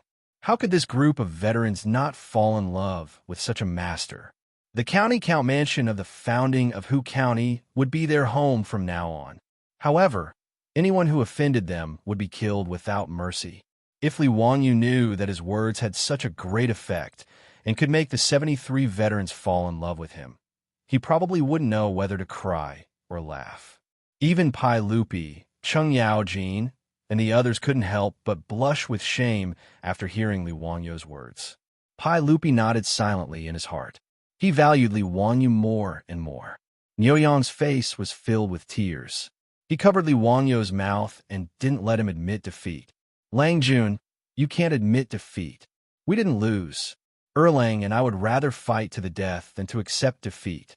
Yes, Lang Jun, my brother, and I will never admit defeat. If you insist on admitting defeat, then my brother and I will kill ourselves right here. How will we have the face to return home? Niu shouted at Li Wangyu with a face full of tears. The 73 troops roared in unison, "Fight! Fight! Fight! Fight!" Li Wangyu was also angry. He forcefully pulled Niu Yang's arm away and roared at the 2 brothers. "You are crazy. What if something happens and you want me to go back? How are you going to explain it to your aunts? Lang Jun, if we brothers are so cowardly and watch you admit defeat, how can we face our wives when we return home?" Niu Yong pulled his brother, and both of them knelt down on one knee before Li Wangyu. "Lang Jun, please allow the 2 of us to go to battle." The 73 veteran ruffians also knelt down on one knee. "Lang Jun, please allow us to fight in place of the 2 brothers of the Niu family." When the Niu brothers heard that, they glared at the crowd and scolded jokingly. "Get lost, get lost, get lost. It's none of your business. This is the work of the 2 brothers. If you want to fight for Lang Jun, you should wait until you get married." Their joking and cursing caused the group of old ruffians to laugh endlessly, and the heavy atmosphere was diluted by quite a bit. Niu Yong and Niu Wu's words made Li Wangyu feel very conflicted. "Do you 2 brothers have to force me? Lang Jun, don't hesitate. Do you still not believe in us 2 brothers?" asked this group of murderous geniuses. "Is there anyone who is still unconvinced? Besides, don't we still have Longjuan's divine weapon?" Niu Wu wiped away the tears on his face and whispered with a smile. His words were all heard by the surrounding Li residence troops, but all of them revealed looks of shock and embarrassment, appearing to be extremely embarrassed. Seeing this, Li Wangyu had nothing to say. After a long silence, he finally nodded and patted the shoulders of the Niu brothers. "Be careful. I will wait for you to come back." "Yes." Li Wangyu strode up to Ho Junji and stared into his eyes. Gritting his teeth, he said word by word, "If you want to fight, then let's fight. Life and death shall be decided by the heavens." For some reason, a dark cloud flitted through Ho Junji's heart. Just now, Li Wangyu had actually wanted to admit defeat for the sake of his troops, leaving everyone stunned. And the troops of the county count's residents made all the great clans and nobles jealous. Which clan wouldn't want such loyal troops? As for the troops of Ho Junji's residents, their morale seemed rather low. The 10 valiant troops of the Marquis residents looked at Niu Wu and the others with envy. Their monthly salary was high, and their master was so benevolent and righteous. It was truly infuriating. Very good. Since that's the case, let's begin. Ho Junji didn't want to say anything more. He just wanted to start this gambling match as soon as possible and get his 20% share of the winery as soon as possible. Okay, that mountain will be the location of this gambling match. How about it? Our troops will fight here. 2 hours will be the limit, and the team that survives the most will be the winner. Li Wanyu pointed at a nearby mountain peak. It was around 100 meters tall, but its trees towered into the sky and its bushes were thick. Ho Junji carefully looked into the distance and nodded. Although the mountain peak was covered in trees, it didn't have any steep terrain. It was just an ordinary mountain peak. In this way, there was no need to worry about Li Wanyu's 2 troops occupying some strategic location and defending from above. Pai Lupi and the others couldn't help but shake their heads when they saw the mountain peak. Your Majesty, that child Zio still doesn't understand the ways of the army. Other than the fact that there are a lot of trees on that mountaintop, there is no other dangerous terrain. How did his 2 troops escape the encirclement of the 10 troops of Duke Lu's mansion? Cheng Yaojin moved closer to Li Er and whispered. Yuchi Jingda also came over. Your Majesty, do you want to warn County Count Hu? If he chooses this mountain peak, his 2 troops probably won't have anywhere to hide. Once they're surrounded by Duke Lu's troops, no matter how capable they are, they won't be able to escape their doom. Pai Lupi silently nodded. This was also his view. Neither side would pay too much attention to this sort of mountain, as there was no terrain suitable for ambushes. But he couldn't say much. After all, Ho Junji was his favorite general. Pai Lupi could only watch from the sidelines in this gambling match. Forget it. Just treat it as Zio buying a lesson. He can pay for 20% of the winery, but it's a pity for those 2 warriors. Pai Lupi decided not to interfere in this matter. Pai Lupi had a deep impression of Niu Yong and Niu Wu, and he couldn't help but sigh. Duke Lu, since you have no objections, let's begin. But since my residence only has 2 troops, I presume that Duke Lu won't mind if they go first, right? Li Wanyu asked with an indifferent expression. Ho Junji naturally didn't mind and gestured for them to go first. Niu Yong and Niu Wu glanced at each other and then got down on one knee. After bowing to Li Wanyu, they turned and rushed toward the mountain peak. Li Wanyu and his 73 troops all bowed to the departing figures of the 2. The figures of the Niu brothers quickly disappeared into the forest not far away and could no longer be seen. 15 minutes later, Ho Junji waved his hand, and his 10 subordinates all pulled out their shining weapons and charged into the forest. Chapter 478. Once Ho Junji's troops entered the forest, everyone, including Pai Lupi, craned their necks to look up the mountain to see what the result was. The mountain peak that Li Wanyu had pointed out was only a few hundred meters away from where everyone was. Ho Junji was a high-profile individual, and the clothes he had distributed to his troops were also the same. The troops of his residence all wore red cloaks over white robes embroidered with violet flames, making them appear rather imposing. The color of these clothes was very conspicuous, so even after entering the forest, everyone could still make out their silhouettes. From the occasional red and white silhouette, everyone could see that Ho Junji's troops had distanced themselves from each other and were beginning to search the mountain for the Niu brothers. As for the Niu brothers, no one had seen them since they had entered the forest. The mountain wasn't big. From the foot of the mountain to the top, it was only about 100 meters high. The troops of the Marquis' residence had only needed 15 minutes to find a mountain. But even those at the base of the mountain could see that the troops of the Marquis' residence had come up empty-handed. There was no sign of the Niu brothers. Could the Niu brothers have ascended to the heavens on such a flat and unassuming hill? Pai Lupi and Cheng Yaojin glanced at each other, confused as to why the troops of the Marquis' residence had failed to find them. Wang Rinyu chuckled and said, County Count Huxian, those 2 troops of your family didn't just speak pretty words, but have already crossed the mountain and fled for their lives, right? Haha, no wonder the troops of the Duke of Lu residence couldn't find them. That's most likely the case. As expected, anyone can speak pretty words. This old man thought that County Count Huxian's troops were truly chivalrous and courageous men, but in the end, they ran away. Truly laughable. Zhang Yuanshou naturally wouldn't let go of this chance to ridicule Li Wanyu. Zhang Liang's lips twitched, but when he thought about how he had been angrily reprimanded by Pai Lupi, he swallowed his words, but everyone could see the sneer on his face. Pai Lupi, Cheng Yaojin, Yuchi Jingda, and the other big shots were also suspicious. They couldn't help but be filled with doubt. He was somewhat skeptical of Wang Rinyu and Zheng Yuanshou's words. The hillside was not big. Other than the towering trees and shrubs, there was no place for people to hide. The 10 troops of the House of the Marquis formed a human net and searched from the foot of the mountain all the way to the top of the mountain. However, they did not find anything. This was naturally abnormal. Those were 2 living people. Could it be that they could dig a hole and hide?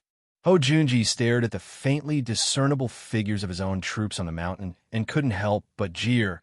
Count Huxian, those 2 warriors of yours shouldn't have already run off, right? Haha, that's really a good idea. But in this way, there's no need for this battle to continue. Li Wanyu showed a look of disdain towards the crowd's mockery. Even the 73-old ruffians behind him were the same. There were even some people who couldn't help but chuckle, thinking that Wang Rinyu, Zheng Yuanshou, and Ho Junji were telling an extremely laughable joke. Li Wanyu was in no rush. In any case, he couldn't stop the Niu brothers from putting their lives on the line, so he would just wait and see. He had absolute confidence in the divine tool he had given the Niu brothers, and he had even more confidence in the skills of the Niu brothers. Upon hearing Ho Junji's words, Li Wanyu adjusted the sunglasses on his nose and calmly replied, "Why is Duke Liu in such a rush?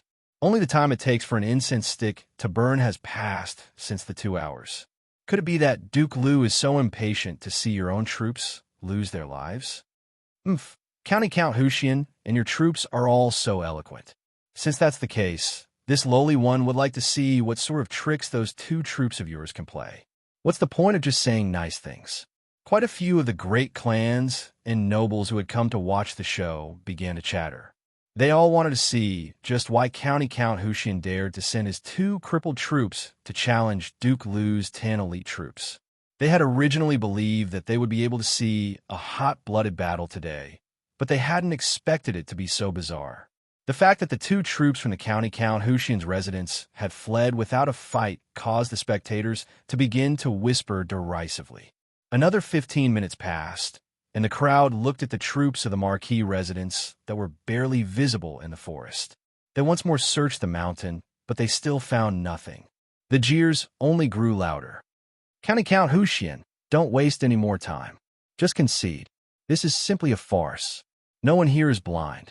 The troops of the Duke Liu residence have already searched the mountain twice, but there's still no sign of them. Could it be that those 2 troops of yours know how to hide themselves? That's right. If you're afraid, you should have said so earlier. Why put on such an act? Haha, Count Huxian, in the future, when you're recruiting troops, you should keep your eyes open. Just what sort of people do you have in your residence? They actually fled without a fight. What a disgrace. Li Wanyu was no longer in a rush, and his expression was growing more and more relaxed. The situation on the mountain was exactly what he wanted to see. Li Wanyu was unperturbed by the jeers of the crowd, and his smile only grew more and more dazzling. Oh, is that so? Since that's the case, I wonder if sirs are interested in making a bet with me? Wang Rinyu and Zheng Yuanshou immediately stepped forward. With things as they are, who does a young man like you want to fool? If you want to make a bet, fine. This one will use Yongyi Gambling House to wager the remaining 20% of your winery. Does Count Huxian dare? This old man will use Lekong Gambling House to wager the 20% of your Shunfeng Express Carriage Company. Will Count Huxian accept? Lekong Gambling House was the gambling house of the Zheng clan estate in Xinjiang. Li Wanyu raised his head to the sky and heartily laughed. Why not? Write the bet. His words caused Pai Lupi to furrow his brows. Pai Lupi naturally did not want the winery and carriage company to be interfered with by the aristocratic families. Originally, he was already unhappy that Ho Junji was betting with Li Wanyu on the winery. However, seeing that Ho Junji was his favorite subordinate, he did not say anything and tacitly agreed. But now, Li Wanyu is actually betting with the Taiyuan Wang clan and Xinjiang Zheng clan.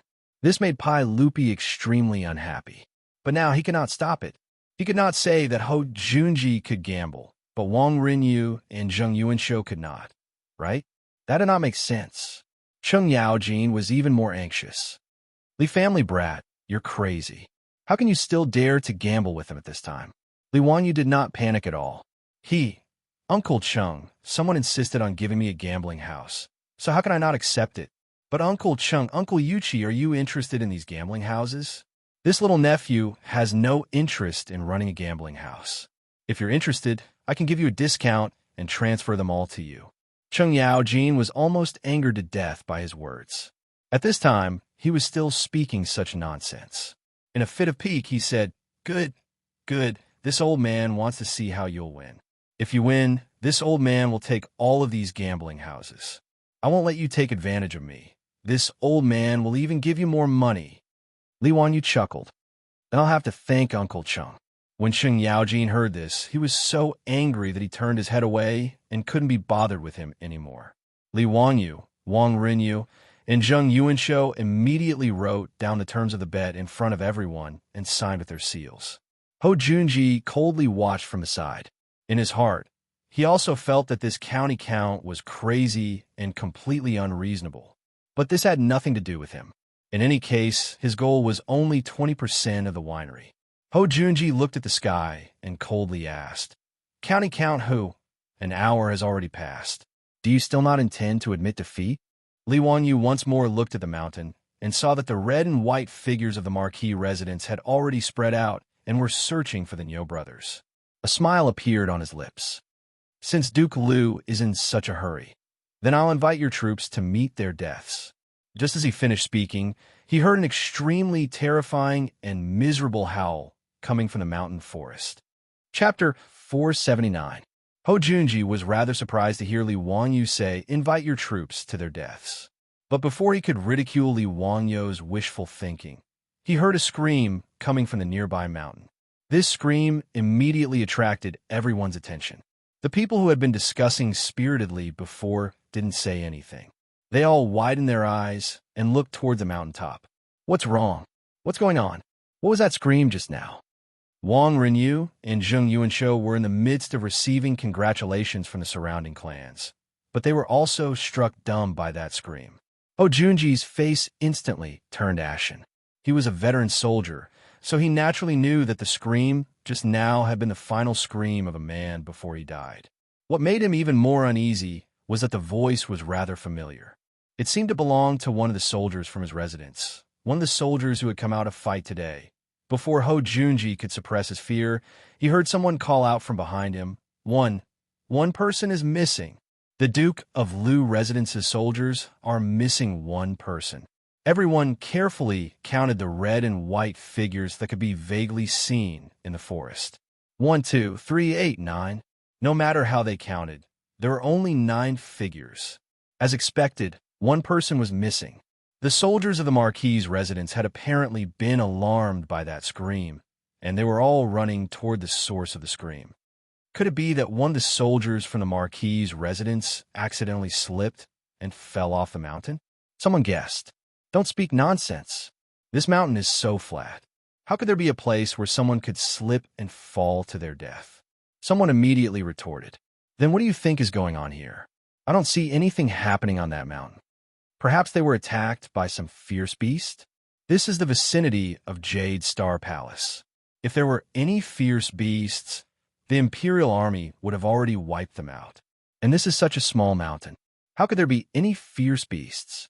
Could one of the soldiers from the Marquis's residence have been bitten by a rabbit? While everyone was discussing, they suddenly heard another scream coming from the other side of the mountain. Ho Junji paled at this scream. It was clearly the voice of one of the soldiers from his residence. Another person is missing. Dao, ancestor above. Could it be that there are ghosts on that mountain? That's right. I saw it very clearly just now. The figure of that troop member from Duke Liu's estate had just passed by a pile of shrubbery when a black shadow suddenly flashed past. After that, I heard a blood-curdling scream. The troops of Duke Liu's mansion were nowhere to be seen.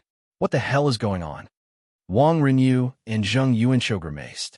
The two of them had placed a heavy bet on Ho Junji, even using their own gambling house. Was there really going to be an accident in today's match? Marquis, what do you think about this matter? What happened to the troops in your mansion? Ho Junji mentally cursed at Wang Rinyu's question. If you're asking me, who am I supposed to ask? However, there was a smart person who suddenly asked Li Wangyu, "County count who? Could it be that two of your troops made a move just now?" Li Wangyu had a smile on his face, but in truth, his palms were covered in sweat. Hey, Marquis, just keep watching. Although he had been brimming with confidence and accepted the enormous bet between the Wang clan of Taiyuan and the Zheng clan of Xinjiang, how could he not be nervous? Moreover, he had been an ordinary white-collar worker in his last life. How could he have ever experienced such a bloody scene of slaughter? Although he was very far away and couldn't see what was happening on the mountain, and the dense foliage obscured his view. However, every time they screamed, Li Wangyu's heart would beat violently.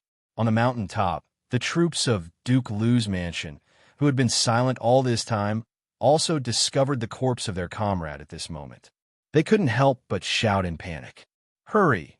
He was struck dead." Keep your eyes open. Pay attention to the trees. Ho Junji's face turned even paler as he heard these shouts carried by the wind. It seemed that his conjecture had been correct. The screams just now really had come from one of his troops. This meant that not only had those two of Li Wangyu's troops not fled, they had hidden themselves and used this chance to ambush his troops. County count who, what a good scheme. You even dared to use such a despicable method. He coldly snorted as he glared at Li Wangyu. Li Wangyu was not to be outdone. His deaths, I glaring back. What? When Duke Marquis went to war, did you not use the art of war? Only your saber? That's rather strange. It seems that Duke Marquis views this art of war as a despicable method. You, Ho Junji, didn't know how to respond to Li Wangyu's rebuke, so he coldly snorted and ignored him. Although Ho Junji was rather nervous, he wasn't too worried. After all, both sides had agreed that after 2 hours, whoever had the most troops left would be the victor. So what if those two cripples had used sneak attacks to ambush two of his troops? In less than 2 incense sticks of time, the time for this gambling match would be up, and there were still 8 of his troops on the mountain. Although the situation was rather ugly, Ho Junji was still the victor. In Ho Junji's view, those soldiers of his weren't idiots. They were all fierce soldiers who had been through many battles. Now that 2 of their comrades had died, the rest of them should be on high alert and not give those 2 cripples a chance to ambush them. Wang Renyu and Zheng Yuanshou had gathered at Ho Junji's side to ask for his opinion. Ho Junji naturally informed the pair of them of his analysis, and only then did Wang Renyu and Zheng Yuanshou feel much more at ease. But before the 3 of them could breathe a sigh of relief, another scream came from the mountain. This time, everyone could clearly see that it was a red and white figure from the Marquis's estate who had been struck in the back by an arrow, causing him to scream as he died. Zheng Yuanshou had personally witnessed the death of the Marquis's estate subordinate, and he was so frightened that he stammered, Marquis, another one has died." This scene was really too strange. No matter how wide everyone at the foot of the mountain opened their eyes, they were unable to see the figures of the Niu brothers. And this wasn't even mentioning the fact that the Marquis's estate's troops had already begun to panic after losing 3 men in a row. In everyone's line of sight, there were only the 7 red and white figures in the forest. They were like headless flies, flying around in all directions. Braffinley clan, you better explain to this old man what's going on here. Are those 2 troops of your family human or ghost? Cheng Yaojin was also frightened out of his wits. He had always believed that with his abilities, he would find it difficult to find a match. However, even if he were to personally go in a battle, he would not be able to do it so silently.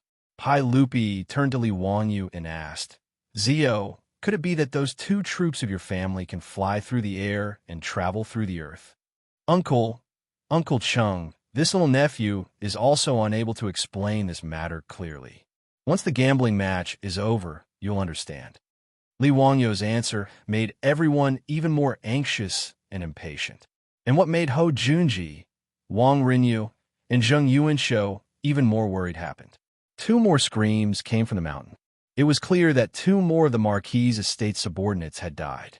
Half of Ho Junji's 10 troops had been killed, leaving only 5, and the Niu brothers were still nowhere to be seen. Chapter 480. Ho Junji could no longer maintain his composure. Seeing that 5 of his men had died, He anxiously stomped his foot and began to curse. Bastard! You bunch of farmhouse slaves can't even find two handicapped people. What are you standing around for? Stick together for this old man. Don't spread out and give him a chance. Hold the line for this old man. No matter how loud his curses were, they couldn't reach the mountain several hundred meters away. Fortunately, the soldiers of the Marquis' residence were no fools. After losing 5 of their comrades without even seeing where the enemy was, the remaining 5 no longer dared to spread out and search for the Nyo brothers. The 5 soldiers quickly gathered together, all of them wielding sabers and knocking arrows as they nervously watched their surroundings. Only when he saw the red and white figures of his 5 soldiers gathered together did Ho Junji relax. There was still 1 incense stick of time before this gambling match was over. Ho Junji was confident that as long as his soldiers stayed together and guarded against the sneak attacks of those 2 cripples, they would have no problem enduring this incense stick of time. Although the scene was very ugly and his soldiers had been completely defeated, what did it matter? In short, he would be the one to win the bet. Wang Renyu and Zheng Yuanshou, the 2 patriarchs of the aristocratic families, naturally saw this scene on the mountaintop and could not help but let out a long breath. What they had feared the most was that the soldiers of the Marquis' residence would not know when to retreat and search for the 2 brothers, only to be defeated one by one. But Cheng Yaojin couldn't help but coldly snort when he saw the 5 soldiers of the Marquis' residence. Ho Junji, your soldiers are really quite good. 5 against 2, but they're still scared out of their wits, trembling in fear and huddling together for warmth. What is this? Have their guts been scared out of their wits? Ho Junji's face was ashen at Cheng Yaojin's jeers, and he said nothing, pretending not to hear. He also knew that he, Ho Junji, had lost a great deal of face in this gambling match. 10 soldiers of the Duke of Lu's residence had been beaten so badly by 2 crippled soldiers of the county count, of whose residence that they didn't even dare to move. If this matter were spread, it would probably cause massive waves in Chang'an. But at this point, it was too late for regret. Winning the bet was the most important thing. As for losing face, so be it. Between face and 20% of the winery, Ho Junji would rather win the bet. At this moment, on the mountaintop, the remaining 5 troops of the House of Marquis stood back to back in a circle. All of them were extremely nervous. Even the slightest movement would make them extremely nervous. Sweat was already dripping down from the foreheads of the 5 men. Just now, 5 of their fellow soldiers had died in the forest one after another. This had already scared the guts out of these 5 men. When they first entered the forest, they still had a playful attitude, like a cat catching a mouse. They planned to find the crippled brothers, tease them, and then kill them. Daring to challenge the 10 of them with just 2 people, such arrogance. The troops of the House of the Marquis had long since been impatient to let these 2 crippled brothers experience their power. However, no one expected that even after the 10 of them searched the entire mountain, they still couldn't find any trace of the 2 brothers. Among these 10 troops, there were naturally some original scouts. Scouts were the scouts in the ancient army. They were mainly responsible for scouting the enemy. These scouts were skilled in disguise, concealment, and reconnaissance. They believed in their own eyes. Other than the 10 of them, there is absolutely no one else on this mountaintop. Just like the rest of the people at the foot of the mountain, the troops of the House of the Marquis naturally believed that the Nyo brothers had fled over the mountain. They couldn't help but laugh and jeer at the audacity of the Count of Huxian's troops. But the time wasn't up, and they still had work to do, so they scattered and continued to search the mountain. No one took this bet seriously, and they relaxed as if they were on a scenic tour, casually strolling through the forest to kill time. After an hour, many of the troops of the House of the Marquis couldn't even be bothered to continue searching. They simply found rocks or tree stumps to rest, waiting for the time to end so that they could return victorious. But just when everyone was in a good mood and brazenly jeering at the 2 troops of the Count of Huxian's house, something unexpected happened. When the first scream rang out, everyone was given a fright, not understanding what was going on. They hurriedly ran in the direction of the sound, but what they saw was a comrade who had been stabbed in the back and was lying in a pool of blood. This scene scared everyone out of their wits. Before they could react, another scream came from not far away. When their comrades were assassinated one after another in this forest, the remaining few people were terrified to the extreme. This wasn't a big mountain, yet no one could find the two brothers. Instead, their comrades kept dying miserably. This extremely strange scene frightened everyone.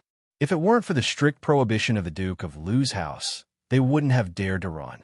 Otherwise, the remaining few people would have run away long ago, far away from this suffocating mountain forest.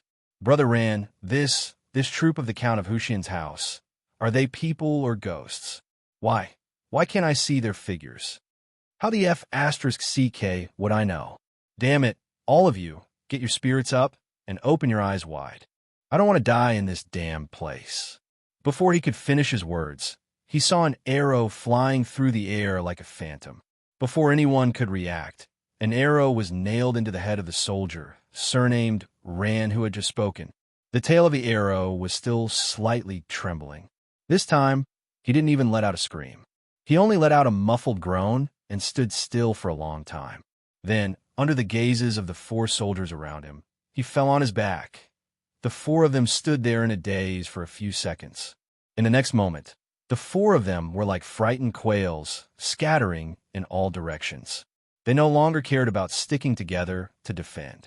At the base of the mountain, Ho Junji and the others naturally saw this sight. Ho Junji's hands began to tremble in anger at the sight of his own troops fleeing. He wanted nothing more than to take out his sword and cut off their heads to vent his anger. Wang Rinyu and Zheng Yuanshou were ghastly pale. The thought that their gambling house would fall into someone else's hands made their hearts drip blood. But it was too late to say anything now. Ho Junji's group of 3 could only pray that their 4 troops would be able to last through the remaining time. But it was clear that their prayers were not accepted by the heavens. 2 more screams came from the forest, and Ho Junji's heart sank to the bottom of a lake. The conceited Ho Junji only had one thought in his mind. I lost. Not only did he lose the gambling house, he would also lose the lives of his 10 troops. He tried to steal a chicken, only to end up losing the rice used to lure it. Moreover, after today, Ho Junji could almost hear the jeers of Chang and all over the place. As for Pai Lupi, Cheng Yaojin, and the others, they were all in disbelief, their mouths hanging open. Before the battle began, no one had expected such a result. Junji, admit defeat. Don't take the lives of those 2 troops in your residence. If you continue, you have no chance of winning, Pai Lupi finally said, hoping to stop the slaughter.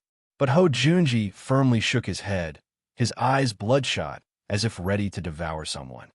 Your Majesty, no, this one still hasn't lost. Before he could finish his words, another wail was heard from the mountain forest. Chapter 481. On the Nameless Mountain. The last soldier of the Duke Lu residence, participating in the gambling match, was already scared out of his wits. He no longer cared about the rules and immediately prepared to charge out of the mountain. He would rather accept Duke Lu's punishment than stay in this man-eating forest any longer. For humans, the fear of the unknown was the most frightening. An invisible enemy could hunt and kill them silently. This psychological pressure caused this troop of the Marquis's estate to collapse. He madly ran down the mountain, not even daring to stop when he fell. He got back up and continued running. However, just as he passed by a bush, something strange happened. The bush that seemed to be the same as the other bushes on the mountain suddenly stood up and rushed toward him. Without waiting for him to react, a sharp cold light flashed by, directly aiming for his throat. In the next moment, the last troop of the Marquis's estate tightly clutched his throat that was constantly gushing out blood. His eyes looked in disbelief at the one-armed man in front of him. His last thought was that he was a soldier of the Count of Hushian, and his clothes were very strange. The nameless mountain regained its silence once more, as if nothing had happened here. At the base of the mountain, Ho Junji's mouth was filled with bitterness, his mind in turmoil. Lost. He had actually lost. How could he have lost? Wasn't this supposed to be in the bag? Even if they were thrown onto the battlefield, each of them would be able to fight against 10 ordinary soldiers. They would not feel any pressure when facing a regiment of ordinary soldiers. How could they have died so cleanly in the face of two cripples, not leaving a single one alive? Wang Rinyu and Zheng Yuanshou were even more miserable and regretful. They had clearly come to watch the show, so why had they used their own gambling house to gamble with that little bastard surnamed Li? In the last few months, their Taiyuan Wang clan and Xingyang clan had repeatedly suffered grievous losses at the hands of Li Wanyu. They had gambled with Li Wanyu several times, but they had never won a single time. These two clan leaders were beginning to doubt their lives. Even today's gambling match, which they had been so sure of winning, had ended up being laughable to that little bastard. This sort of blow made these two clan leaders of the 5 surnames and 7 hopes seem to age a little. The two of them glanced at each other, their interest waning. Count who, you can have someone take over those 2 gambling houses at any time. Haha, I hope that Count whose luck will continue to be so good. This old man will take his leave. Wang Rinyu and Zheng Yuanshou, these 2 clan leaders, were rather straightforward and directly admitted defeat. But the meaning behind their words was that they were still unconvinced. Li Wanyu didn't care about this at all. He casually cupped his hands at the 2 of them as a form of thanks. Good people. These 5 surnames and 7 hopes were definitely good people. Li Wanyu silently calculated in his heart. He didn't know how much gold these aristocratic families had given him. From the very beginning, when the steward of the Taiyuan Wang clan came to break off the engagement, they gave him more than 100 taels of gold. Later on, the Xingyang Zheng clan's apology, the gold that Prince Xiao lost in a bet, the money from the polo match, the 3 million jin of private money that Yongyi gambling house lost to him, and now, even the gambling house was given to him. It was all thanks to these great clans that he, Li Wanyu, was able to become rich. Wang Rinyu and Zheng Yuanshou apologized to Pai Lupi. Your Majesty, this subject is not feeling well and will take his leave first. Your Majesty, please allow this subject to take his leave. They led their troops and rode away, returning to Chang and city to lick their wounds. As for the clans who had come to watch the show, seeing these 2 big shots leave, they had no interest in staying any longer. They all excused themselves from Pai Lupi and rode away. It didn't take long for the crowd in front of Jade Star Palace to dwindle away, and the place became much quieter. Pai Lupi waved at Li Wanyu and called him over. Zio, you can tell me now.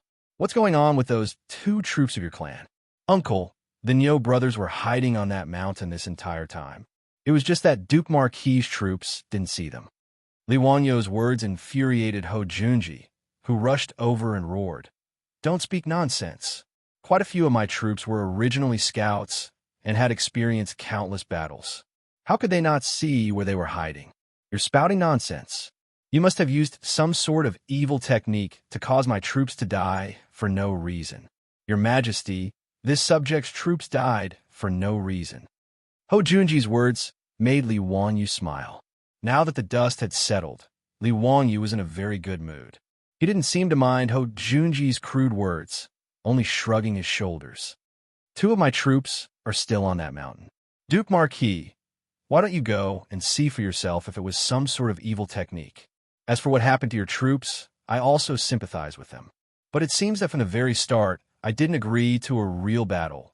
But Duke Marquis, Duke Wang, and Duke Zheng forced me to agree. Now that your troops have died, how can you blame me? His words naturally left Ho Junji speechless. Just as Li Wanyu had said, Li Wanyu had requested that weapons and arrows be wrapped in cotton cloth for the gambling match. It was he, Wang Rinyu, and the others who had forced Li Wanyu to agree to a battle to the death. But the result was that all his troops had died. This result made Ho Junji feel a sweet taste in his throat, and he couldn't help but vomit blood. His appearance gave everyone a fright. Pai Lupi hastily called for Ho Junji to be sent back to Chang and to recuperate. Zhang Liang and the other comrades who were on good terms with Ho Junji also sent him back to Chang. Once everyone was gone, only Pai Lupi, Cheng Yaojin, and the others remained, all of them close to Li Wanyu. Cheng Yaojin no longer had any misgivings. Wearing his sunglasses, he came over and laughed. Wahaha! Virtuous nephew, is it true that your troops didn't have any immortal arts? There are no outsiders here, so explain to this old man what's going on. Uncle Chung, don't joke around. There's no immortal arts. It's just a disguise, Li Wangyu explained with a smile. Don't lie to me. I've seen a lot of scouts in the army. How could there be any camouflage method that can make people completely unable to see through it? Cheng Yaojin shook his head, not believing Li Wangyu's words. Pai Lupi's eyes flashed. Zio, is it really just a disguise? Can others learn it? Can it be spread throughout the army? Of course. In truth, it's very simple. It's not even worth mentioning. Pai Lupi nodded, and then he turned to Cheng Yaojin and ordered, Jijia, take some soldiers and search that mountain again. We want to see if it's really that miraculous. Cheng Yaojin's eyes brightened, and he immediately nodded in agreement. When Pai Lupi went out, he naturally had to be accompanied by the Imperial Army of the Golden Guards. As the great general of the Jinwu Guards, Cheng Yaojin gave the order, and several hundred Imperial Army soldiers immediately rushed toward the mountain. They were prepared to conduct a thorough search to find the Niu brothers. Chapter 482. Hundreds of Jinwu guards searched the mountain on a large scale and almost dug 3 feet into the ground. However, other than finding the corpses of the 10 Hojunji's troops, they still found nothing. Cheng Yaojin was even more confused when he heard the report from his subordinate. He carefully examined the corpses that were carried down the mountain by the soldiers. Other than a few people who died from arrows, the others were killed by a sneak attack from behind by a sharp blade. Cheng Yaojin even had the soldiers hold up the corpses while he simulated an attack from behind the corpses. Seeing this, Li Wangyu felt a wave of nausea. Li Wangyu didn't dare to look at the bloody corpses carefully. He hid far away while cursing Cheng Yaojin in his heart. This old man's taste was too heavy. He was a pretty boy from the modern era. Well, had he ever seen so many bloody corpses? Not vomiting on the spot was already a sign of his strong mental fortitude. After Cheng Yaojin finished looking at the corpses, he casually wiped the blood on his hands and the corpses' clothes and strode to Li Wangyu's side. Boy, tell me honestly, are your 2 subordinates still on the mountain?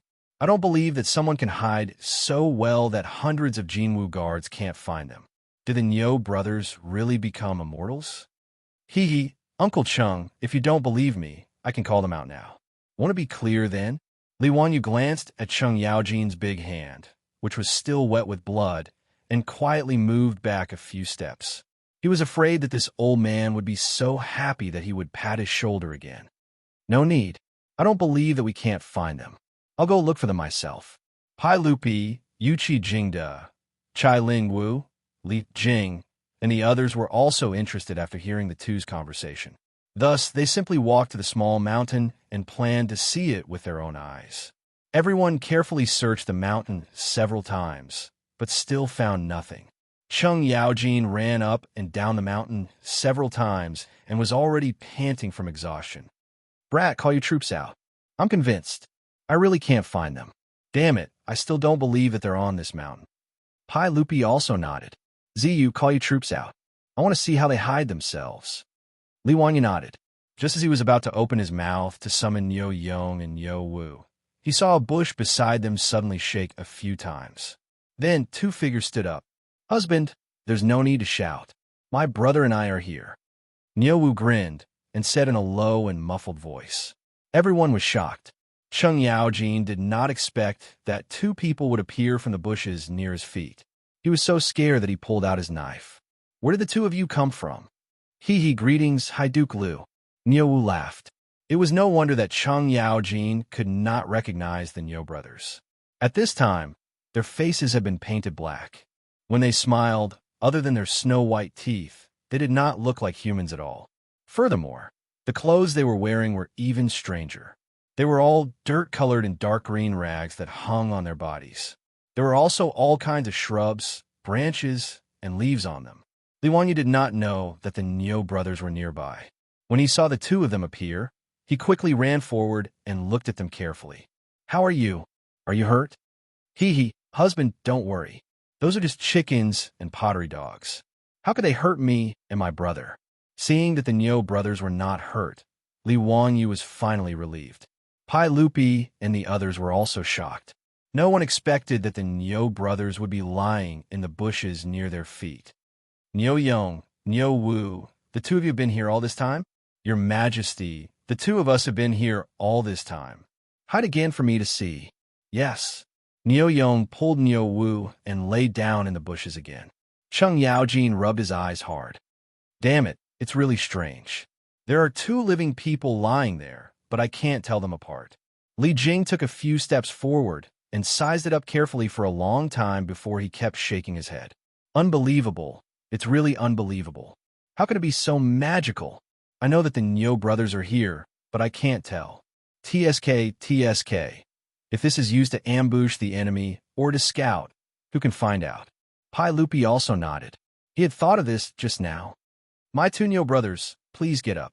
Pai Lupi called the Nyo brothers up again and asked, if I'm not wrong, the two of you can hide your bodies because of the clothes you are wearing, right? Your Majesty is right. This set of clothes was specially made for us two brothers by my husband. My husband said that this is called auspicious clothing. Li Wanyu almost spat out blood. What the hell is auspicious clothing? Auspicious? This Nyo Yong is really infuriating. He should be punished and not allowed to sleep with his wife. Brother, it's auspicious clothing. Nyo Wu quickly corrected his brother. Nyo Yong patted his head. Yes, auspicious clothing. My husband said it a few times, but I can't remember it. Pai Lupi couldn't help but shake his head. Your husband is good at everything, but why is the name so unpleasant? What auspicious clothing? I don't know what it is. I think this clothing can hide your bodies, so it should be called evasive clothing. Li Wanyu silently rolled his eyes.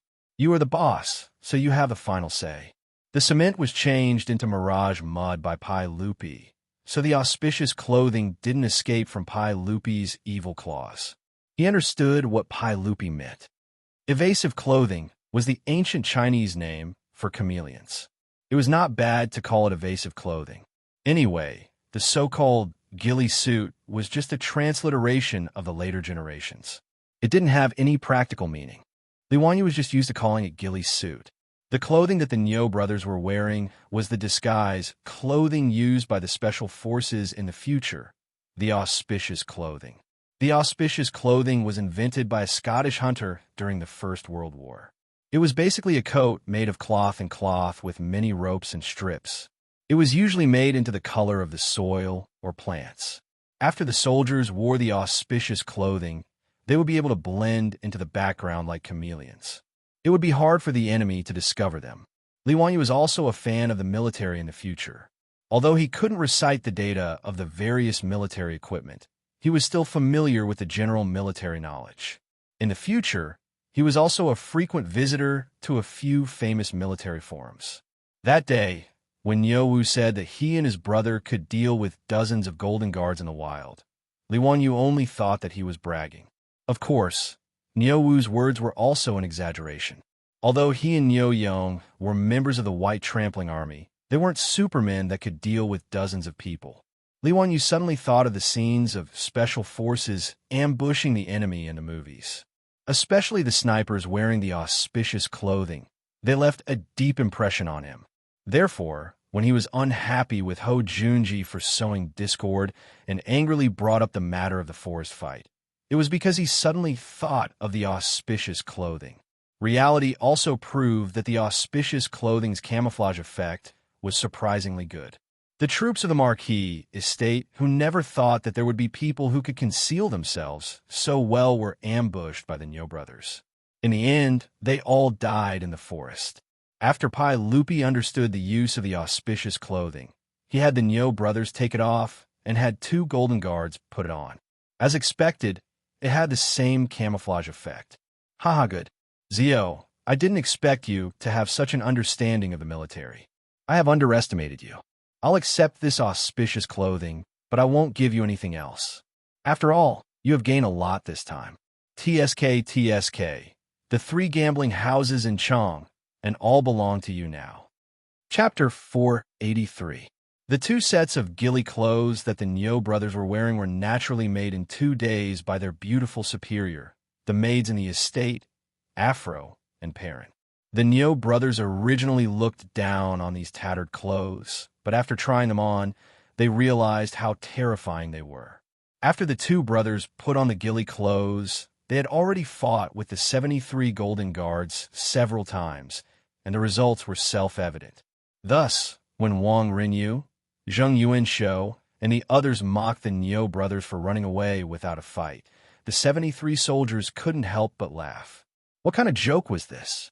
If not for the fact that they had used wooden sabers and wooden arrows to fight with the Niu brothers, the 73 of them would have already been buried in the ground. Even the 73 of them had been killed by the Niu brothers in the forest. No matter how formidable Hou Junji's troops were, how strong could they be? After a few rounds of fighting to the death, these old ruffians were now full of admiration for the Niu brothers. Thus, no one was jealous of the fact that the Niu brothers could earn a monthly salary of 50 strings of gold. The two sets of ghillie clothes were carried on the backs of the Niu brothers for today's gambling match. After they entered the forest, they immediately changed their clothes and darkened their faces, palms, and other parts of their skin that were exposed. Then, they hid in the bushes of the forest. When the troops of the Marquis residents were searching for them, they didn't even notice them when they passed by. Only when the troops of the Marquis residents let down their guard did the Niu brothers decisively strike, using their daggers and bows to kill several of them. After understanding the details of the fight on the mountain from the Niu brothers, Cheng Yaojin and the others could only shake their heads. Hou Junji's loss wasn't unjust. No one could do anything against such an opponent. Hee, Uncle Cheng, Uncle Yuchi, are you guys interested in those 3 gambling houses? This little nephew has already said it before. Are the uncles willing to take over? Li Wanyu thought of today's spoils of war and immediately pulled Cheng Yaojin, Yuchi Jingda, and the others to ask. Cheng Yaojin glared at him and said, "Enough, this daddy already said that I'll take over those gambling houses. Would I lie to you? Of the 3 gambling houses that you won, I will take Yong E gambling house. I will give you 10,000 taels of gold. How about it?" Li Wanyu naturally nodded. Yongyi gambling house was about the same as Hou Junji's Jingan gambling house, with a monthly profit of around 5,000 strings of thread. Cheng Yaojin bought it for 10,000 taels of gold, which was equivalent to 60,000 strings of coins. He was quite generous. With Cheng Yaojin's help, the other dukes would naturally not give up on the opportunity to expand their own businesses. In any case, they already had a gambling house in their residence, so it would be good to have another one. Pai Lupi wanted to ban gambling, but was unable to do so due to the pressure from the aristocratic families and nobles. However, Pai Lupi also made an agreement with the aristocratic families. In Chang, and only the existing 72 gambling houses were allowed to exist. Other than that, no one else was allowed to open any gambling houses. This was somewhat similar to the gambling card system of the later generations. Only with gambling cards could one open a casino. Those aristocratic families and nobles, as those with vested interests, naturally didn't want anyone else to take a share of the profits, so they naturally nodded in agreement. This was also why Hou Junji, Wang Rinyu, and Zheng Yuanshou were so sad today. If they lost their gambling houses, they would lose the right to operate gambling houses. Unless their 3 clans took over gambling houses from other aristocratic families, they would not be able to open any more gambling houses. Gambling houses were businesses that made huge profits with little capital. Last time, Li Wanyu had used his understanding of history to work with Cheng Yaojin to take a huge bite out of the gambling houses of the aristocratic families. But who had ever heard of a gambling house losing money? Yuchi Jingda and Chai Ling Wu also expressed that they were willing to buy Hou Junji's and the Zheng clan's gambling houses for the same price as Cheng Yaojin, 10,000 taels of gold. This naturally made Li Wanyu grin so much that his eyes turned into slits, and he repeatedly bowed in thanks. To suddenly earn 30,000 taels of gold, it truly was true that one could not become rich without a windfall. After dividing up the loot, everyone was very satisfied with their harvest. Pai Lupi ordered his men to carefully put away the 2 evasive uniform. While these things didn't seem very eye-catching, their concealment ability had greatly tempted Pai Lupi and the other military bigwigs. As the Minister of War, Li Jing was naturally very concerned about military equipment. He looked at the evasive uniform that Pai Lupi had given its name to and shook his head. These evasive uniforms are not bad, but they have a flaw. These clothes are too trivial. The cloth, ropes, and branches on them hinder the soldiers from wielding their weapons. Pai Lupi and Cheng Yaoji nodded in agreement, finding Li Jing's words reasonable. That's right, the evasive uniform is not suitable for ordinary soldiers. How can they fight when they're dressed like this? Cheng Yaojin also shook his head. Hearing this, Li Wanyu couldn't help but burst into laughter. Duke Wei, Uncle Cheng, this auspicious, oh no, evasive uniform is used for special operations.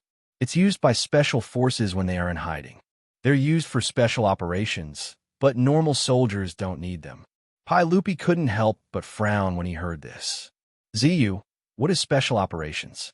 What's the meaning of special forces? Li Wanyu was also stunned. It seemed that he had said too much. Special forces soldiers. They are soldiers who carry out special missions. Special operations are people who use special methods to complete their missions. Yes, it's like sneak attacking the enemy's camp, killing the enemy's chief, burning their provisions, spying for information, and so on. Li Wanyu's forehead was almost covered in sweat. It was so tiring to make this up. He was just a fan of the fake military in the future. So how could he know so much? He had only participated in military training in high school and university and had only practiced target shooting twice. How could he know what a real special operations soldier did? But wasn't that how it was portrayed in movies? Hiding in the enemy's base, spying for information, sneak attacking the enemy, and so on. Li Wanyu's words attracted the interest of Pai Lupi, Li Jing, Cheng Yaojin, and the other military bigwigs. Oh, Ziyu, tell me in detail about the special forces and special operations. Li Wanyu couldn't help but be dumbfounded. Details? How the hell would he know the details? But looking at the burning gazes of Pai Lupi and the other dukes, Li Wanyu didn't dare to tell the truth. If he were to say, I don't know now, would he be beaten half to death by this group of violent bigwigs? Since ancient times, there were two types of people that everyone had the right to kill: those who hung people's stomachs and those who spoiled their entire family. Li Wanyu had lost the appetite of Pai Lupi and the others. If he were to say that he didn't know anything else, Niu Yong and Niu Wu would probably have to lead the 73 troops and carry him back to Dingzhou village. Thinking of this, Li Wanyu couldn't help but shiver. He looked left and right, then smiled and said, Uncle, this isn't a good place to talk. This kid's mansion isn't far away. Why don't I invite Uncle to my mansion, and we can talk while drinking? Wahaha. Kid, after talking for so long, this is the only sentence that sounds good. Let's go, lead the way. I've been thirsty for a long time, and I need wine to quench my thirst. Cheng Yaojin's blood-stained and dirty hand finally landed on Li Wanyu's shoulder. Looking at the handprint on the shoulder of his white robe, Li Wanyu was about to cry. F***CK. This old hooligan, did he do it on purpose? Chapter 484. Today, because Li Wanyu and Ho Junji were having a gambling match, Cheng Yaojin and the other Grand Dukes had also brought along quite a few of their own troops to watch the match at Jade Star Palace. In addition, Pai Lupi had the Golden Guards protecting him. A group of nearly 1,000 people followed Li Wanyu to Dingzhou village. With so many people, there was no way they could return to the Li family's old residence. Otherwise, they wouldn't even have a place to stay. Li Wanyu pondered for a moment. In any case, the manor had already been completed. The 100 servants and maids that the old steward Li Heng had bought had already made the manor ready to move in at any time. He might as well invite Pai Lupi, Cheng Yaojin, and the others to the new manor. He gave an order to the troops behind him, and two of them immediately urged their horses forward to inform the magistrate that they were ready to welcome Pai Lupi and the other Grand Dukes. The large group slowly advanced. When they arrived at Dingzhou village, fortunately, the troops had come back to inform them in advance, so they didn't cause any commotion among the villagers. Under Li Wanyu's guidance, the group passed through Dingzhou village and headed toward the hillside outside the village. The walls surrounding the manor and Dingzhou village had already been completed. In order to get to Li Wanyu's residence, they had to first pass through the new village that Li Wanyu had built for the villagers. After the group passed through the gates of Dingzhou village, the scenery before them caused the eyes of Pai Lupi and the other Grand Dukes to brighten.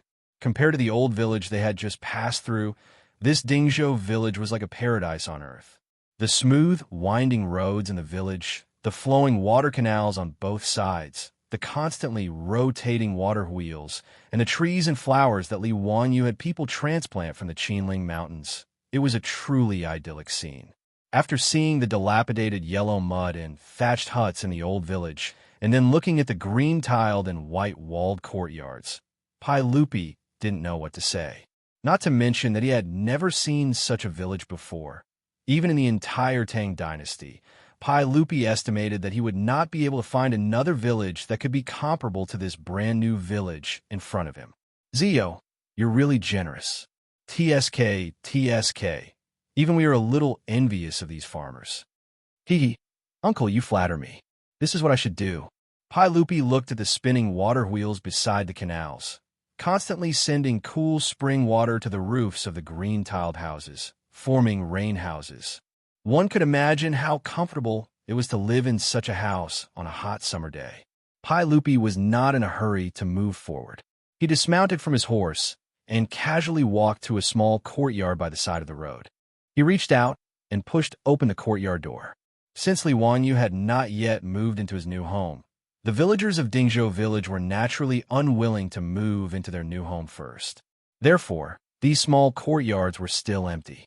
However, all the small courtyards in the village had already been distributed to the 127 families in the village by the number of family members and drawing lots under the auspices of the old village chief. Although they had not yet moved in, the villagers would come to the new residence when they had nothing to do.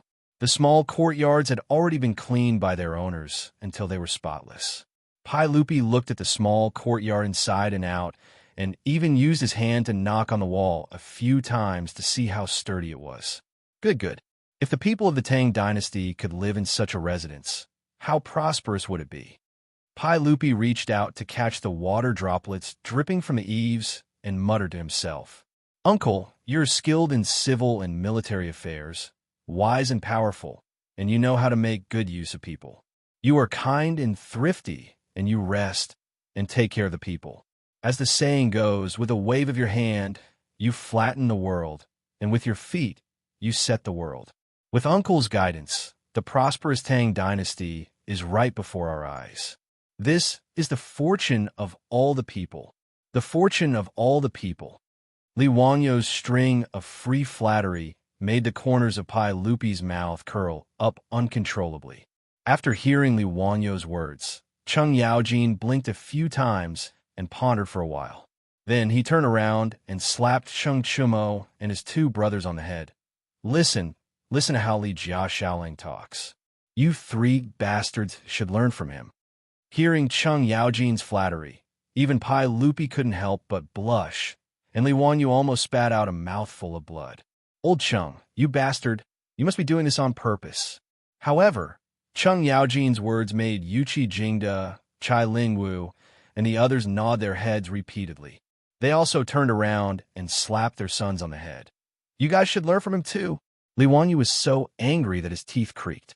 Pai Lupi also coughed awkwardly.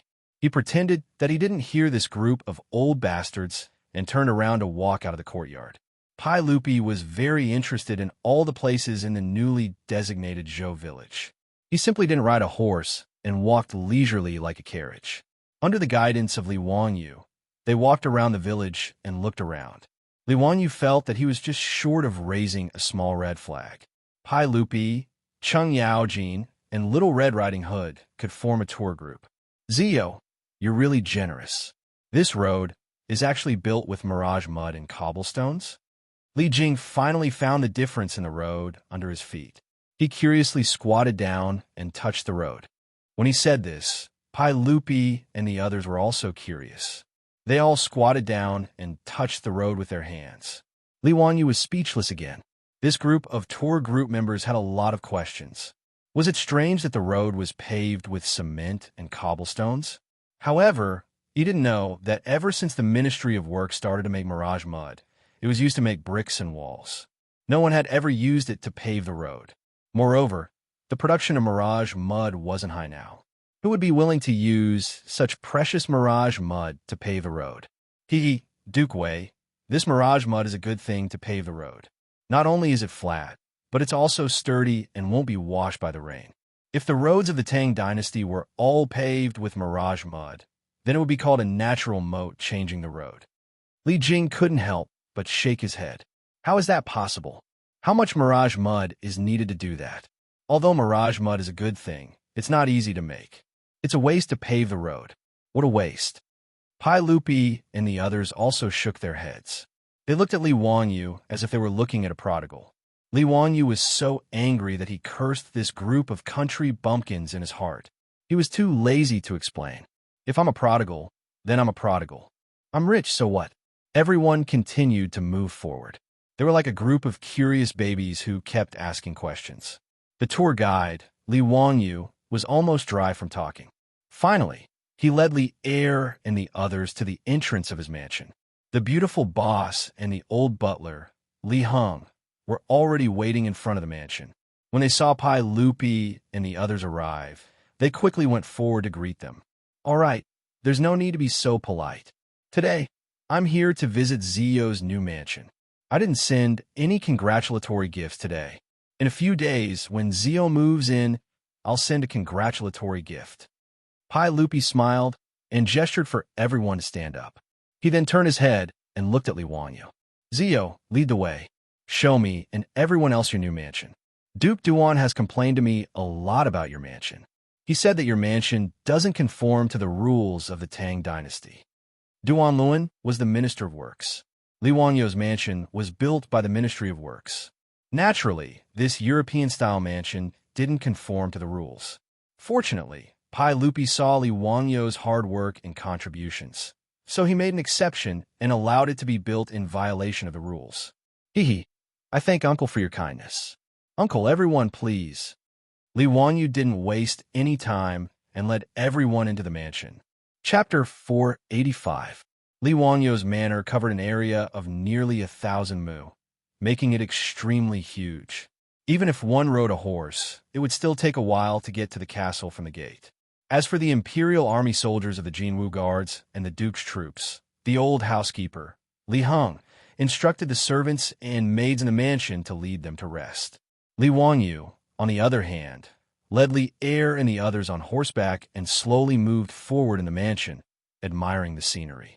Unlike the mansions of the nobles of the Tang dynasty, Li Wangyu's manor did not have many courtyards. On the hillside of Noda, other than the main castle, there were many small buildings scattered around. They were the residences of the manor's troops, servants, and other facilities. Pai Lupi, Cheng Yaojin, and the others had already seen a model of the manor and had a preliminary impression of it. But when they saw the real thing, they were still shocked. After entering the manor, not far away, there was a wide lake. The ripples were faint, and when the breeze blew, ripples appeared on the water's surface. It was almost dusk. The setting sun sprinkled mottled dots on the surface of the lake, making it look like a dream. Li Er and the others couldn't help but stare in a daze. After a long while, they muttered, Zio, your residence is really, really amazing. After admiring the scenery by the lake, they continued forward. Along the way, the sounds of admiration were endless. Whether it was the European-style gardens that they had never seen before or the pavilions and waterside pavilions, they all made Cheng Yaojin and the other big shots dazzled. Cheng Yaojin pulled Li Wangyu over and said, Kid, what's going on in your head? How did you figure out so many things? These pavilions and waterside pavilions aren't anything special, but how come other people's mansions aren't as exquisite as yours? I figured out blindly. Uncle Cheng, you flatter me. Li Wangyu replied very humbly. What else could he say? Could he say that he had copied the garden designs of the later generations? After visiting the manor, Cheng Yaojin, Yuqi Jingde, and the others thought about their own mansions in Chang and city and couldn't help but feel a little stifled. The mansion of the founding duke was not even as big as the lake in Li Wangyu's mansion, not to mention the beautiful pavilions in the mansion that would make anyone's eyes green with envy. Of course, Cheng Yao-jin and the others knew that although Li Wangyou's manor was big, the Ministry of Works did not spend much on it. At the very least, it was far from the upper limit of the cost of the founding duke's manor. First of all, almost all of the land was Li Wangyou's own land, and the land price of their mansions in Chang and city was sky high. Although the manor was big, except for the man-made lake, which required a lot of manpower, almost everything else was made from local materials. As for the castle, it was even built with mirage mud and bricks, and it didn't have any carved beams, painted rafters, or carved balustrades. This made Cheng Yao-jin, Yuqi Jingde, and the others wonder if they should also ask Li Wanyu to build a manor for them, so that they could come here to avoid the summer heat during their holidays. If Li Wanyu knew what these big shots were thinking, he would probably be overjoyed. There was no other reason than the fact that the real estate business could be developed in the Tang dynasty. It was a profitable business with little capital. Everyone looked around and finally arrived at the main building of the manor, the castle made of bricks. Pai Lupi could not help but shake his head.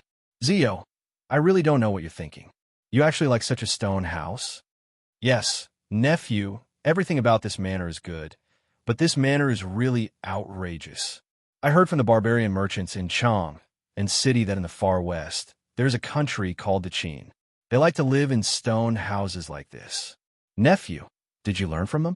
Cheng Yao-jin and the others also didn't like this castle. Li Wanyu could understand. After all, castles were incompatible with Chinese traditions. In fact, he didn't necessarily like castles. It was purely his bad taste that made his manner like this. Uncle Cheng, you're indeed knowledgeable. Yes, this castle is a custom of the Qin. Hee, don't you have a Qin barbarian in your manor? This is also to let her think of her loved ones who are thousands of miles away when she looks at the objects. Li Wanyu could only use Afro as a shield. Otherwise, he would not be able to explain to Pai Lupi and the others why he had to build such a castle. Haha, Zio, you're playboy. You actually built such a big manor for a barbarian. Tsk, nephew, there are many rumors in Chang and city that you're a wastrel. Looks like it's true, wahaha. Li Wanyu couldn't help but blush at the mockery of a bunch of old ruffians. He quickly coughed dryly and changed the topic. Uncle, everyone, please. I've already prepared some food and drinks. Pai Lupi and the others opened their eyes when they entered the castle. Noda's castle was divided into different areas, including the master's resting area, the servants' living area, the troops' living area, the guest rooms, the living room, the spacious living room, the dining room, and so on. The most important thing was that Li Wanyu had specially designed a large bathroom. Not only was there a bathtub comparable to a small swimming pool, there was also a sauna room and a shower room. The reason why Li Wanyu built such a large bathroom was naturally because he had an indescribable thought. In the entire castle, Li Wanyu had only designed this large bathroom apart from the servants' bathrooms. When the beautiful boss, Aphrodite, and the others, Li Wanyu led Pai Lupi, Cheng Yao-jin, and the others on a tour around the castle. When they saw the large bathroom, Cheng Yao-jin's eyes lit up. Nephew, what's this pool for? Uncle Cheng, this is the bathroom for bathing. Li Wanyu didn't think too much about it and answered casually. Wahaha, great. I've been running around for the whole day, and I'm all sore and smelly. It's a good time to take a bath. Your Majesty, what do you think? Why don't we take a bath together? Cheng Yao-jin's words made Li Wangyou's face darken. Damn it, this wasn't what he had imagined. Cheng Yao-jin, this old man, was he being too friendly with others? He really didn't treat him as an outsider. He actually came all the way to his residence to make such a request.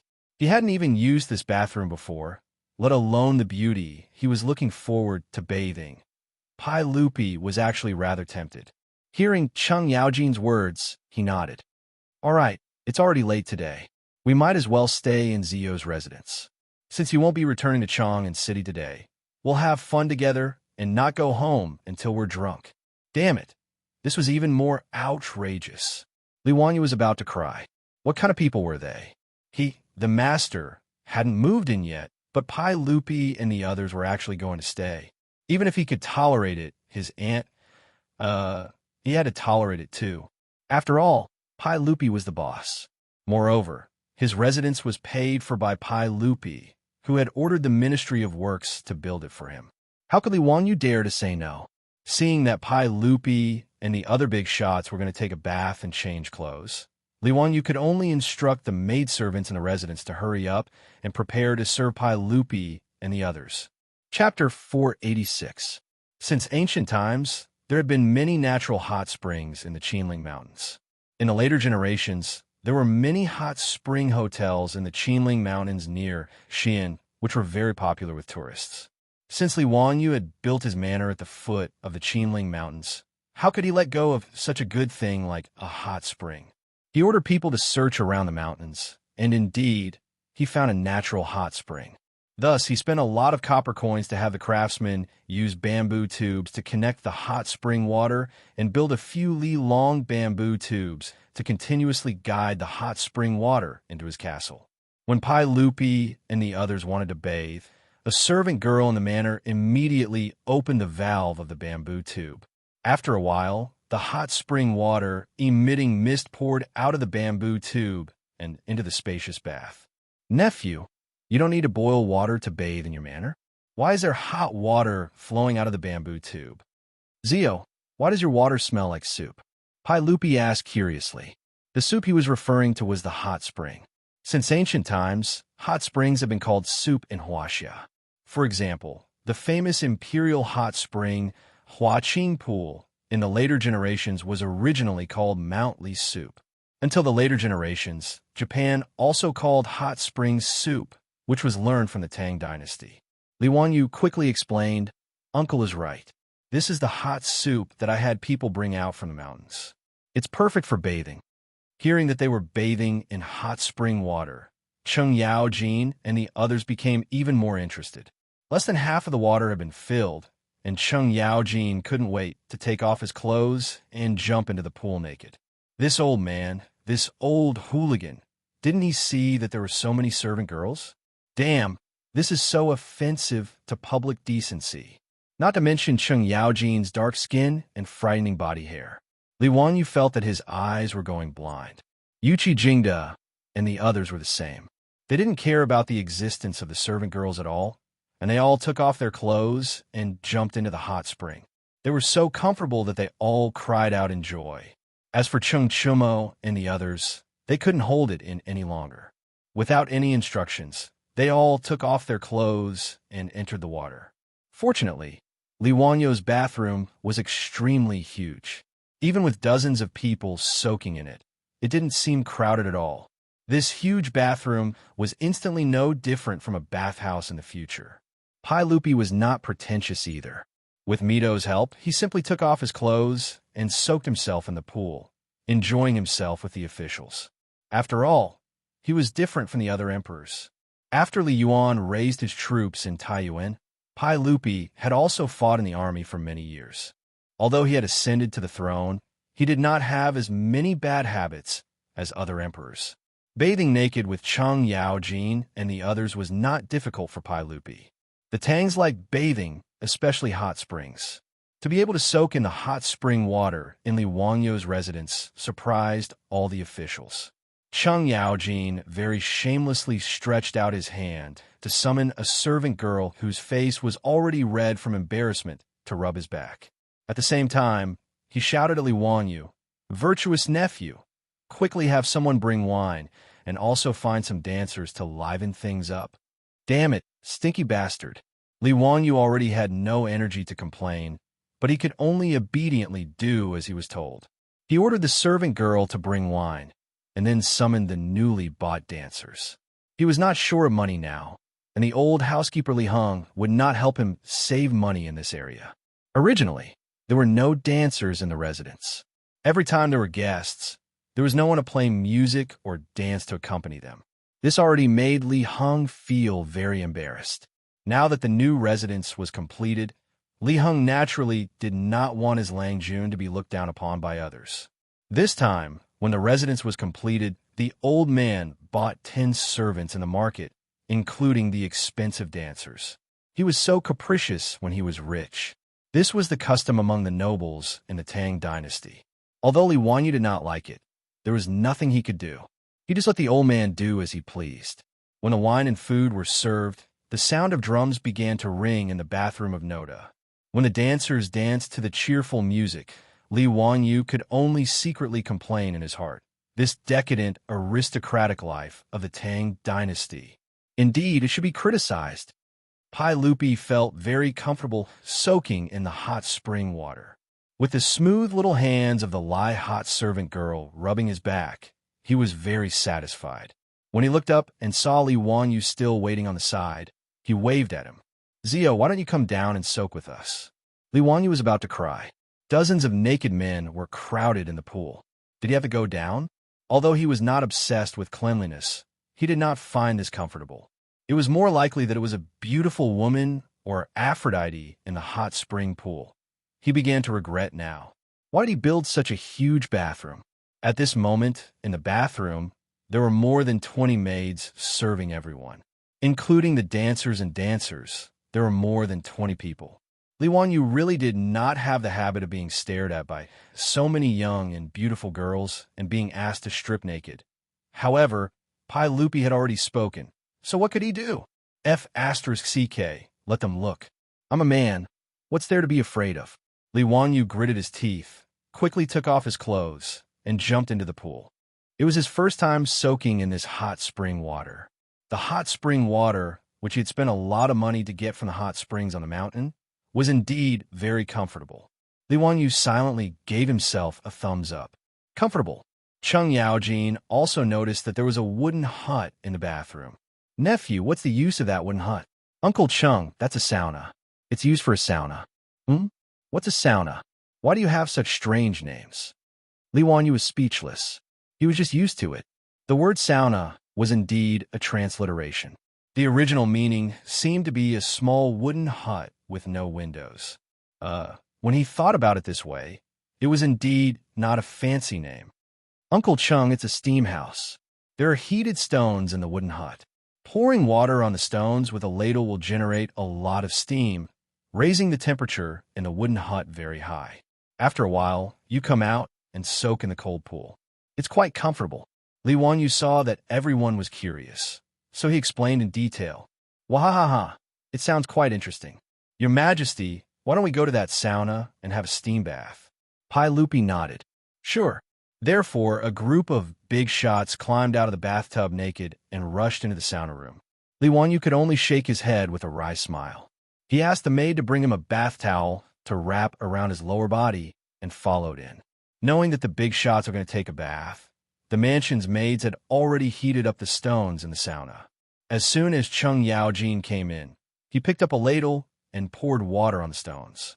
With a sizzling sound, the water vapor rose, and the sauna room was instantly filled with smoke. The people who were going to sauna for the first time were so happy that they made a big fuss. The foppish lords even fought over the ladle and poured water on the stones. They were having a lot of fun. Li Wanyu was already speechless. This group of country bumpkins. How could they have a nerve to call themselves the nobles of the Tang dynasty? After steaming for more than 10 minutes, the group of dukes finally couldn't stand the heat anymore. Even Chung Yaojin and Yuchi Jingda's dark skin had turned red and black, looking like steamed crabs.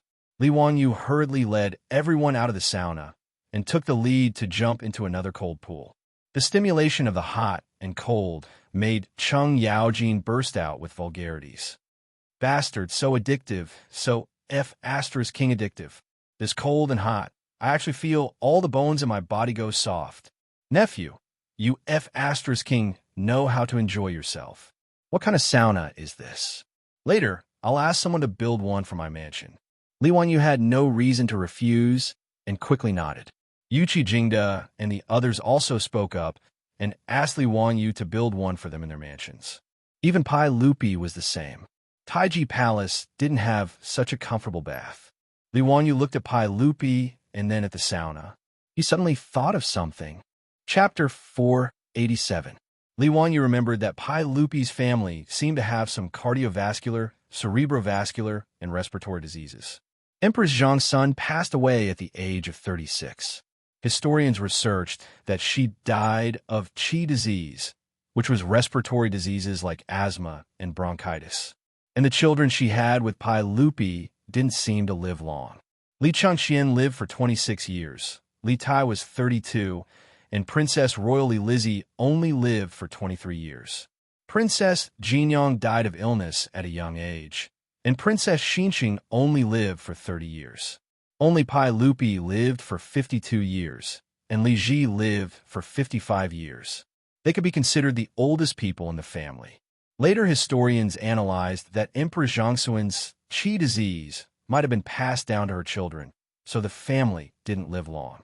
Thinking of the sauna and the inherited diseases of Pai Lupi's family, Li Wanyu felt that he should persuade Pai Lupi to use the sauna more to prevent diseases.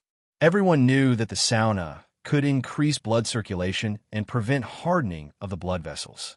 It had a certain effect on asthma and bronchitis. Li Wanyu now didn't want Empress Zhang's son and his disciples to have short lives. He also had feelings for this family. "Uncle, this sauna is very good for qi disease. Why don't you let me build one for you and Anne in Taiji Palace? Normally, you, Aunt, Chengxian, Qin Ke, and the others can all use the sauna. It's very good for your health." Pai Lupi originally liked his sauna very much. Hearing him say this, how could he not refuse? "Aha, since Zio is so filial, I thank you on behalf of Mei Guanyin. It would be impolite of me to refuse this sauna." Everyone went to the sauna a few more times. Their bones were all limp. Only then did they feel comfortable and soak in the hot spring water again. Pai Lupi took a sip of wine from the maidservant and asked Li Wanyu, "Zio, you can tell me about the special forces now." Cheng Yaojin and the others also came over when they heard this. They were naturally very interested in these big shots in the military and the special forces. The reason why Li Wanyu invited everyone to his residence was to stall for time and think about how to answer. Along the way, he racked his brains and finally came up with an answer. "Uncle, the special forces, as the name suggests, are naturally soldiers of the special forces." Li Wanyu also took a cup of wine with ice cubes in it. After taking a sip, he continued, "In little nephew's vision, our Tang dynasty can select 1 in 10,000 elite soldiers from the government troops and the imperial army and train them strictly. These soldiers must have superhuman physical strength and courage, and they must be able to survive alone and complete the mission. Moreover, they must be able to survive in extremely harsh conditions, such as the snowy highlands, the Gobi Desert, or the deep mountains and forests. They must learn how to survive without supplies." Hearing his words, Pai Lupi and the group of big shots began to bite their teeth. Cheng Chumo and the other playboys were so surprised that their mouths were wide open. "Is this still a human?" Li Wanyu glanced at Cheng Chumo. "I haven't finished yet. These special forces soldiers must be proficient in all kinds of fighting skills and can kill with one blow.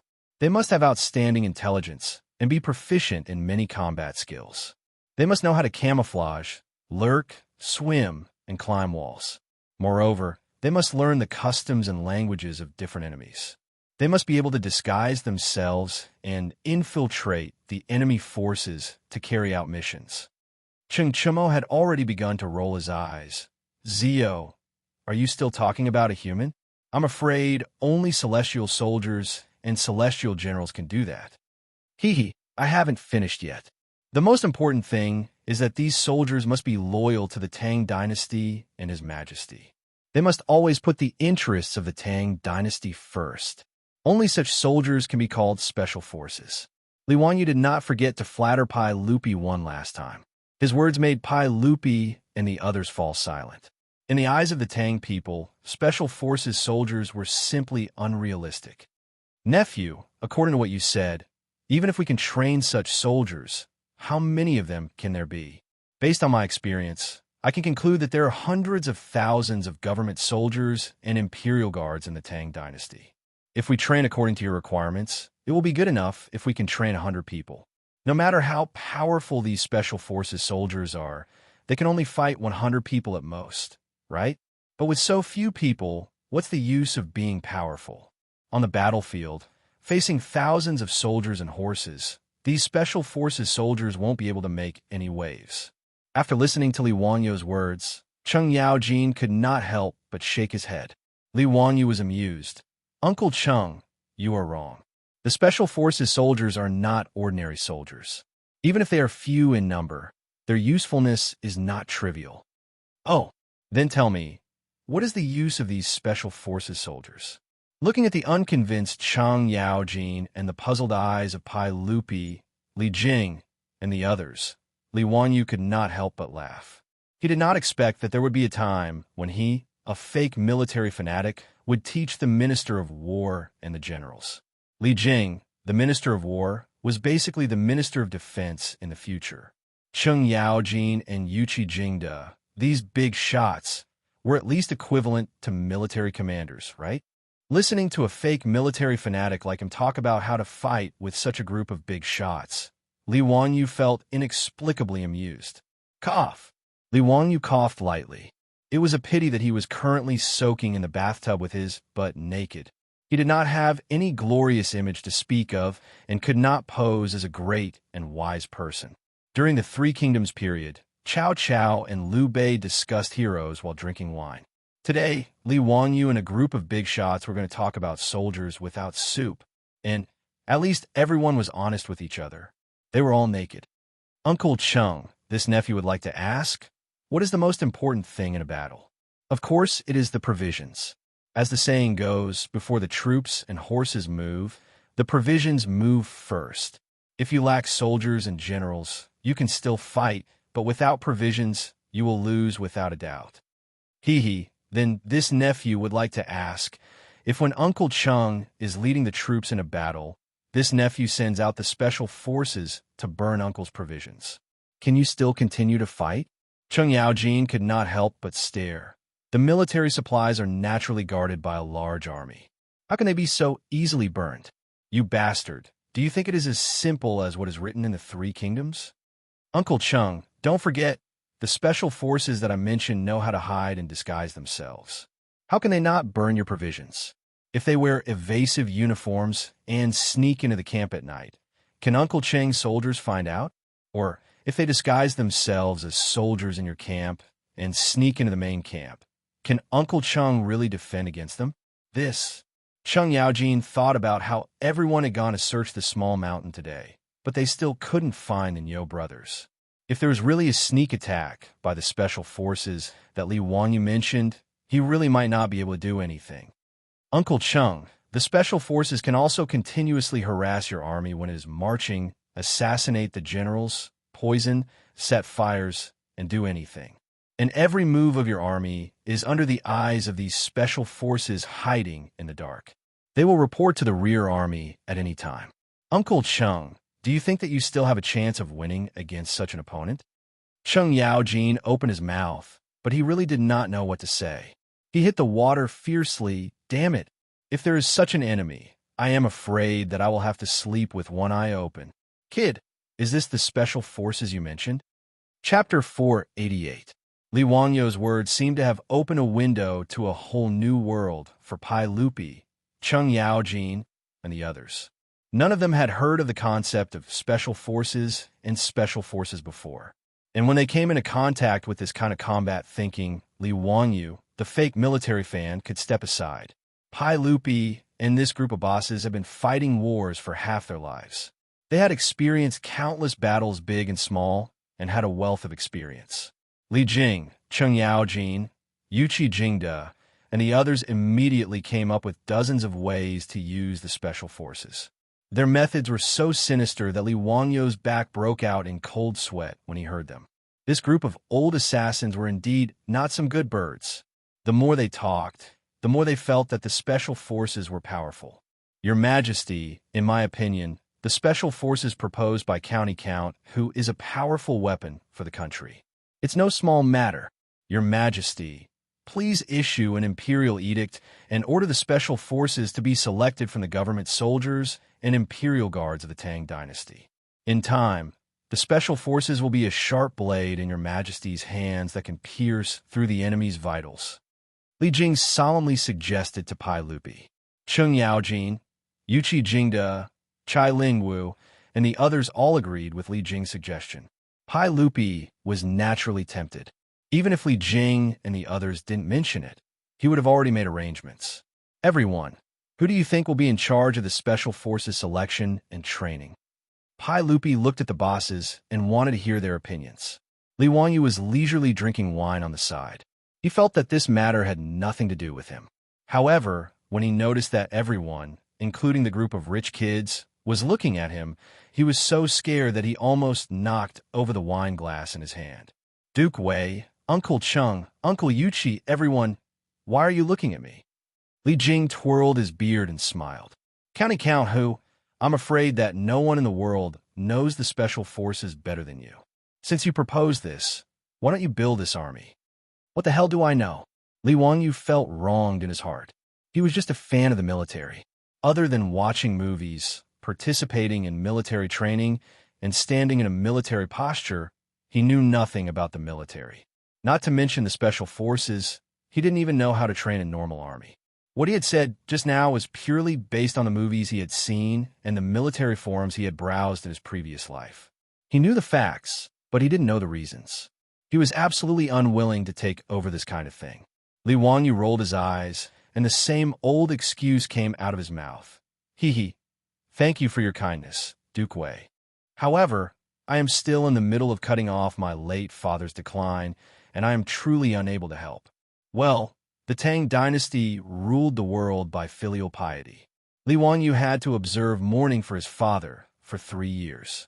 During this period, he could not get married, nor could he enter the imperial court as an official. Therefore, when he used this excuse, Pai Lupi and the others were at their wits' end. Zio, you're the one who proposed this. At the very least, you should give us some details on how to operate it. Pai Lupi glared at him with dissatisfaction and settled for the next best thing. Li Wanyu didn't have any objections to this. Wasn't it just writing a standard for the selection and training of the Special Forces? He could just make it up and exaggerate it as much as he could. As for whether Chung Yao Jin and the others could do it or not, it had nothing to do with him. After soaking in the hot spring for almost 2 hours, Li Wanyu felt that his bones were soft. Pai Lupi and the other bosses, as well as the rich kids, finally climbed out of the hot spring in satisfaction. With the help of the Lai hot maids, everyone changed their clothes and went to the dining hall to eat. Without a doubt, Chung Yao Jin and the other bosses drank until they were drunk again. Fortunately, Li Wanyu had the foresight and ordered the servants and maids to put away all the decorations in the dining hall. In addition, there were many troops and guards in the residence, so the group of old ruffians who caused trouble after drinking didn't suffer any losses. Li Wanyu ordered the servant girls in the mansion to send these big shots and foppish sons to the guest rooms to rest and serve them well. Then, he rode on the horse dizzily, leading Niu Yong and Niu Wu back to the old mansion. When he returned to the residence, it was already late at night. His beautiful superior was still awake and was waiting for him in the central room. However, when Li Wanyu saw his beautiful superior's cold face, he knew that something was wrong. He prepared to pretend to be drunk and sneak away. If there was anything, he could talk about it tomorrow. Perhaps his beautiful superior's anger would dissipate then? Chongqing, you haven't slept yet? I'm very sleepy. I'm going to sleep first. Li Wanyu's words were slurred. He greeted his beautiful superior and prepared to sneak away. Stop. His beautiful superior's voice was cold. Don't think about pretending to be drunk to get away. Why did you agree to let the Niu brothers fight with Ho Junji's troops? As expected, it was because of this matter. Li Wanyu couldn't help but bitterly smile. He stopped pretending to be drunk and sighed deeply. Sitting beside his beautiful superior, he picked up the cold tea on the table and gulped down a few mouthfuls. Chongqing, it's not that I want them to fight, but I have no other choice. Li Wanyu didn't hide anything from her and honestly recounted what had happened in front of the Jade Star Palace. When the beautiful superior heard that Ho Junji, Wang Renyu, and Zheng Yuanshou had forced the Niu brothers to fight to the death, she was so angry that her eyebrows furrowed. How can they do this? This was a living human life. Are human lives so worthless in their eyes? The beautiful superior said angrily. Li Wanyu gently put his arm around her shoulder and comforted her softly. Chongqing, this is the Tang dynasty. The beautiful superior silently closed her eyes and leaned her head on Li Wangyu's shoulder. Wangyu, I'm so scared. I'm scared that one day someone will force you to kill people. I'm scared that someone will force us to do things we don't want to do. Today, when she heard about the bloody massacre, the beautiful superior, who had always been strong, was scared. The Tang dynasty was too different from the world she was familiar with. Don't worry, I'm here. I'll protect you. Li Wanyu could only comfort her in this way. The beautiful woman in his arms suddenly trembled and began to cry. Li Wanyu hurriedly wiped away the tears on her face. What's wrong? Why are you crying? Chongqing, don't scare me. I miss home. I want to go back. The beautiful superior cried like a pear blossom in the rain. Li Wanyu felt distressed when he saw this, but he didn't know how to comfort her. Go back. I'm afraid I won't be able to go back to my home in the future. Suddenly, Li Wangyu's eyes became a little red. He hugged the beautiful superior who was crying silently and softly hummed a song with a hoarse voice. It's not only the wine that made me cry last night. It's not only your gentleness that made me reluctant to part. How long do we have to walk the rest of the way? You hold my hand. In that rainy little city, I have never forgotten you. In Chengdu, only you can't be taken away. Walk with me in the streets of Chengdu. Don't stop until all the lights are out. Li Wanyu studied in Chengdu University in the future. He had friends and memories there. It was his favorite city, and Zhao Lei's Chengdu had also become his favorite song. The home he couldn't go back to, the city he couldn't go back to. That night, two time travelers, two lonely people, two people who couldn't find their way home, hugged each other in the central room and sat there for the whole night. Chapter 489. The next day, the beautiful boss finally regained her spirit, as if she had completely forgotten about her weakness last night. After giving Li Wanyu a kiss, she sat in the carriage and led the mansion to Chang and to inspect the various properties in the mansion. This made Li Wanyu feel a little relieved. At least, the beautiful boss could still smile, which was enough. After the beautiful boss went to work, Li Wanyu rushed to the manor. Pai Lupi and a group of big shots had not left yet, so he, as the host, naturally had to accompany them. Li Heng, are the sage and the others still in the mansion? Last night, the old housekeeper Li Heng was left in the manor by Li Wanyu to serve Pai Lupi and the others. Li Wanyu walked around the manor, but did not see Pai Lupi and the others. He was curious and asked Li Heng. The old man shook his head and said, the sage and the other nobles are not in the mansion. Li Wanyu was overjoyed when he heard that. Well, Pai Lupi and the others were quite self-aware. They went back to Chang and by themselves, which saved him a lot of trouble. He nodded and turned to leave, but was stopped by the old man again. Lang Jun, the sage and the nobles have not returned to Chang. They feel very comfortable living in the mansion and plan to stay here for a few days. Now the sage and the others are just hunting in the mountains. What? They want to stay for a few days? Li Wanyu suddenly felt frustrated, as if he had let a wolf into the house. Were these people addicted to living here? He didn't know that Li Er and the others were extremely satisfied with Li Wanyu's mansion, except for the stone castle, which they didn't like. This morning, before dawn, Pai Lupi sent people back to Chang'an. He informed Fong, Xianling, and the others that the court would be suspended for the next few days. If there was anything, they could send it to the county magistrate's manor of Dingzhou village. He will be resting here for a few days.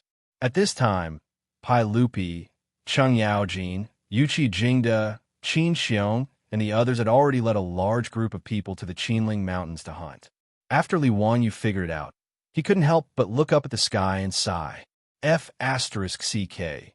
The mansion that his master had never lived in had actually become Pai Lupi's temporary residence. The Jade Star Palace was not far away. Why didn't Pai Lupi go to his palace? Although he was cursing in his heart, he still had to continue receiving Pai Lupi and the others. Everyone in the mansion, including the old housekeeper Li Heng, was extremely excited. Even the newly bought maids in the residence had proud looks on their faces. What kind of honor was it to be able to serve a saint? Li Wanyu could only shake his head. He took a fishing rod and went fishing in a lake in the mansion to pass the time and wait for Pai Lupi and the others to come back. After noon, Pai Lupi, Chung Yaojin, and the others finally returned from the mountains, bringing back a lot of big and small prey. Wah! Virtuous nephew! Quickly tell the cook in your residence to clean up the game. We'll be eating this tonight. Nephew, you really chose a good place for your mansion. Not bad at all. Chung Yaojin laughed. He was obviously very satisfied with the manner. Li Wanyu could only squeeze out a smile. If Uncle Chung likes it, you can stay in my mansion for a few more days. Wahaha! Well, since nephew said so, I will stay for a few more days. Chung Yaojin's words made Li Wanyu almost cry. F***CK. Does this old hooligan not know what politeness is? When Li Wanyu was busy calling the maids in the mansion to serve everyone, there were more guests in the mansion. Looking at Fong Xianling, Duru Hui, Zhangsun Wuji, and the others who dismounted from their horses, Li Wanyu was about to cry. What was going on? Although he had made a little money now, he could not bear such a torment. The landlord did not have any surplus food, did he? Fong Xianling and the others came for official business. Pai Lupi had not been in Chang'an City for 2 days, but he had accumulated a lot of official business for him to decide. Master Fong, Master Du, Wuji, you came at the right time. Haha, this morning, Jijia and I went up the mountain to hunt a lot of prey. Don't go back to Chang'an City. Zio's mansion is very comfortable. You can stay here with me for a few days. Pai Lupi completely regarded himself as the master. Li Wanyu could only look at the sky, silently, and draw circles in his heart. I'm sweaty from hunting today. I don't feel good. Your Majesty, why don't we take a bath and have a sauna? Chung Yaojin turned to look at Pai Lupi. Pai Lupi immediately nodded. Okay. Then, the group of men rushed to the huge bathroom in Li Wanyu's mansion. Fong Xianling and the others were confused. Why would they take a bath in broad daylight? Then what was the meaning of a sauna? Seeing that they were confused, Chung Yaojin and the others showed off for a while. They looked like bathhouse experts. After Fong Xianling, Du Ruhui, Zhangsun Wuji, and the others tried the hot spring and sauna in Lai Hot, they were full of praise. After the excitement, everyone comfortably soaked in the hot spring. Pai Lupi turned to look at Fong Xianling. Master Fong, is there any official business that requires you, Master Du and Wuji, to come to Hu County? Yes, Your Majesty. This year, there was a locust plague. Although Your Majesty gave an edict to exterminate the locusts and save the people, there will be a decrease in grain production. It is now the end of the 8th lunar month. There will be a shortage of food and resources everywhere. The people lack grain, and the farmers live in poverty. I'm afraid it will be difficult for them to survive. After discussing with Prime Minister Du and Master Dai, we feel that the local government should release grain to help the people. Therefore, Your Majesty, please make a decision. Fong Xuanling's words made Pai Lupi silent. After a while, he slowly nodded. Okay, in the 2nd year of the locust plague, although the locusts were exterminated in time and the people didn't sell their children, the lack of grain production this year was certain. The people had a difficult life. Pai Lupi was discussing with Fong Xianling and the others how to release grain when Li Wanyu suddenly said, Uncle, in Guanzhong Road, especially around Chang, and we can encourage the planting of rice. The maturity period of rice is shorter than that of wheat. Moreover, I estimate that with the current weather, it is possible to plant 2 crops of rice a year in Guanzhong Road. It is now the end of the 8th lunar month. Those lands where wheat production is seriously low can urgently plant a season of rice. In this way, the harvest can be harvested at the end of the year. Food will not be a problem. After he finished speaking, Li Er, Fong Xianling, and the others were stunned. After a while, they suddenly burst into laughter. Chung Yaojin laughed so hard that tears came out of his eyes. He pointed at Li Wanyu and laughed. Wah! Nephew, I really thought that you knew everything from the heavens to the earth, but I didn't expect that you would also talk nonsense. Since ancient times, wheat has been cultivated in Guanzhong Road. How can we change it to rice? Moreover, in the Tang dynasty, except for a few provinces, other places ripen only once a year. How can we plant 2 crops of rice a year? How can we change the wheat fields to rice fields? Nephew, don't be ridiculous. Although Fong Xianling and the others didn't speak, the smile on their faces was undoubtedly the same attitude as Cheng Yaojin. Pai Lupi couldn't help laughing. He coughed softly and helped Li Wanyu out. Well, Zio is still young. It's normal that he doesn't know about farming. Li Wanyu was speechless. He was a child who grew up in the countryside. How could he not know about farming? Are you kidding? And what he said was not nonsense. Naturally, there was a reason behind it. Chapter 490. In the future, Guangzhong Road was the Guangzhong area with Xi'an as the center. Even after thousands of years, soil erosion and vegetation destruction, the Zhouji and Lantian counties near Xi'an could still grow rice in large quantities. But now, the Guangzhong Road of the Tang dynasty had better conditions for growing rice. First of all, it had abundant water sources. Unlike the yellow hills of northern Shaanxi, which gave people the impression of drought, the Guangzhong Road of the Tang dynasty had abundant water sources.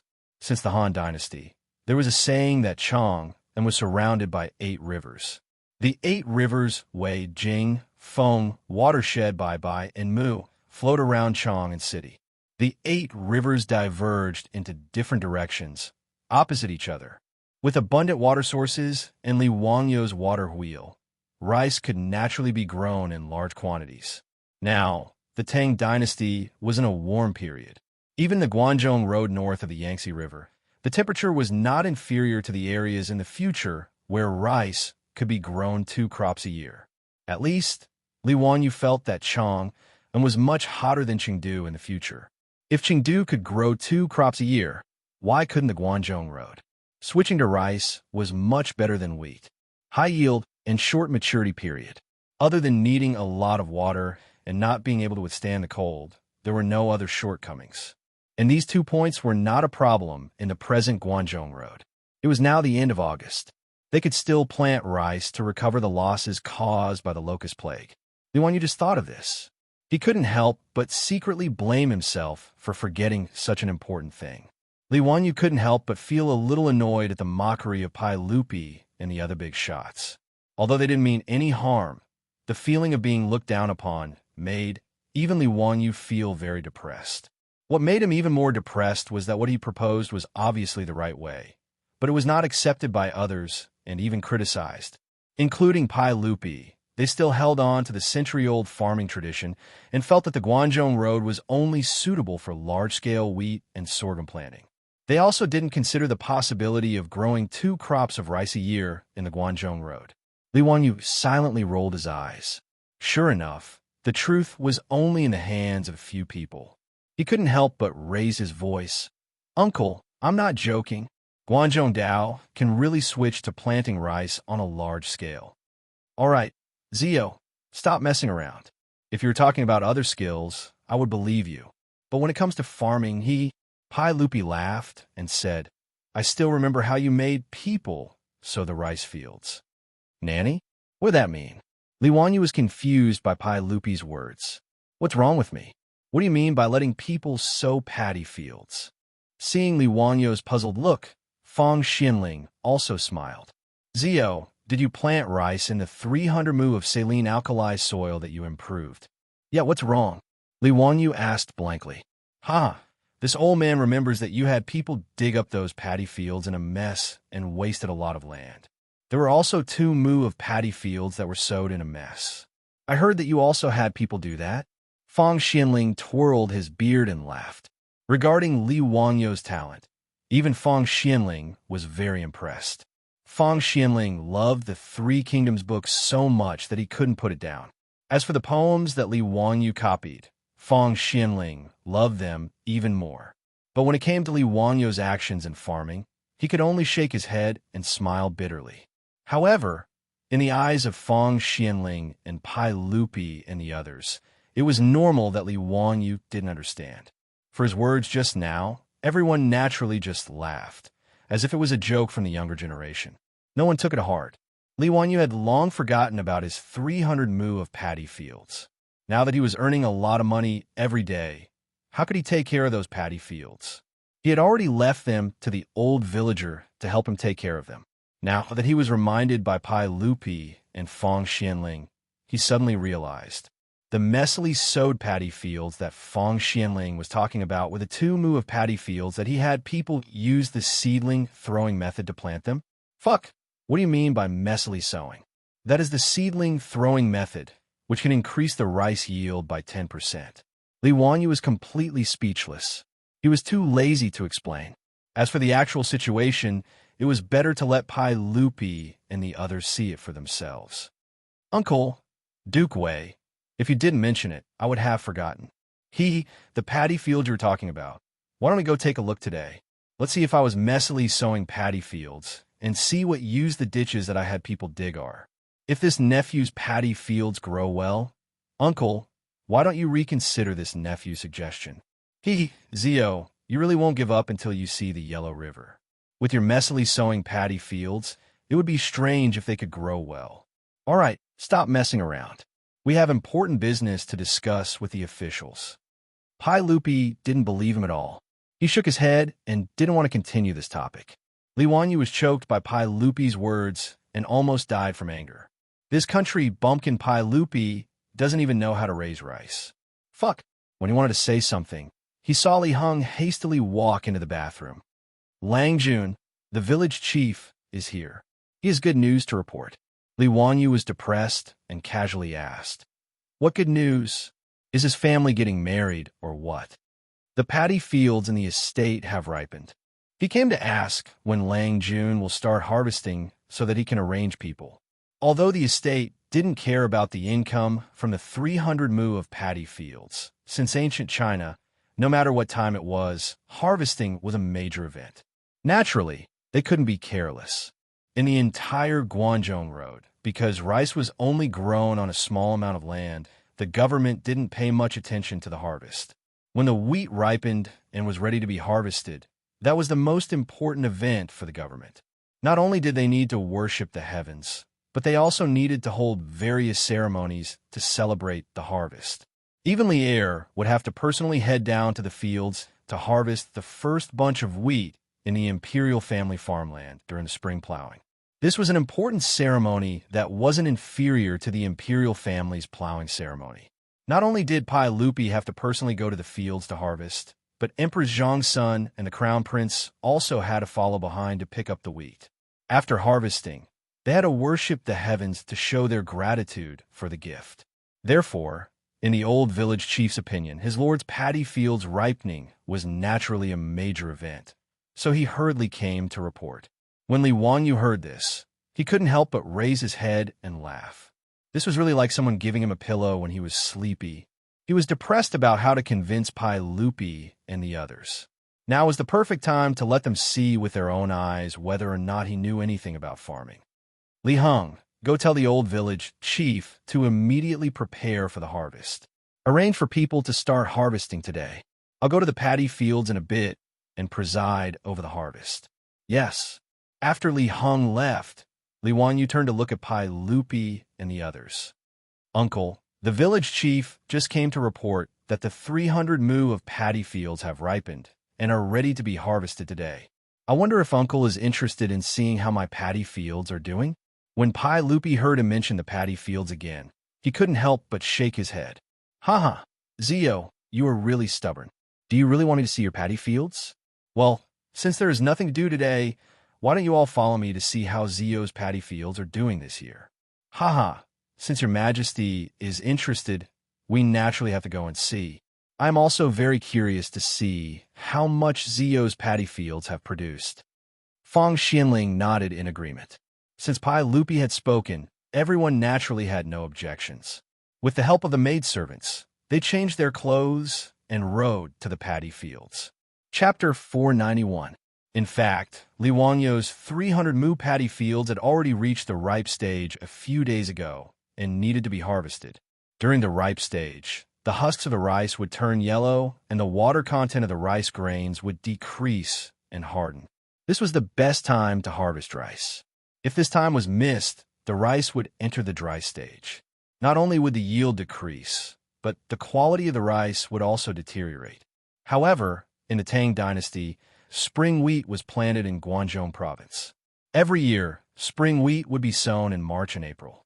The growing period would last for more than 200 days and would only be harvested in the golden autumn of October. If winter wheat was planted in Shaanxi province in the future, the growing period would be even longer than 300 days. Every year, it would be planted from August to December and harvested from May to July. The old villager had never planted rice before. He didn't expect that it would only take about 5 months to mature, which was 150 days. If he didn't go to Li Wanyo's 300 mu paddy fields every few days, he would have missed the best time to harvest rice. Li Wanyo led the group on horseback and slowly walked over. They passed by Dingzhou village and the still lush green wheat fields. When they arrived at the 300 mu rice fields by the Gan River, everyone was shocked by the field of golden rice in front of them. As far as the eye could see, there was a heart-wrenching golden wave. Under the sunlight, it was even more dazzling. Pai Lupi didn't care about the filth of the paddy fields. He directly jumped down from his horse and pulled out a bunch of wheat ears. He used his palm to crush the husks and threw the rice grains into his mouth. He chewed a few times. Zio, who didn't lie to me. This paddy field is indeed ripe and should be harvested. Hee, Uncle, look at this paddy field. Do you think this little nephew is a mess? Li Wanyu pointed at the golden paddy field and was very proud. This group of country bumpkins, they actually dared to not believe this lord's words. Are they dumbfounded now? Li Wanyu was very proud. He happily waited for Pai Lupi and the others to worship him. However, he didn't expect Pai Lupi to coldly snort, "Humph, you little bastard. Look at what you've done to the paddy fields. Only 90% of the land can be used to plant rice. Are you wasting it? Using paddy fields to raise fish was ridiculous. Remember not to mess around like this in the future. Farming concerns the people of the world. You can't treat it carelessly." Li Wanyu was stunned by Pai Lupi's lecture. What the hell was going on? Fang Xianling, Du Ruhui, and the other bigwigs were also trying their best to persuade him. Zio, agriculture is the great cause of the world. The foundation of agriculture was important, and the outline of the country was important. Don't underestimate them, and don't treat them like child's play. County count who, agriculture, the foundation of the world, your duty is the greatest. The most important thing for the people is agriculture. You must remember. Cheng Yaojin grinned and laughed. Kid, this is the first time I've seen someone dig a paddy field like this. I heard that you even had people raise fish in it. Wahaha, I've really opened my eyes today. Li Wanyu was completely dumbfounded. Who are these people? He was too lazy to continue talking nonsense. It was better to speak with facts and let Pai Lupi and the others know what the law of good smell was. Old village chief, get people to prepare a fishing net. First, dig the ditch of this few mu of land. I want to collect fish. By the way, bring me a big scale. Later, I'll measure how many fish can be produced in 1 mu of land. The old village chief immediately responded. He found the farmers and laid the fishing net at the drainage of the paddy field canal according to Li Wanyo's instructions. Then, they dug the canal to release the water. Pai Lupi was too lazy to continue teaching Li Wanyu a lesson. In his opinion, a young man would be fine after a little setback. When he knew that he couldn't raise fish in the paddy field, he naturally wouldn't do it in the future. When Li Wanyu ordered people to dig the canal to release the fish, he, Fang Xianling, and the others stood aside and watched. Everyone was talking and laughing, waiting to see Li Wanyu make a fool of himself. Even Pai Lupi thought about how to educate this kid later and let him know that farming was not something to mess around with. After the canal was dug, the water in the canal immediately spewed out of the gap and into the Gan River. Cheng Yaojin stood beside the drainage hole and talked and laughed with Qin Xiong about Li Wanyo's whimsical ideas. Suddenly, he saw a school of fish swimming out of the water and was suddenly shocked. Fish, so many fish. With Cheng Yaojin's shout, the drainage hole of the canal was immediately surrounded by Pai Lupi and a group of dukes. The group of playboys wanted to squeeze through to see what was going on, but there was no place for them to stand. There are actually so many fish in this canal. TSK, it's really fat. Are my eyes playing tricks on me? Such a big fish. I'm afraid it's 3 or 4 gene. They're really fish? This fish can be raised like this? As the water in the canal continued to be discharged from the rice field, more and more fish were caught in the fishing net. Catfish, spotted silver carp, white carp, crucian carp. There were all kinds of fish, and they were all quite big. They were constantly jumping and struggling in the fishing net. The old villager has long been shocked by the catch of fish. He has never seen so many fish caught in a net at one time. The old housekeeper Li Hung was even more anxious and kept shouting at the villagers who were holding the fishing net. Be careful. Pull it. Don't let the fish escape. Li Wanyu saw that there were too many fish in the fishing net. He was afraid that the villagers couldn't hold the net, so he quickly called the troops behind him to help. With the help of everyone, after a quarter of an hour, the water in the canal was finally discharged, and the fishing net was full of fish. Pai Lupi has been shocked by the scene in front of him. In the Tang dynasty, when artificial fish farming was not popularized, who had seen so many fish caught at one time? Fang Xianling didn't care about what he had said before, and repeatedly urged everyone to carry the fishing net and weigh it. He couldn't wait to know how many fish were raised in this 1 mu of rice field. The old villager hurriedly asked the villagers to bring bamboo baskets to load the fish. The big bamboo baskets were actually filled with 4 baskets. The result of the weighing made Pai Lupi, Fang Xianling, and others' jaws drop. A total of more than 300 gene of fish. And this was only the harvest of 1 mu of rice field. Pai Lupi, Fang Xianling, and others couldn't help but blush at this time. Just now, they had been teaching Li Wanyu a lesson, saying that he didn't know farming, digging ditches in the rice field to raise fish, and was fooling around. They didn't expect that a moment later they would be slapped in the face by the fish catch of more than 300 gene. Only 10% of the field could be exchanged for more than 300 gene of fish. What kind of concept was this? In today's Tang dynasty, the harvest of rice fields was only about 300 gene per mu, and those fields that were planted with wheat had even lower harvests. Later historians inferred from the history books that in the Tang dynasty, the yield of rice per mu was 1.5 dan, and the yield of wheat was 1 dan. In the Tang dynasty, 1 dan weighed about 50 kilograms, which was 100 gene. In this way, the harvest of fish raised in 1 mu of rice field was about 3 dan. Twice the yield of rice, 3 times the yield of wheat. How amazing this was. When everyone's jaws dropped, Li Wanyu was a little disappointed. He remembered that in the later generations, the harvest of fish raised in rice fields was more than 700 gene. His harvest of fish was less than half of that of the later generations, which was really not good. He didn't think about how advanced the agricultural breeding technology of the later generations was. The yield of the super hybrid rice had reached 1,149 kilograms per mu. That was 10 times the yield of rice in the Tang dynasty. How could this be compared? After the surprise, Pai Lupi didn't care about anything else and quickly shouted, "Quick, dig another mu. I don't believe that there can be so many fish in 1 mu of rice field." Chapter 492. Pai Lupi, Fang Xianling, and the others successively ordered people to dig 3 rice paddies and canals in different locations. As for the fish they got, there wasn't much difference between them. They were all about 300 caddies. This result finally made Pai Lupi and the other officials speechless. They looked at each other and felt very embarrassed. Looking at the dozens of baskets full of fish that were still alive on the embankment, the old villager and the villagers were very excited. Li Wanyu waved his hand and shouted to the old villager, "Old villager, take all these fish to the village and distribute them to each family. Today, I'll treat everyone to fish." Ha ha! He was so excited that he started to howl like Cheng Yaojin. The old villager and the villagers were so happy that they couldn't close their mouths. They bowed to Li Wanyu again and again to express their gratitude. Cheng Yaojin was so thick-skinned that he pretended that he hadn't said anything before. He went to the bamboo baskets, picked out a few of the fattest carps, and threw them to the Lai Hot's troops. "Quickly send them back to your house and ask the cook to raise them in a basin. Later, I'll use these fish to eat fish slices."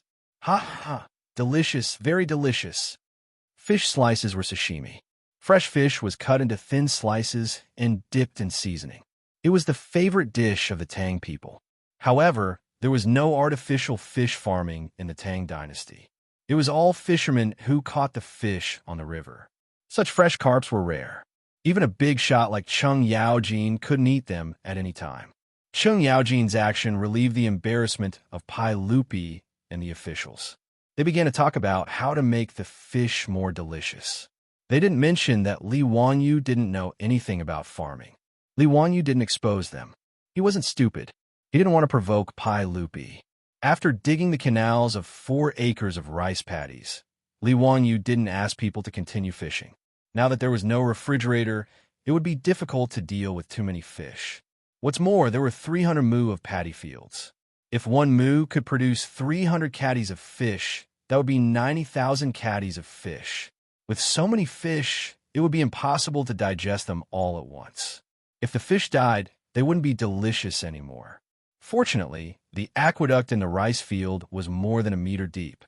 Therefore, even though the rice paddies had long been drained dry for the purpose of harvesting, it did not affect the aqueducts in the slightest. This was the benefit of three-dimensional rice farming. Li Wanyu did not intend to sell these fish. He was not short of money now, and he no longer had the thought of raising fish to sell for money.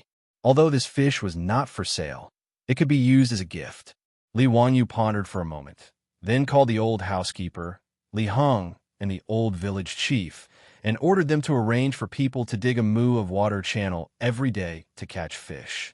The fishes that were caught were all filled with water in wooden buckets to ensure that the fishes were fresh.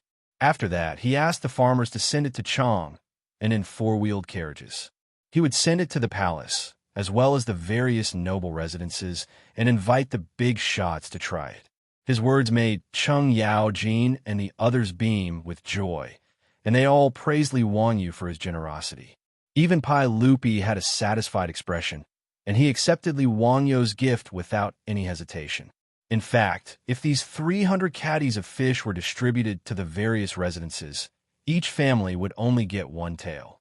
However, to be able to taste fish every day, no one would complain about it being too little. After arranging the fish, it was time to harvest the rice paddies.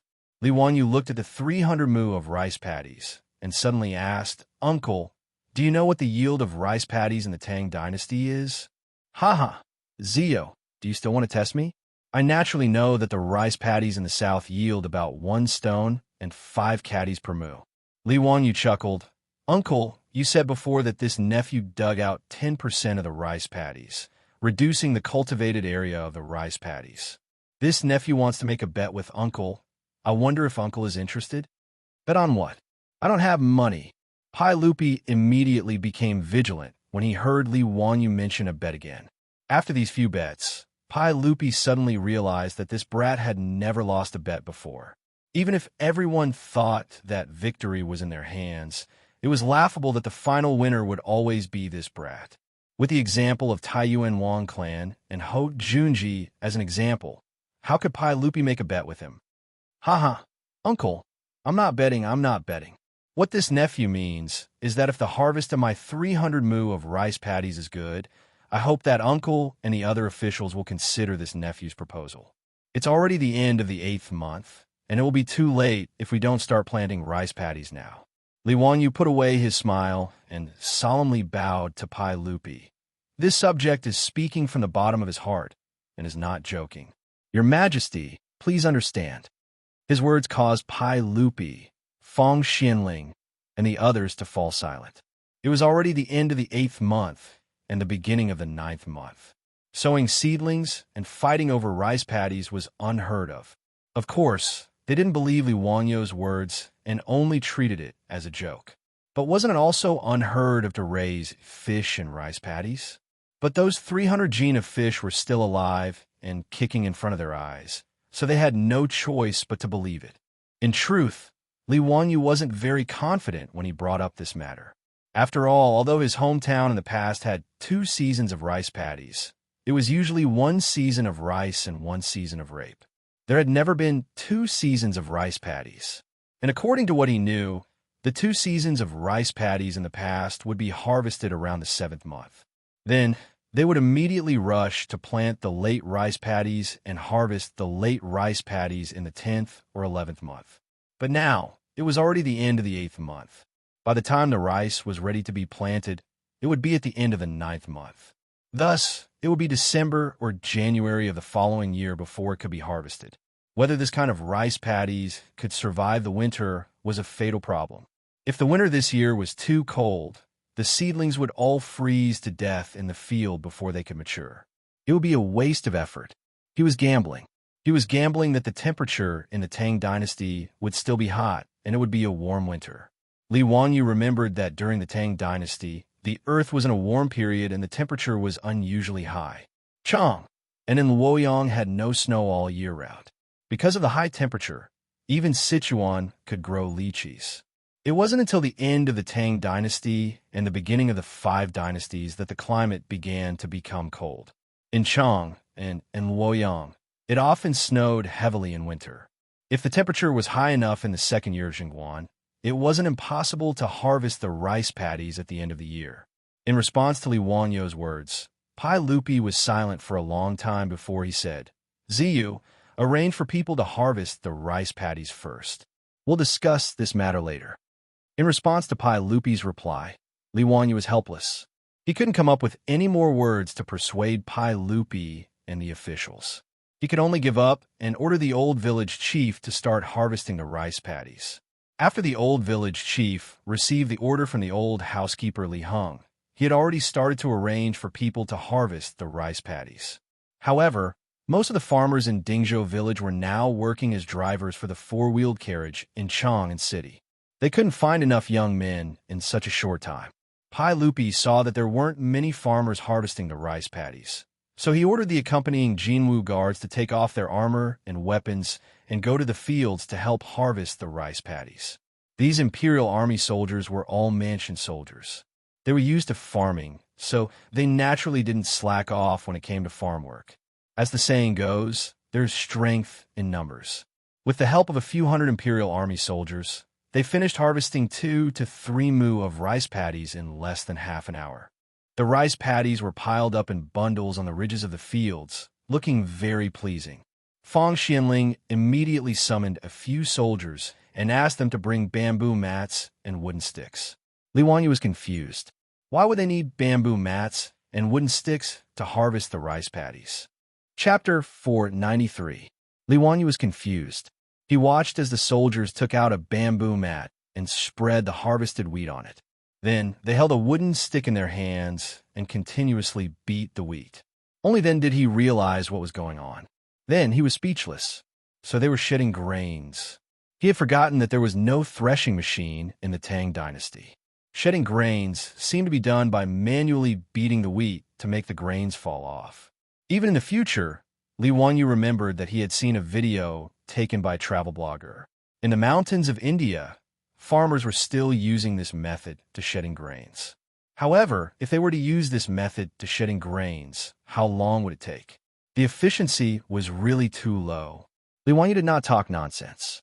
He excused himself from Pai Lupi and immediately led Niu Wu onto the horse's back. Then, he turned around and galloped towards a village. His destination was naturally Carpenter Lu's house.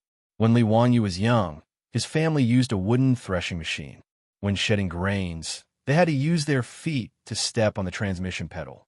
Then, they had to grab the rice with their hands and stuff it into the rapidly rolling threshing machine to knock the grains off. It was not until the mechanical threshing machine was gradually popularized in the village that these old-fashioned manual threshing machines were slowly phased out. They became decorations and were placed in the corner of the yard to collect dust. In fact, it was quite tiring to constantly step on the pedal. However, Li Wanyu never got tired of it when he was young.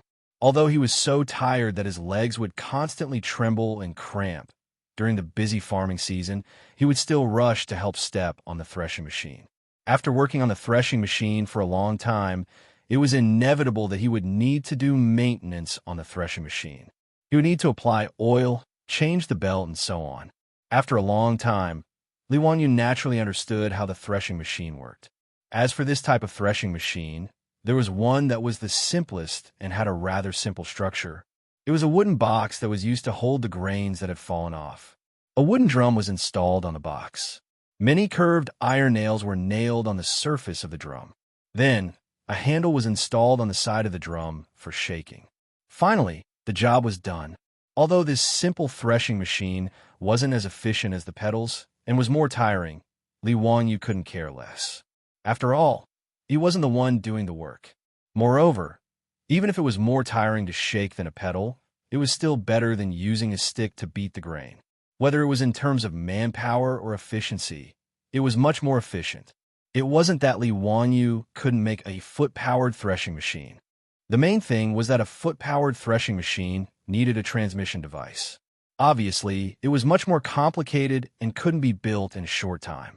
As for the hand threshing machine, Li Wanyu thought that with the craftsmanship of the Liu family's father and son, it wouldn't take much effort to build one. The truth was just as he had expected. He simply used a tree branch to draw a sketch for Carpenter Liu on the ground. Carpenter Liu led his 3 sons and used only an hour to build a hand-cranked threshing machine. Although it was very rough, and even the wooden planks had not been shaved off, it was enough. Li Wanyu asked Niu Wu and the troops to carry the threshing machine. Then he asked Carpenter Liu and his family to build a few more threshing machines. He would get someone to move them later.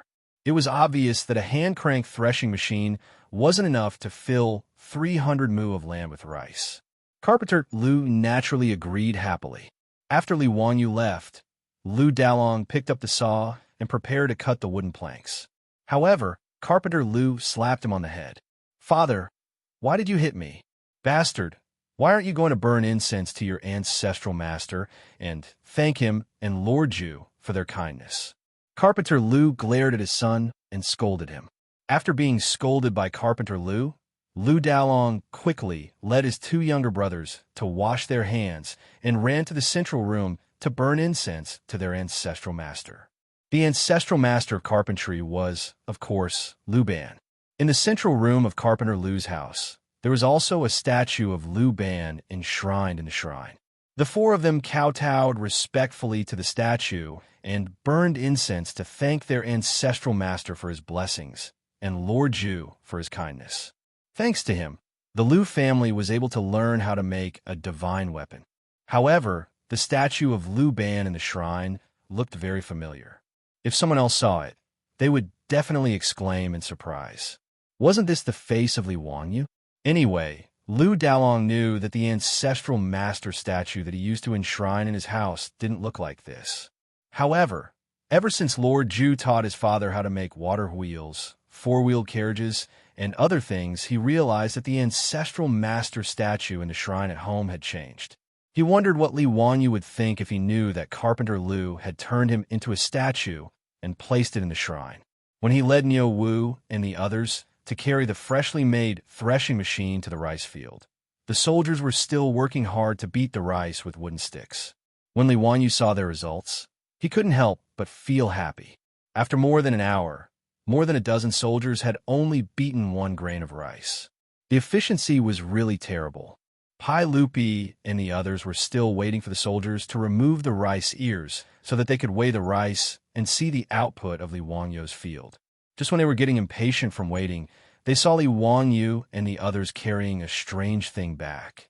They couldn't help but ask curiously, "Zio, why are you carrying a wooden box back?" "Hee, Uncle, this is a threshing machine that I had people make for me after seeing how difficult it was for the soldiers to grind the grains." Li Wanyu shamelessly claimed the invention of the threshing machine under his own name. "Oh, this thing is a threshing machine? How do you use it?" Hearing Li Wanyu's words, Pai Lupi, Fong Xianling, and the others were all interested. They gathered around the threshing machine and carefully looked at it. "It's very simple.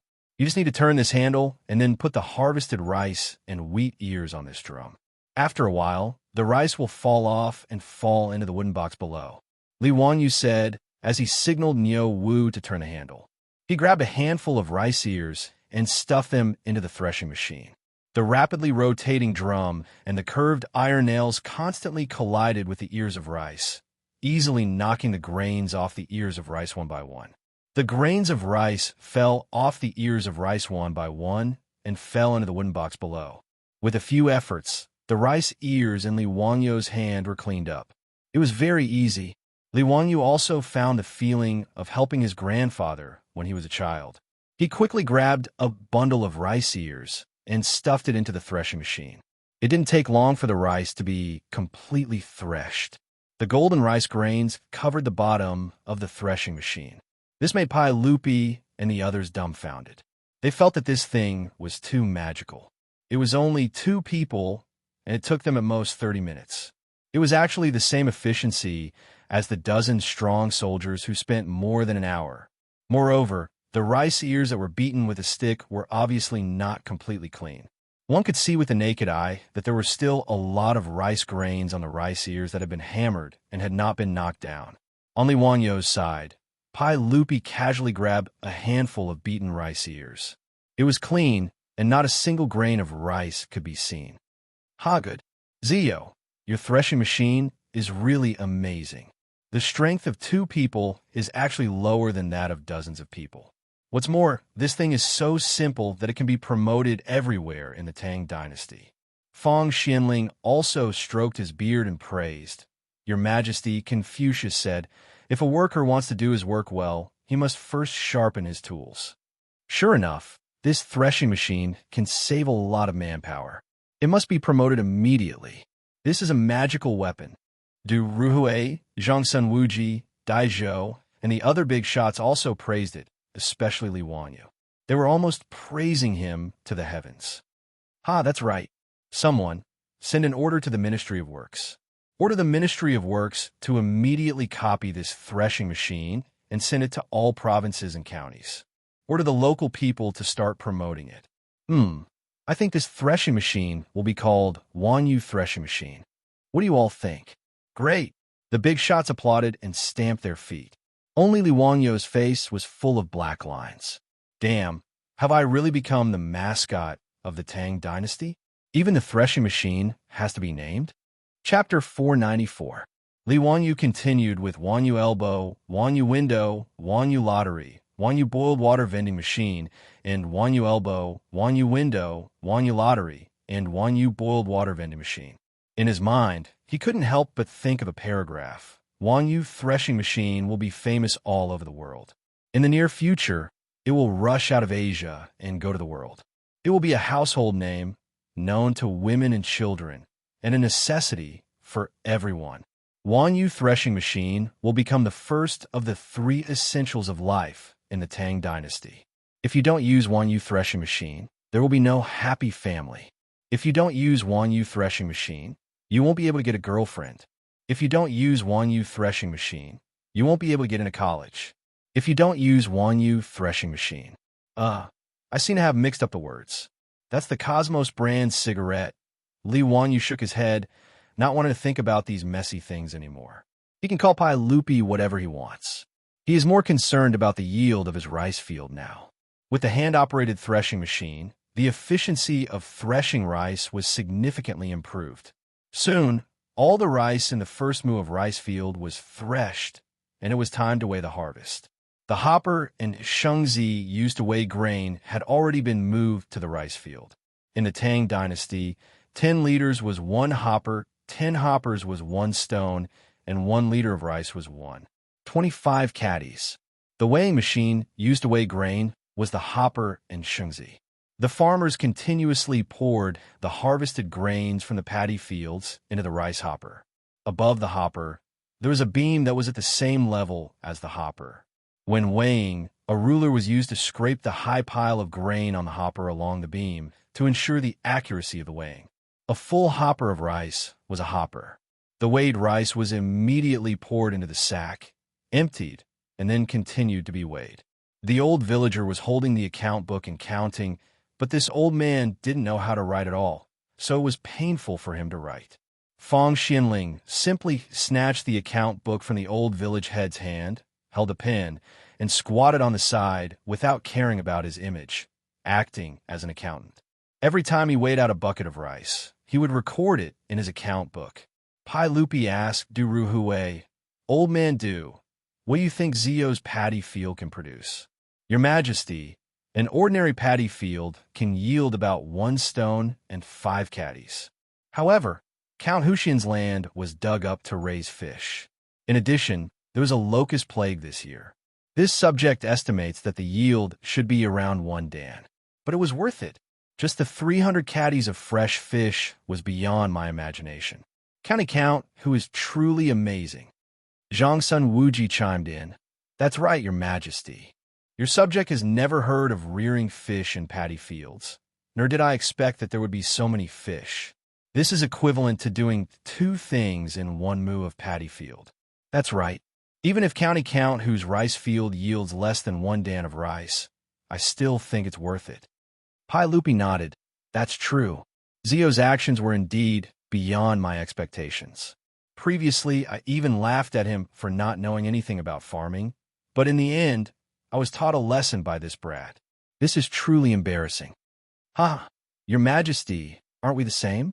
However, I do hope that this kind of embarrassment can happen a few more times. Du Ruhui laughed. Pai Lupi also laughed. Ha! Old man Du is right. I do hope that this kind of embarrassment can happen a few more times.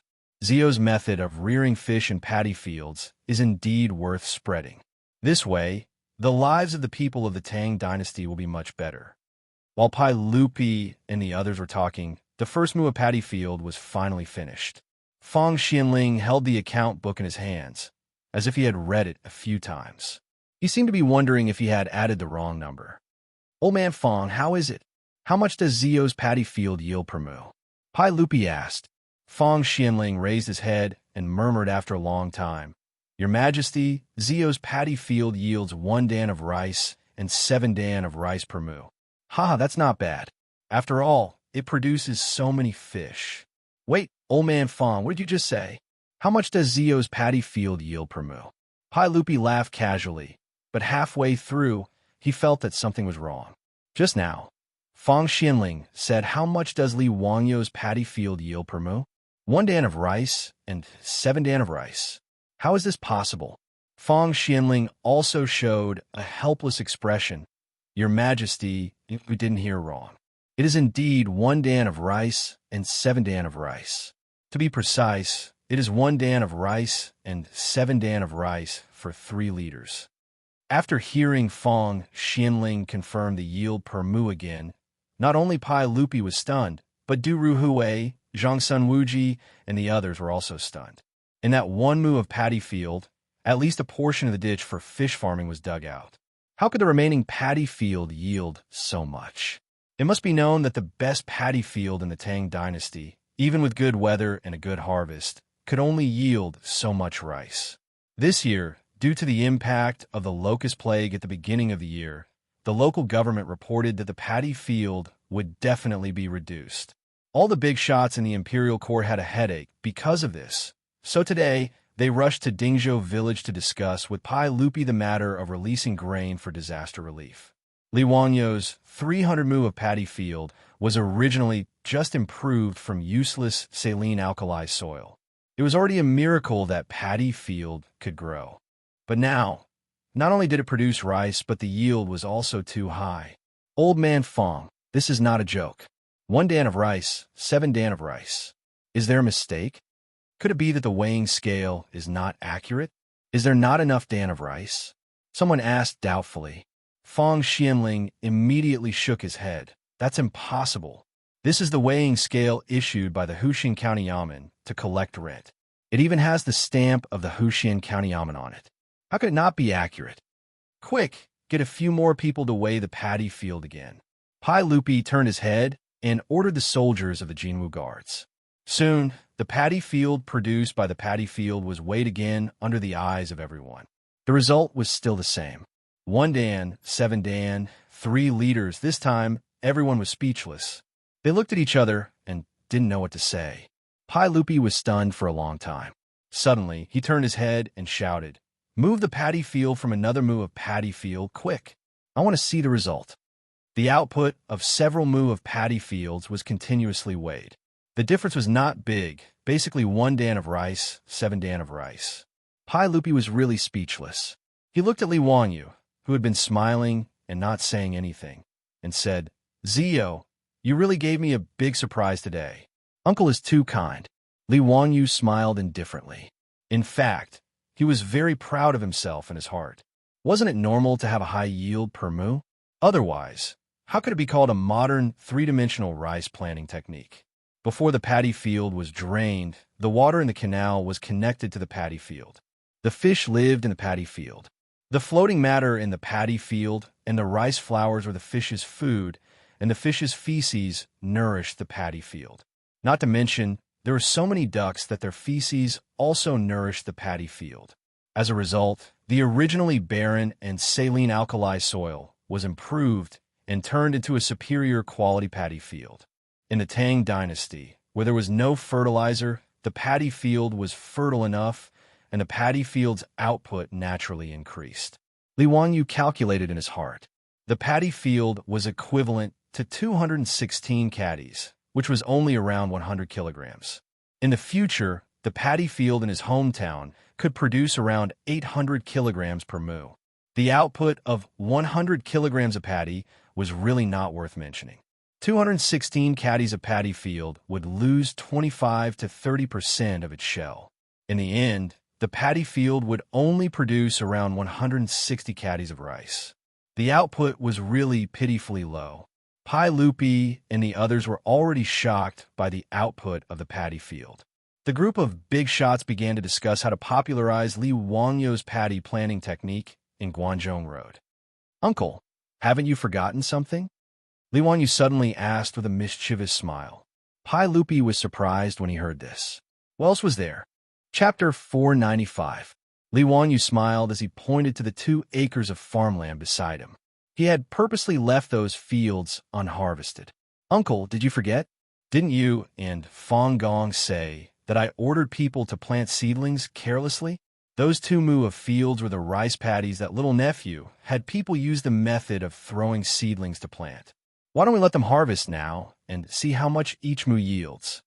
When Pai Lupi and the others heard this, they turned to look at the 2 mu of farmland. The mature rice looked the same at a glance. It was not as conspicuous as when the seedlings were first transplanted. One could tell if the seedlings were planted neatly or not. Pai Lupi didn't dare to say that Li Wanyu didn't know farming and carelessly sowed rice. Li Wanyu had already given them too many surprises today. Now that he specifically mentioned the 2 mu of farmland, there must be a mystery behind it.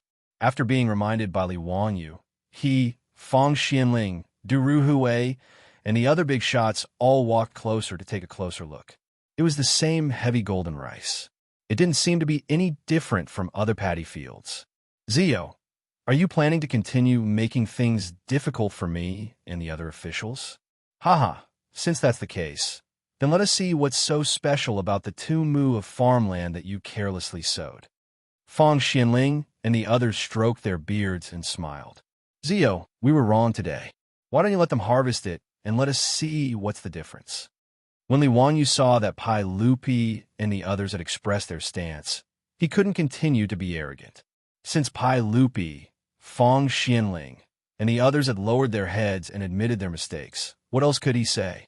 Li Wanyu was slightly depressed that he had lost a chance to show off and slap them in the face. He could only immediately arrange for the farmers and the soldiers of the Jinwu Guards to harvest the 2 mu of paddy fields. The ears of rice were cut and stacked neatly on the ridge of the field. Then, they were threshed and collected by the threshing machine. Carpenter Lu's family moved quickly. They rushed out 2 threshing machines and moved them to the edge of the field, which sped up the harvesting process. Very quickly, the 2 mu of rice paddies were harvested and the weight of the rice paddies could be weighed.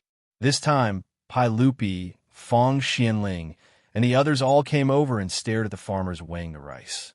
In fact, in the hearts of Pai Lupi, Fong Xianling, and the others, they still didn't believe that the yield of these 2 acres of paddy fields would be any surprise. After all, the scene of the seedling being planted was still vivid in everyone's mind. There was a huge difference between the crooked seedlings and the neat seedlings in other paddy fields. Hasn't rice been like this for thousands of years? Horizontal and vertical, orderly spacing, maximizing the use of the land. As for Li Wanyu's 2 mu of paddy fields, the seedlings had no rules to speak of. Although it was said that they were planting with some seedling throwing method, in fact, they were just randomly throwing the seedlings and then straightening them up. It seemed very perfunctory. Even the laziest farmer would not dare to plant rice fields like this. Wasting the land was punishable by being struck by lightning. Because of this seedling throwing method, the old villager almost went to the county government of Hu County to complain. One could imagine how the Tangs viewed this planting method. But when the rice paddies of these 2 mu of paddy fields were weighed, the big shots like Pai Lupi, Du Ruhui, and Fong Xianling, as well as the old villager and farmers of Dingzhou village, were all dumbfounded. 1 stone and 9 bushels per liter, 1 stone and 9 bushels per liter. When these 2 sets of numbers were reported, everyone instantly fell silent. What did it mean to have a yield of nearly 2 stones per mu?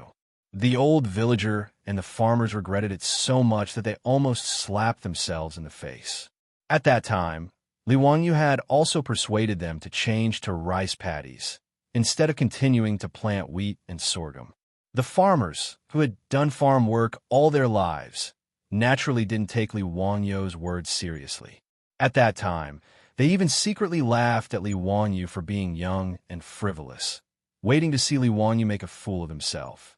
When the villagers in the surrounding villages heard that Li Wangyu had ordered people to dig up the paddy fields to such an extent, who among them didn't laugh at him? Some even made a special trip to Dingzhou village to watch the show.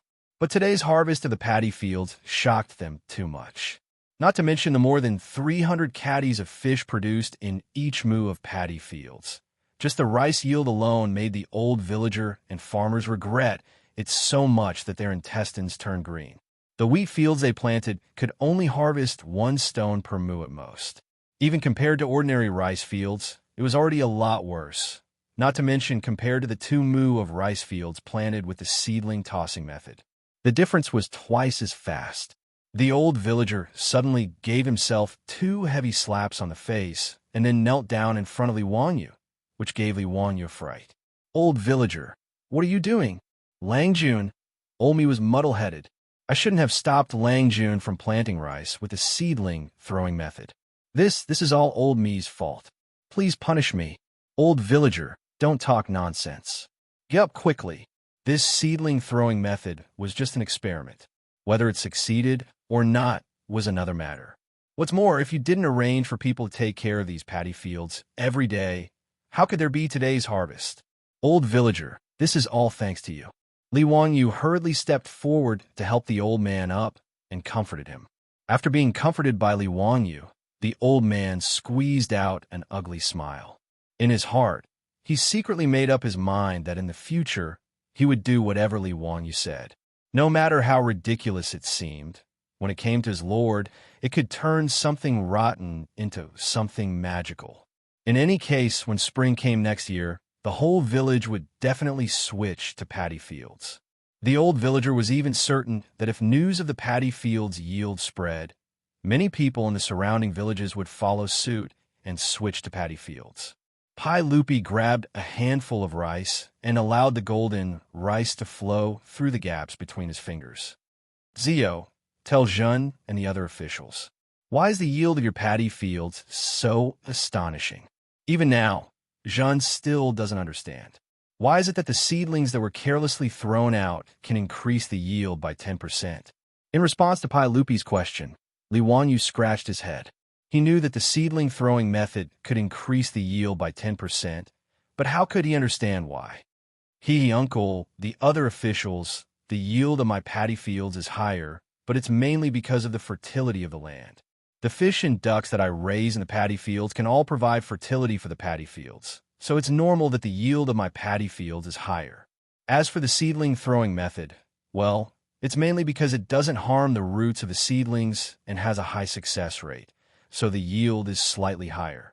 Li Wangyu racked his brains to come up with this explanation, which was filled with guesses and wild guesses. Everyone nodded their heads in agreement. After all, although Pai Lupi, Fong Xianling, and the others attached great importance to farming, they were not agricultural scholars after all. It was enough for them to know the general idea. Fong Gonggong, Du Gonggong, Zhen wants to order the Agriculture Bureau to come to Dingzhou village and learn from Zhio about the farming method. What do you think? If the fields of the Tang dynasty can be farmed like this, it will be a blessing. Your Majesty's words are reasonable. If the yield of the paddy fields of the Tang dynasty can increase by 10%, it will be amazing.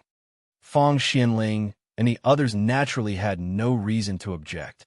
Today's trip to Dingzhou village was an eye-opener for them. No one had ever thought that rice could be grown like this. Uncle, as I said before, let the wheat fields in Guangzhou Road that have severely reduced their yield change to paddy fields. I don't know what you and the other officials think. Li Wanyu also struck while the iron was hot and mentioned this matter again. Chapter 496. Li Wanyu's words made Pai Lupi, Fang Xianling, and the others silent for a long time. If they had not seen the rice yield today, they would have scoffed at Li Wanyu's words and would not have considered it. But with a living example in front of them, how could they treat Li Wanyu's words as a joke? However, it wasn't easy to make the decision to change the wheat fields that had suffered from severe yield reductions to rice. If the rice could not mature in winter, it would be equivalent to no harvest, and the result would be worse than the locust plague. Zio, how sure are you that you can plant a season of rice at this time? You know, this is a serious matter, and you can't joke about it. If there is no harvest at the end of the year, have you thought about the consequences? Pai Lupi pondered for a long time and asked. Li Wanyu did not know how to answer his question. It was hard to say how sure he was. It was his idea to let Guangzhou Dao plant rice.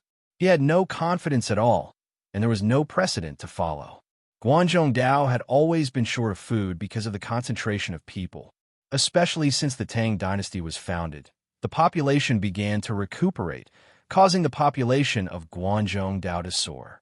Almost all the prefectures in Guangzhou Dao had doubled in population. In the second year of Jingguan, the population of Chang had reached more than 900,000, and there were tens of thousands of floating people, mainly merchants, tributes, and students from other countries.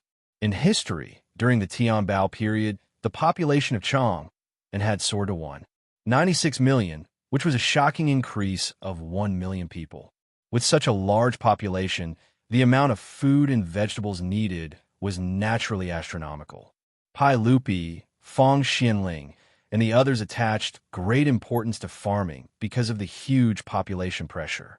Just in Chang'an, there were more than 100,000 families, and the amount of firewood, rice, oil, salt, soy sauce, vinegar, and tea was enormous. Every day, countless merchants shuttled in and out of Chang'an, transporting enough materials for this huge city. The grain yield of Guangzhou Dao would affect the stability of the Tang dynasty, so it could not be careless. At this time, although the wheat fields in Guangzhou circuit were affected by the locust plague and the yield would be severely reduced, it was not to the extent that not a single grain would be harvested. One mu would still yield 3 to 5 bushels of grain. However, it was too risky to uproot all these wheat seedlings and use them to cultivate rice. Pai Lupi couldn't take this risk, and neither could Li Wanyu. When Li Wanyu understood this, he also felt that his previous suggestion had been taken for granted. If Pai Lupi did as he said and ordered all the prefectures in the Guangzhou circuit to switch to planting rice and failed, Li Wanyu didn't dare to imagine the consequences. Uncle, I wasn't completely confident in this matter. I didn't think it through. However, I have an idea, and I hope Uncle will allow it. Tell me about it. Li Wanyu silently calculated in his mind, then seriously stared into Pai Lupi's eyes and said, If Uncle allows it, I hope to try planting rice in Hu County. Yes, it could be considered an experimental field. As far as I know, there are more than 27,000 households in Hu County and more than 108,000 people. If we can't plant rice and the fields don't yield a single grain, I'm willing to use all my wealth to feed these 100,000 people for a year. When Li Wanyu said this, he was also confident. The Tang dynasty practiced an equal field system. Men of middle age and women of middle age were given 100 mu of land. However, in a densely populated area like Guangzhou Dao, the average person was only given about 20 mu of land. Of the 108,000 people, less than half were men of middle age and women of middle age, which was about 50,000 people. In other words, the equal field system of land in Hu County was about 1 million mu of land. Half of it was mulberry fields, and the farmland was no more than 500,000 mu. If 1 mu of wheat harvested 1 dan of grain, that would be 500,000 dan of wheat. Li Wanyu calculated the savings and property in his residence. He estimated that all the gold in his residence, the income from the property, and the profits from the reforging of his private money would be barely enough to fill this hole. However, his ability was only enough to satisfy the needs of this county. If it was the entire Guangzhou Dao, then the money he earned was just a drop in the bucket. Li Wangyou's words shocked Pai Lupi, Fong Xianling, Duru Hui, and the others. They all stared at him, dumbfounded. Zio, what did you just say? You want to feed an entire county of people with your own strength? County count who? Don't be ridiculous. This is 100,000 people. Even if the government provides disaster relief, it will be very difficult. How can you feed so many people with your own strength? No, Your Majesty, you can't do this. Zio, what nonsense are you talking about? Do you think you can afford to feed the people of this county? If your family's lord was still alive, he would be angered to death by a wastrel like you. Your Majesty, how can the Tang dynasty let a young man like County Count who use up all his wealth to feed the people of the county? You can't do this. In the face of Pai Lupi and the others' persuasion, Li Wanyu stubbornly shook his head. Uncle, everyone, a few months ago I was just an insignificant commoner. Some of the properties that my lord left behind were forcibly taken away by the clan. When I moved to Dingzhou village, I only had an old servant with me and 7 or 8 strings of copper coins. The reason why I have today's title and wealth is all because of Uncle's love. Now that the people are affected by the locust plague, their lives are difficult. I don't have any other abilities, but I want to try and help the elders of my county. If the rice planting is successful, then everyone will be happy. If not, I am willing to use up all my wealth to make up for my mistakes. Uncle, please help me. Zio, why do you want to do this? Pai Lupi frowned. He didn't think that Li Wanyu would have such an idea. He had never heard of such a thing. Who had ever heard of someone using their own wealth to help the people of a county? Cheng Yaojin raised his head and laughed. Your Majesty, I think you should agree. This kid's painstaking effort is very rare. Besides, even if it doesn't work, don't you still have me as your uncles? Can we just watch this kid starve to death? After hearing Li Wanyou's words, Fong Xianling silently nodded. She turned to Pai Lupi and suggested, Your Majesty, county of who is also affected by the locust plague. Why don't we cancel the rent for this year? This way, even if Zio's rice planting is unsuccessful, the pressure will be reduced by a lot. However, if he succeeds, we can fully promote rice planting in Guangzhou next year. Moreover, we can plant 2 crops a year. This is truly a good plan for the country and the people. Pai Lupi looked at Li Wanyu. Zio, are you really willing to do this? If you make a mistake, then you will have to pay a huge amount of copper coins. Uncle, as the saying goes, I am born with a purpose. Money will come back after being spent. This little nephew doesn't care about worldly possessions. I can't bring them with me when I'm born and can't bring them with me when I die. Good. As expected of my Li family's Qilin son. Since that's the case, I will allow it. I will ask you, Zio, to take care of the 100,000 people of Hu County. However, I will not let you suffer a loss. If this year the rice planting in Hu County fails, then the rent for the county will be completely canceled. However, if there's a harvest at the end of the year, then the rent for this year will all be given to you as a reward for Zio's dedication to the people.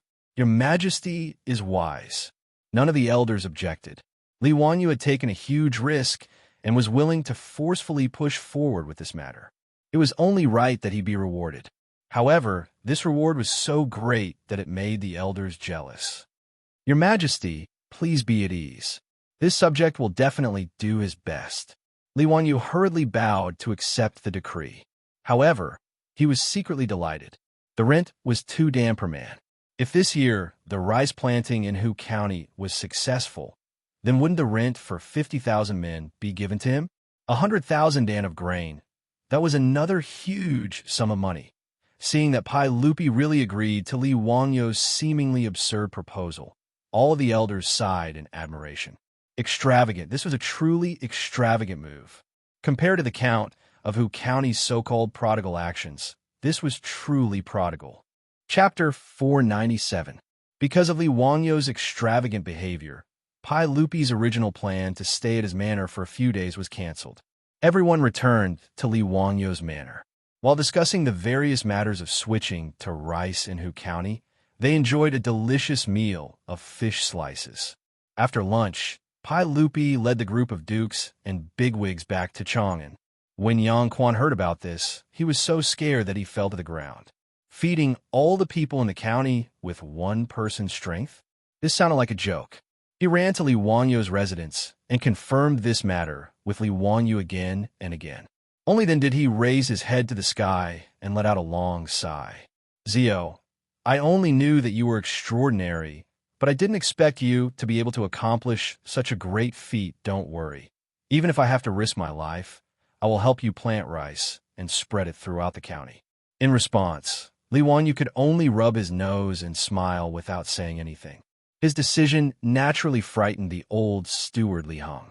Even the Niu brothers looked as if they had seen a ghost. Only their beautiful boss didn't blame him for acting on his own initiative. She even took the initiative to give him a kiss. This made Li Wangyo laugh foolishly for a long time. He felt more and more that he had made a wise and heroic decision.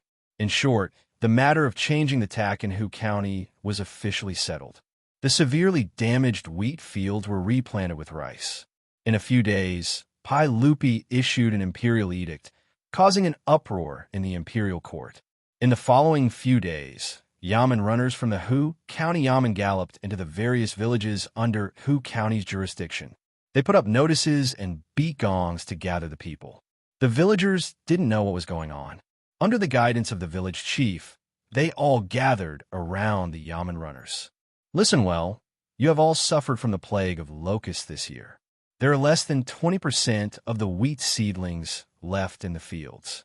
Therefore, the founding county governor of Hu County, Bote, has spoken to the saint on your behalf.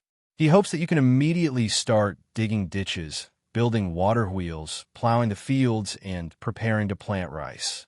As soon as the Yamen runners finished speaking, the surroundings became noisy. Are you kidding me? At this time, pull out the wheat in the field and plant new rice?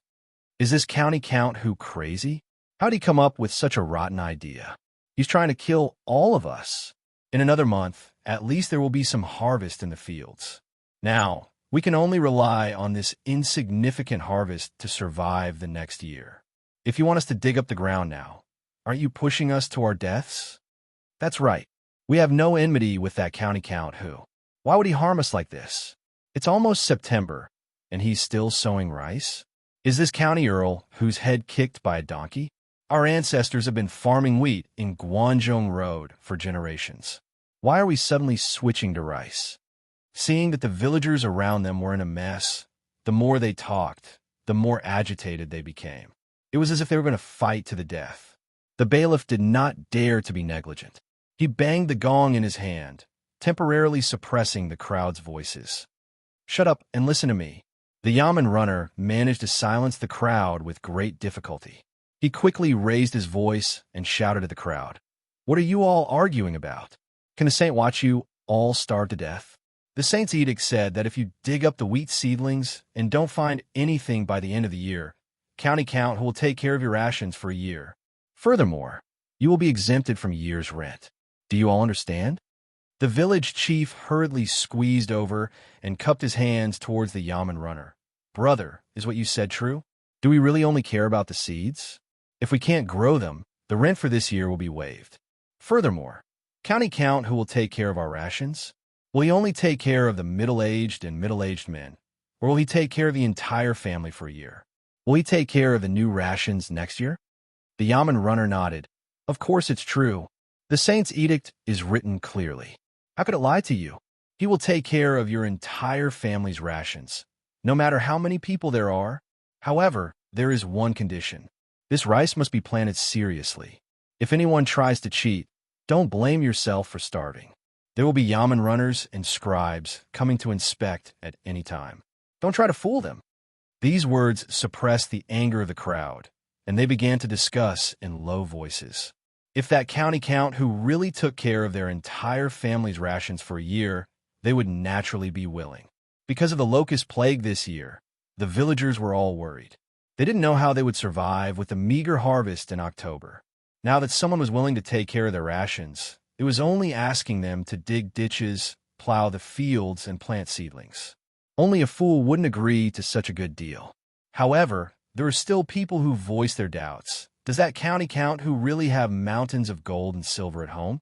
It was written in the notice that the entire county is going to switch to growing rice. If the rice can't be grown, how can county count who take care of the entire county's rations? The yamen runner curled his lips. That's why I say that you farmers are ignorant. Ask around in Chang and City. Who doesn't know that county count who is the reincarnation of the god of fortune? To tell you the truth, county count who has already taken out 30,000 taels of gold and placed it in the Ministry of Civil Affairs account. If the rice can't be grown, the Ministry of Civil Affairs will use the gold to buy food and distribute it to you. Do you understand? 30,000 taels of gold. It's enough to smash you farmers to death. The villagers had never heard of so much gold, and they couldn't even begin to calculate how much money this was. Other than letting out cries of shock, they couldn't say anything else. Actually, 30,000 taels of gold was far from enough. This was just a deposit that Li Wanyu had given to the imperial court, and the source of the gold was naturally from the 3 gambling houses that they had won from selling the rice. The villagers now believed that if the rice couldn't be grown, they would be given rations to survive. However, everyone was still skeptical. No one had ever heard of planting rice in September, so they felt that it wasn't very reliable. Brother Yaman Runner, planting rice seedlings in September. Why does this sound so inappropriate? You bunch of farm workers, what the hell do you know? Do you know that a few days ago, the rice fields in County Count whose manor have already been harvested? Do you know how much each moo produced? If I tell you, you'll be scared to death. 2 stones. 1 moo. What? How is that possible? A harvest of 2 shur per moo? Do you think I'd lie to you? The weight measured in front of the sage was not off in the slightest. So, is there anyone in this world who knows more about farming than the county count? Don't look at how you've been farming your entire lives. Compared to the county count, you're nothing. That person is the literary star that descended from the heavens. He knows 500 years in the past and 500 years in the future. He knows the heavens above and the earth below. Do you understand? In short, just follow the county count's orders and do your best. You won't be mistreated, the Yaman runner decisively said. Although the yield per moo of Li Wangyo's rice fields was a bit exaggerated, it wasn't too exaggerated. The villagers once again sucked in a breath of cold air, but they finally accepted this fact and began to discuss the matter of switching to planting rice. Such a scene was playing out in all of the villages under Hu County jurisdiction, with the Yaman runners and scribes sent by Yang Quan continuously explaining and persuading. The villagers in these villages finally believed the contents of the imperial edict. As a result, the villages in Hu County, which should have been idle time for farming, began to bustle with activity once more. The original wheat fields were dry fields, so there was no need for ditches to divert water. Naturally, they had to dig up new ones. As for the water wheel to divert water, Yang Quan scribes and craftsmen began to work on it. The sparse wheat seedlings in the fields were burned to the ground, and the villagers were extremely reluctant to part with them. Then, they began to plow the fields again. Just as Yang Quan and the other villagers in Hu County were busy in full swing, Li Wangyu was impeached. Chapter 498. This was the 3rd time that Li Wangyu had been impeached, and the reason for his impeachment was naturally because of his decision to plant rice in Hu County. After Pai Lupi issued the edict to burn all the wheat fields in the county and plow the fields to plant rice, it immediately caused a huge commotion in Chang'an. The common people naturally just watched the commotion and treated it as gossip, but the officials in the imperial court reacted even more fiercely. In particular, some of the older officials in the imperial court reacted even more strongly and cursed Li Wangyu. In their eyes, County Count Li Wangyo's actions would bring disaster to the country and the people, and he would be punished by the heavens.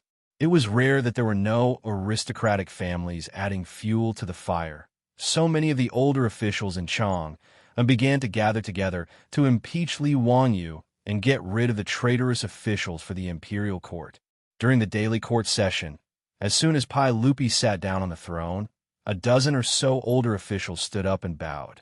Your Majesty, we wish to impeach the founding county count of Hu County, Li Wanyu. Pai Lupi didn't understand what was going on. What did Ziyu do now? Why did he have so many older officials impeach him? Come, we wish to impeach the founding county count of Hu County, Li Wanyu. He has committed 3 crimes. First, harming the farmers.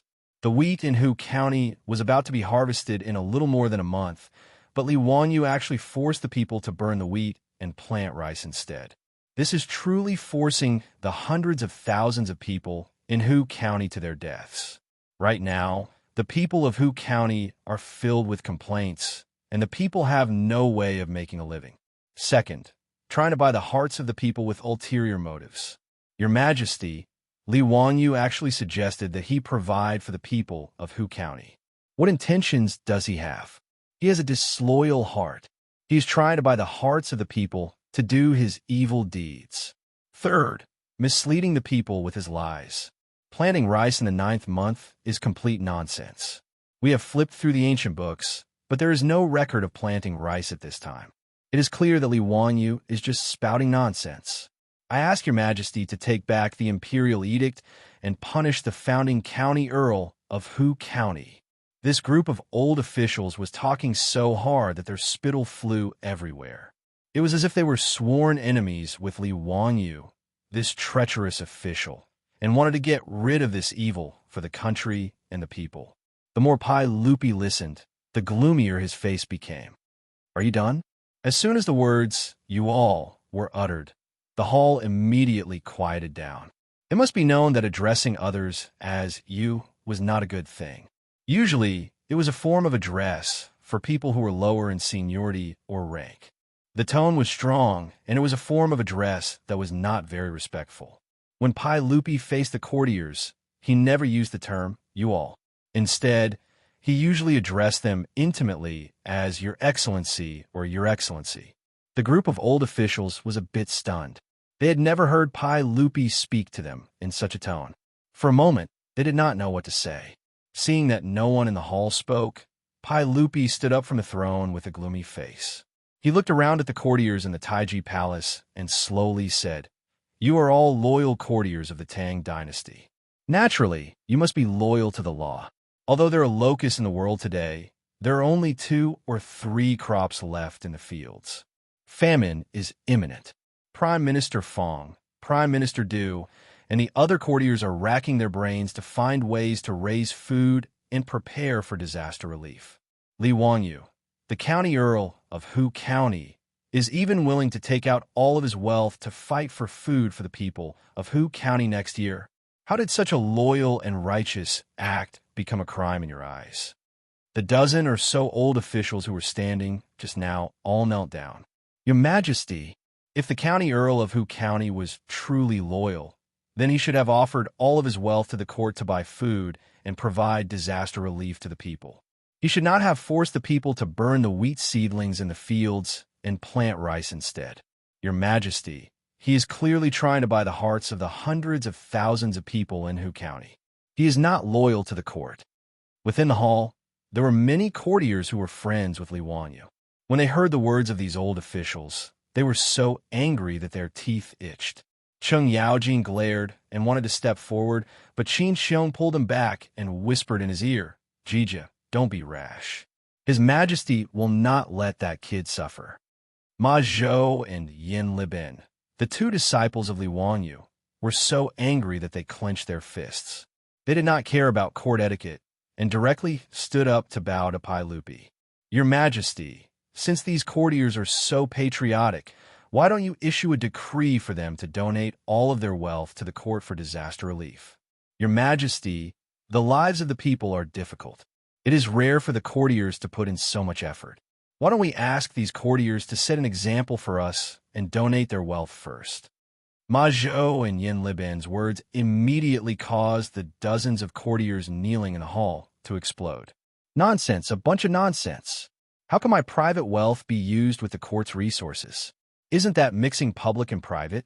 How can this old man learn from that county earl, selling his integrity for the sake of fame and fishing for compliments? That's right. Public is public, private is private. How can they be mixed together? I'm all alone and have nothing to do. I'm not as rich as this county earl. The words of this group of courtiers almost made Ma Zhou and Yin Liban laugh out of anger. They were shameless to such an extent. It was really an eye-opener. The courtier who said that he was all alone and had nothing to do with his wealth had just spent a lot of money to buy a beautiful lady from the western regions. He had even shown off to his colleagues for a while. Now, he was crying about being poor. Most of these courtiers have been officials since the Sui dynasty. Even though the world was in chaos at the end of the Sui dynasty, which one of them didn't have thousands of acres of fertile land and hordes of servants. Pai Lupi was so angry at the courtiers' words that he almost laughed out loud. When talking about others, they could just open their mouths and ask them to donate all their wealth, but when it came to themselves, they wanted to separate public and private interests. Enough, don't mention this matter again. County Earl, who is loyal to the country and has a heart full of sincerity. If there is anyone who dares to offend the County Earl again, we will not spare them. Pai Lupi was too lazy to continue arguing with this group of courtiers. He directly spoke up for Li Wanyu. That bullshit impeachment was simply nonsense. Pai Lupi was too lazy to continue paying attention to it. But Pai Lupi didn't expect that after he finished speaking, the courtiers still wouldn't stop chattering. Your Majesty, we are all thinking for the sake of the Tang dynasty. Your Majesty, why do you only listen to those treacherous courtiers? Your Majesty, you can't. You absolutely can't do this. The hundreds of thousands of people in Hu County are innocent. They're going to suffer from this undeserved calamity. Your Majesty, please prioritize the country. Be close to a gentleman. Stay away from a lowly person. Your Majesty, if you insist on going against the flow, then you should just beat us to death first. That's right. If your Majesty wants the people of Hu County to die, then beat us to death first. Not only did this group of courtiers not restrain themselves, they even went even further. They actually started crying and making a scene in the main hall, which made Pai Lupi very angry. However, this group of courtiers had white hair and beards. They had been officials in the court for many years, and many of them were famous scholars. Normally, Pai Lupi treated these courtiers with great respect. He didn't expect them to act so shamelessly in Taiji Palace, taking advantage of their seniority and acting shamelessly. Pai Lupi said that he wouldn't let go of this heavy responsibility, but he couldn't hit these courtiers, and scolding them was also useless. This put him in an awkward position. Seeing that these courtiers were about to turn Taiji Palace into a cafeteria, Pai Lupi's expression became more and more unsightly. Then, he heard Cheng Yaojin's laughter coming from the main hall. Wah! Chapter 499. Wah! Your Majesty, these old officials have put in a lot of effort, which is very rare. Since that's the case, why don't Your Majesty order them all to go to Hu County? They will represent the court officials and Your Majesty to supervise the rice planting in Hu County. This will prevent that brat Li Wanyu from deceiving Your Majesty and harming the people. Cheng Yaojin's words made Pai Lupi's eyes light up. This was a good plan. As for those old officials who were still crying on the ground, they were all dumbfounded. You want them to go to Hu County? How could that be? They stopped crying and crawled up, glaring angrily at Cheng Yaojin. Duke Liu, how can you say that? Your Majesty, I am old and weak. How can I endure such exhaustion? Duke Liu, are you trying to force me onto the path of death? Duke Liu, what do you mean by that? You, how can you give Your Majesty such a ridiculous idea? Pai Lupi didn't care about what these old officials were saying. He was annoyed when he saw them, so it would be best if he could send them far away. Pai Lupi originally respected these scholars and old officials, but in Pai Lupi's eyes, compared to Li Wanyu, they were just a bunch of trash who only knew how to talk. Li Wanyu was willing to gamble all of his family's wealth for the 100,000 Hu County people, But these old officials who were criticizing Li Wanyu were only good at talking. Pai Lupi naturally knew which was more important. Lier acted as if he didn't hear the cries of the old officials below the imperial stairs. In Zhijie's words are reasonable. The matter of Huxian changing the planning of rice has never happened before, but it is incomparably important. We definitely cannot let the common people suffer. Since that is the case, we need the old officials in the court to supervise this matter. All of you are my trusted aides, so I naturally trust all of you. Therefore, I will have to ask you all to help me with this matter. He didn't wait for the old officials to react and immediately ordered Zhangsun Wuji. Wuji, the Ministry of Personnel will handle the documents for the officials today. Tomorrow, these officials will head to Hu County to supervise the rice planting. Planting the seedlings is urgent and cannot be delayed. The dozen or so old officials were completely dumbfounded. They didn't know what had happened. As the Minister of Personnel, Zhangsun Wuji naturally wouldn't have any objections. He immediately stood up and said, "Yes, Your Majesty. Although all of you are going to Hu County to supervise the planting of rice, we naturally will not let all of you work for nothing. Grandpa Dai, while the officials are supervising the rice plantation in Hu County, everyone's monthly salary will be increased by 1 grade. Yes, Your Majesty." How could the Minister of Civil Affairs, Dai Zhou, not understand Pai Lupi's intentions? Without hesitation, he nodded and agreed. That's enough. Everyone, there's no need for you to participate in today's court meeting. Return to your offices and hand over your tasks.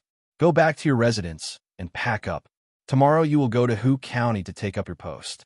Pai Lupi cut the Gordian knot and directly drove the dozen or so old officials who wanted to impeach Li Wanyu out of the court.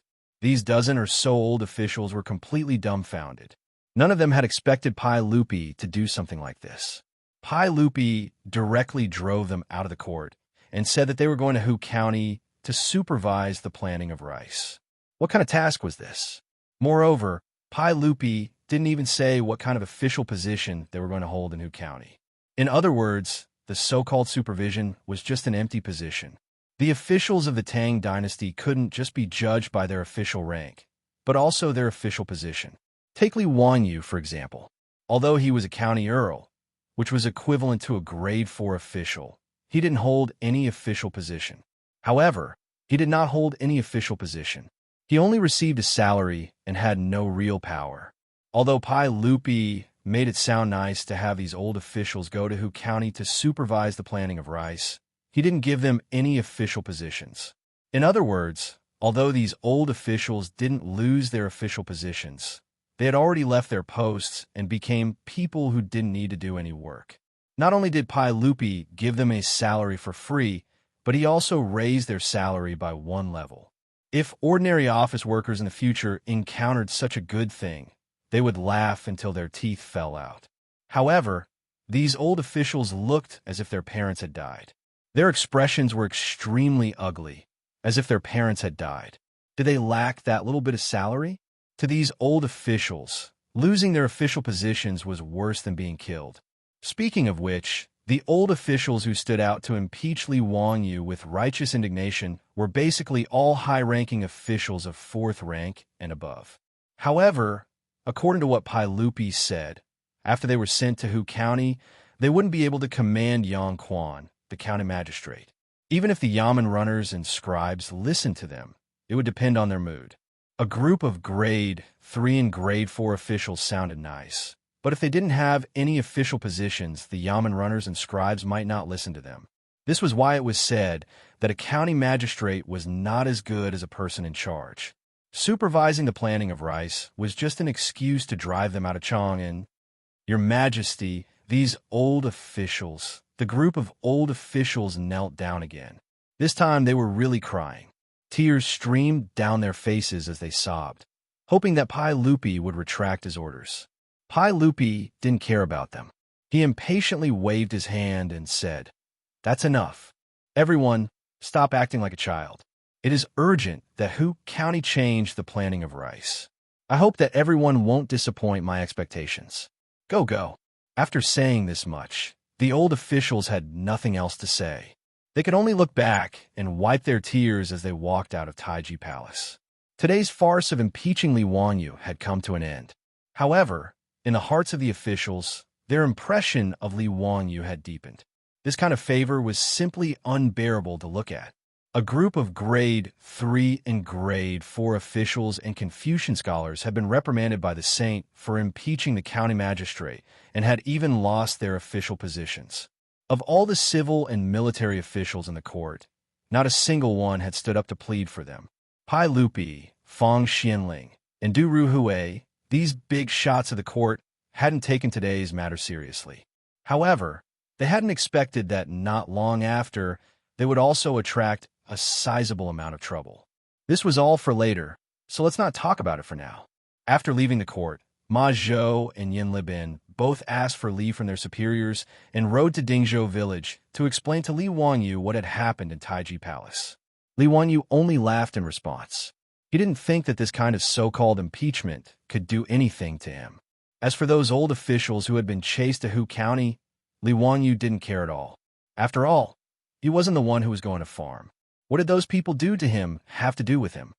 Bin Wang, Li Bin, you came the right time. Come, help me write these invitations.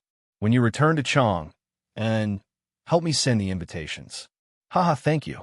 Seeing that his disciples had come, Li Wanyu immediately grabbed some able-bodied men to help him. In a few days, it would be August 31st, his housewarming celebration. He was burying his head in writing the invitations and felt impatient. Ma Zhou and Yin Libin happened to be here, so how could he not be lazy? There were hundreds of big and small nobles, aristocratic families, and hundreds of officials in Chang'an.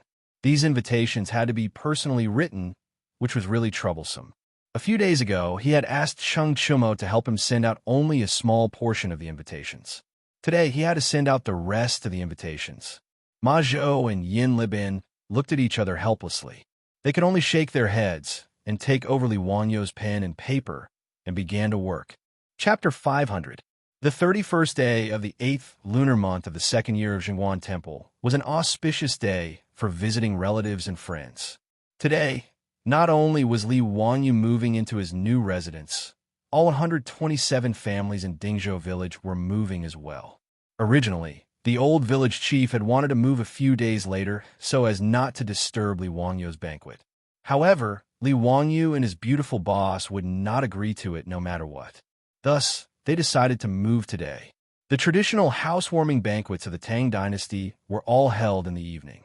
However, Li Wanyu's residence was in Dingzhou village in Hu County, which was about 100 kilometers away from Chang'an City. In order to take care of his guests, Li Wanyu could only arrange for the banquet to be held at noon. Early in the morning, the sky had just brightened when the old steward, Li Heng, knocked on Li Wanyu's door. Lang Jun, village chief Qian, is here. They're waiting for you to preside over the relocation. Got it. I'll get up right away, Li Wanyu answered drowsily. Just as he finished speaking, the door was pushed open.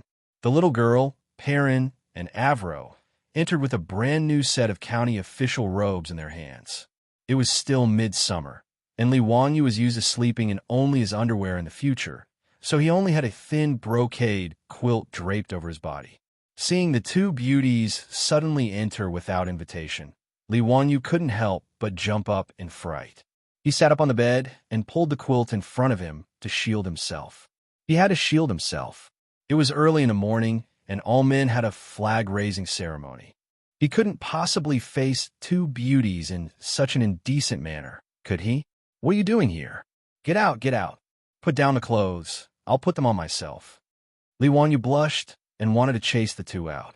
However, Perrin shook her head proudly. No, it's a big day today. Lang Jun, you don't dare to wrinkle your clothes. Avro and I will help you change. Avro also nodded. That's right. Your clothes are always wrinkled every time you change. If others didn't know, they would think that I didn't take good care of you. Which family's Lord Zhu is like you? He insisted on changing his own clothes. I heard that the last time Lu Guogong and the others came to the mansion, it was the maids in the mansion who gave them a bath. Li Wanyu cursed in his heart. Those old hooligans were ruining the reputation of the county count of Hu. He coughed dryly. Other people are other people. I have my own hands and feet. I don't need you to help me put on my clothes. Get out, get out. Not only did Pei Lan not leave, instead, she cast a mischievous glance at Li Wangyo's lower body that was covered by the brocade quilt. Lang Jun, don't tell me you have some unspeakable secret? Why don't I go to Xian Wei and ask old immortal sun to take a look at you? The little girl's words almost made Li Wangyu choke on his own saliva. He had died prematurely. He had rebelled against the heavens. He really couldn't keep this girl anymore. How dare she question him like this? No man could tolerate it. Li Wangyu didn't care whether he would be exposed or not. He jumped off the bed and grabbed Pei Lan. Then he slapped her perky buttocks, making a few light pa-pa sounds. Who told you to slander your Lang Jun? Do you still dare to do it in the future? If you dare to do it again, I'll punish you according to my family's laws. Li Wangyu pretended to be ferocious as he glared at Perrin. The little girl's face turned bright red. She cried out softly and ran off, twisting her slender waist. Avro, on the other hand, was laughing so hard that Li Wangyo's heart raced at the sight of her exaggerated curves. What are you laughing at? Get out too. Li Wangyu shouted at Avro fiercely. The little minx stuck out her pink lips and licked them. She threw a seductive look at Li Wangyu and said coquettishly, Lang Jun, let me help you change, okay? Her coquettish actions and voice immediately caused Li Wangyu to shudder. His blood and chi surged, and blood almost flowed out of his nose. Looking at the angelic face in front of him that resembled Angelina Jolie's, Li Wangyu couldn't hold it in anymore. He grabbed Avro and smacked her twice again. If you don't leave, I'll punish you according to my family's laws. Li Wangyu pinched his thigh hard to keep his cool. He didn't want to turn into a wolf and pretend to be ferocious as he roared. After Avro also ran off shyly with her face covered, Li Wangyu finally heaved a sigh of relief and slumped onto the bed.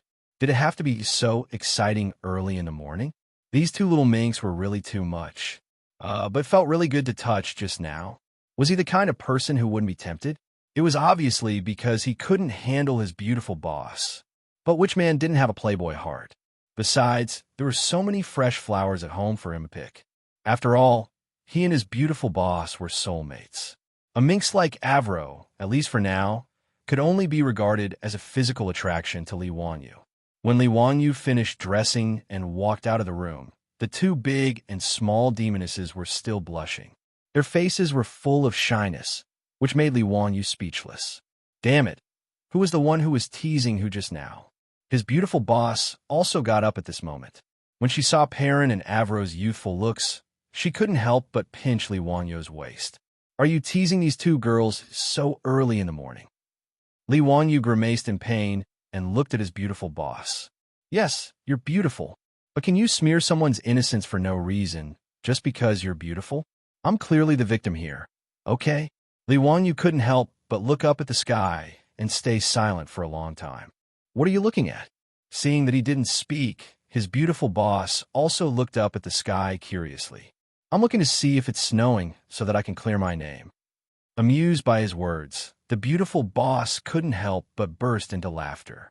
All right, stop fooling around. Let's go.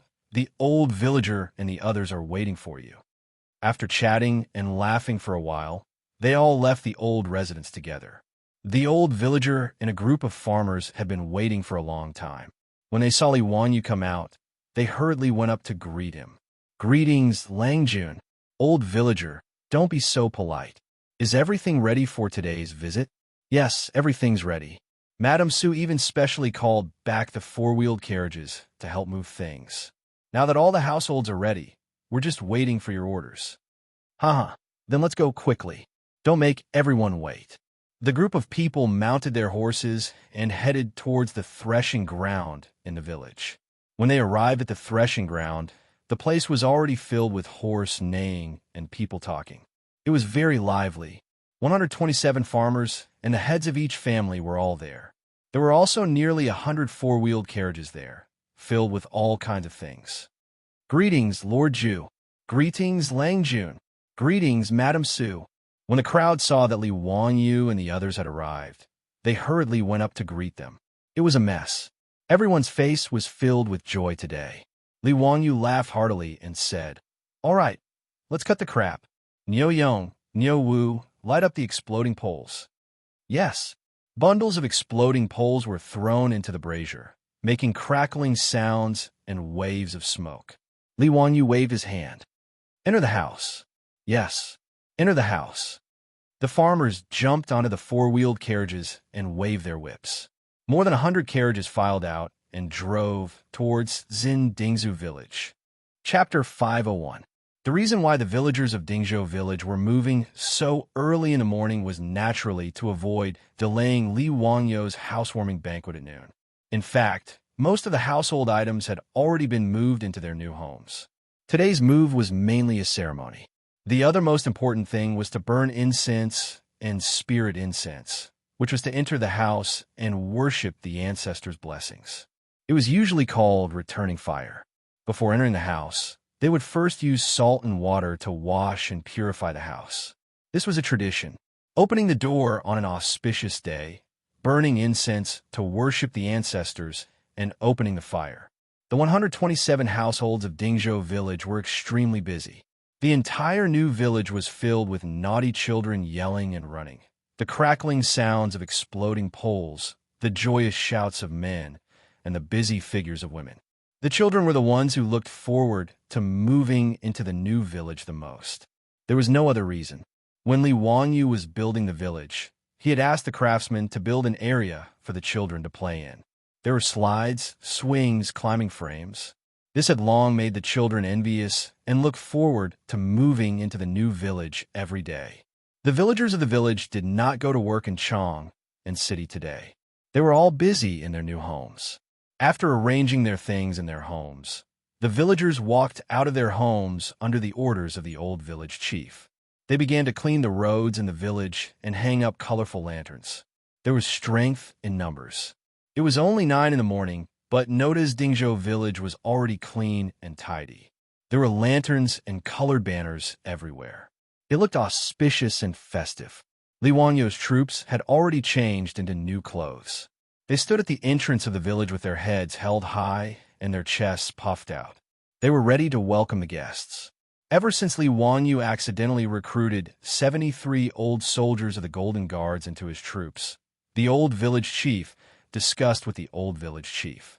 He discussed with the old village chief that his troops would take over as the village guards, so as not to delay the work of the young and strong villagers. Naturally, the old village chief had no objection to this. Now, the troops of Lai Hot patrolled the village on horseback every day. They had already become familiar with the villagers in Li Wangyu's manner. Before noon, there were already guests riding horses and carriages from Chang and city to Dingzhou village. All the guests who came to Dingzhou village for the first time were shocked when they entered the new village. No one had ever seen such a beautiful village, even in Chang, and it was much better than most of the other villages. The village road was paved with beautiful cobblestones, the canals with flowing spring water, the water wheel that was constantly turning, the lush trees and delicate flowers, and the brand-new farmhouse with blue tiles and white walls. The scenery of the farmhouse with a small bridge and flowing water stunned countless guests. "Grandpa Yu, this county earl is too generous. TSK, this old man has never seen a village like this in all my life." Today, Kong Yingda, Yu Shernan, and Lu Quan had come together. As soon as they entered the village, even a Confucian scholar like Kong Yingda gaped in shock. "Aha, Zio is indeed extraordinary. The first time I saw him, he was still a commoner. I didn't expect him to be the county earl who founded the country. What's more, Zio didn't forget his roots. This village was built by Zio for his villagers." Yu Shernan couldn't help but stroke his beard and smile. He admired Li Wangyu's friendship despite the difference in age. The Minister of Rights, Lu Quan, also nodded. "I heard that ever since County Earl Huxian moved to Dingzhou village, the village that used to be like mud has now become the wealthiest village in the area. The villagers of Dingzhou village are all well-mannered and different from ordinary farmers. Sure enough, they know etiquette when they have enough grain, and they know honor and disgrace when they have enough food and clothing. County Earl Huxian has done a great job of educating them." The group of big shots was full of praise for the new Dingzhou village. After everyone passed through the brand-new village of Dingzhou Village and entered Li Wangyou's official residence, they were even more shocked. Just like Pai Lupi, Cheng Yao Jin, and the others, all the guests were shocked by the huge manor. The man-made lake was filled with guests who enjoyed the beautiful scenery and didn't want to leave. Today, Li Wanyu had invited almost all the civil and military officials, as well as all the aristocratic families in Chang, who were above Class 5. He wasn't showing off, but it was because of etiquette. If he didn't send out invitations, it would be rude. He even sent Ma Zhou and Yin Libin to send invitations to those aristocratic families who didn't get along with him. Even if the Wang clan of Taiyuan and the Zheng clan of Xingyang were like fire and water, they still had to do this. Of course, Wang Rinyu and Zheng Yuanshou, the two family heads, wouldn't personally come to congratulate him. However, they still sent their invitations with gifts. As noon approached, more and more guests arrived. Fortunately, the roads in the new Dingzhou village were spacious, and Li Wangyou's manor occupied a large area, so the guests wouldn't be blocked on the road. The guests who entered the manor were received by the maids and servants. They respectfully led the guests to a lawn in front of the castle. The lawn was already covered with high-quality carpets. Li Wanyu had spent a lot of money to buy these carpets from the western region, from the Hum merchants in the western region. Several tables were placed on the carpet for the guests to sit. A huge umbrella was thoughtfully set up above to block the sun. On the lawn, there were live-hot singers and dancers. They were playing musical instruments hard and swaying their waists, which made the atmosphere very lively. Li Wangyu and his beautiful boss kept greeting the officials and inviting them to sit. Sitting down on the outdoor lawn, it was the first time for these guests who came to attend the banquet, and they felt that it was very fresh. Wahaha, nephew, what are you up to today? Why aren't you holding a banquet in your stone house? Why are you here on the lawn? After Cheng Yaojin arrived, he didn't hold back and directly asked the guests what was on their minds. Hee, Uncle Cheng, look at this hillside. Isn't the scenery beautiful? There are green mountains and clear waters, and there's also a gentle breeze. Isn't it great to drink and have fun while enjoying the beautiful scenery? It's better than staying in that house and not seeing the light of day, right? This place is very spacious. Uncle Cheng, when you're happy, you can have a friendly match with any of the uncles. You can also show off your fists and kicks. Li Wangyou's explanation made Cheng Yaojin laugh heartily.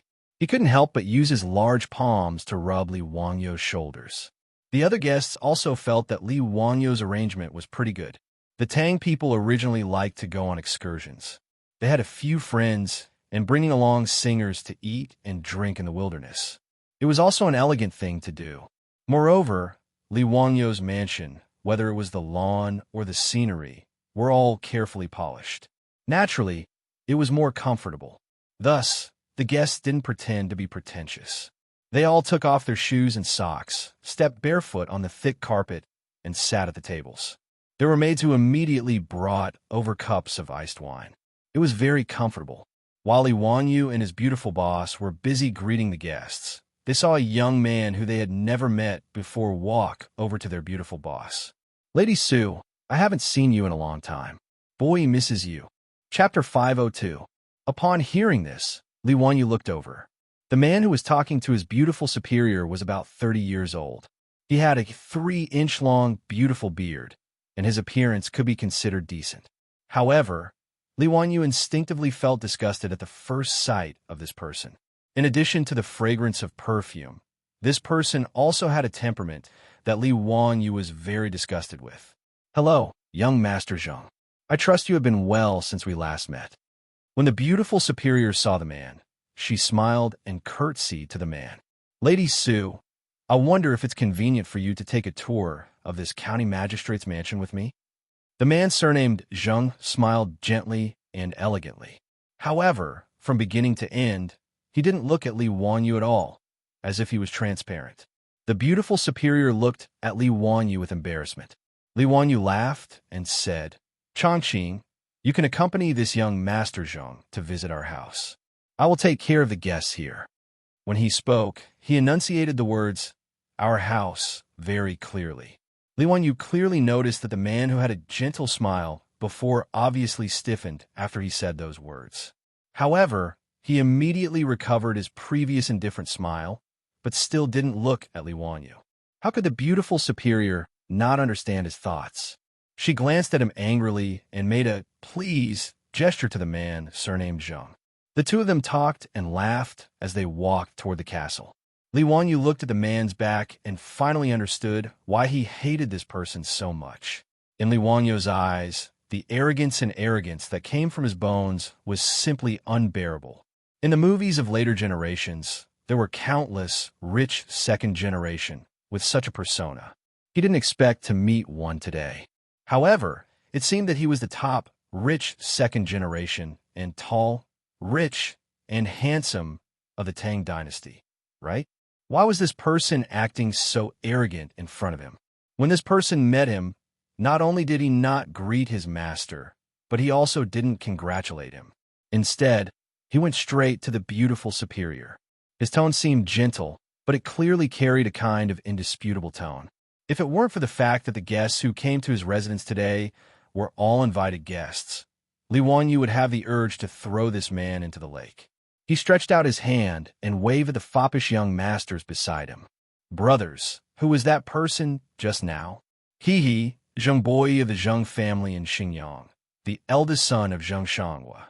Zheng Konghua, who had a conflict with your family before, is his cousin. Fang Yai chuckled and said, Zio, in my opinion, this Zheng Boi seems to be interested in you, Madam Su. You have to be careful not to let others take advantage of you. I see that your Miss Su hasn't combed her hair yet. You haven't succeeded yet, right? If you don't hurry up, the golden phoenix might fly to another nest. In ancient times, women would comb their hair and change their hairstyle after they were taken in. His beautiful superior had always been wearing the hairstyle of an unmarried woman, which was why Fang AI said that. What nonsense are you talking about? Chongqing is my cousin. Li Wanyu still wanted to argue that the relationship between the two of them was pure. Bah, do you think your brothers are blind? The way you and Miss Su look at each other is almost glued to each other. And you call her cousin? Besides, it was one thing for this cousin to fool others, but you, Li Wanyu, are a member of the royal family. Where did this cousin come from? Is there a registration in the imperial clan temple? Li Wanyu's words were immediately mercilessly mocked by the foppish young masters, which made him speechless and touched his nose. All right, although he knew that this matter couldn't be hidden from everyone, it was still a bit embarrassing to be exposed like this. Zio, how did your Miss Su get to know Zheng Boi?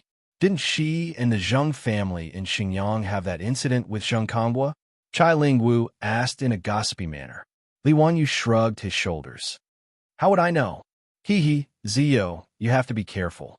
I'm afraid you don't know. Your Madam Su is quite famous in Chong and City. The lingerie shop and the four-wheel carriage company are thriving under her management. Now, many noble madams in Chong and City have a close relationship with Miss Su. I heard that many people are planning to be matchmakers for Miss Su. That's true. My mother is now a customer of the lingerie shop. After she got to know Miss Su, she asked my father if there were any suitable young talents in the family to be matchmakers for Miss Su, but she was scolded by my father. Dewey said this with a smirk, which made Li Wanyu roll his eyes. This Madame Du was too boring. Fortunately, Duruhue gave him face and didn't blindly interfere. Yes, Zio, your relationship with Miss Su is unclear. It's not a big deal. Miss Su is good at everything, but she's a bit old. But if you have the heart, don't keep delaying it. Fang Yai persuaded Li Wanyu with the appearance of an experienced person. Li Wanyu waved his hand. Little brother, aren't I still in cutting decline? It's not urgent. Let's talk about it in 2 years. You're not in a hurry, but someone else is. I heard that Zheng Boi is still unmarried. Aren't you afraid that Miss Su will be taken away by him? Li Wanyu curled his lips. Him? I'm not bragging, but I really don't care about this kind of person, let alone coax Chongqing. Ching Chumo smiled. Although Zheng Konghua is a good-for-nothing with a bad reputation, you shouldn't underestimate this Zheng Boi. This person is 28 years old this year, but he's already a scholar in the Hongwen school. He's famous for his talent. Fang Yai nodded. Even my master praised him, saying that he's overflowing with talent and will have great achievements in the future. Yes, I've also heard of this Zhang Kambua. He's very good at poetry and songs. Many great scholars in the imperial court praise him. Li Wanyu secretly curled his lips. He had never heard of this person in history. How good could he be? What kind of poems and articles could be better than the works of great gods that he plagiarized? Speaking of which, Zhang Kambua is very arrogant and always looks down on everyone. He's even somewhat ignorant of the ways of the world. However, he can be considered a young talent. Moreover, don't you think that Madame Su is a perfect match for him? Hee. She's much more compatible than you, Zio. The age difference between you and Miss Su is too big.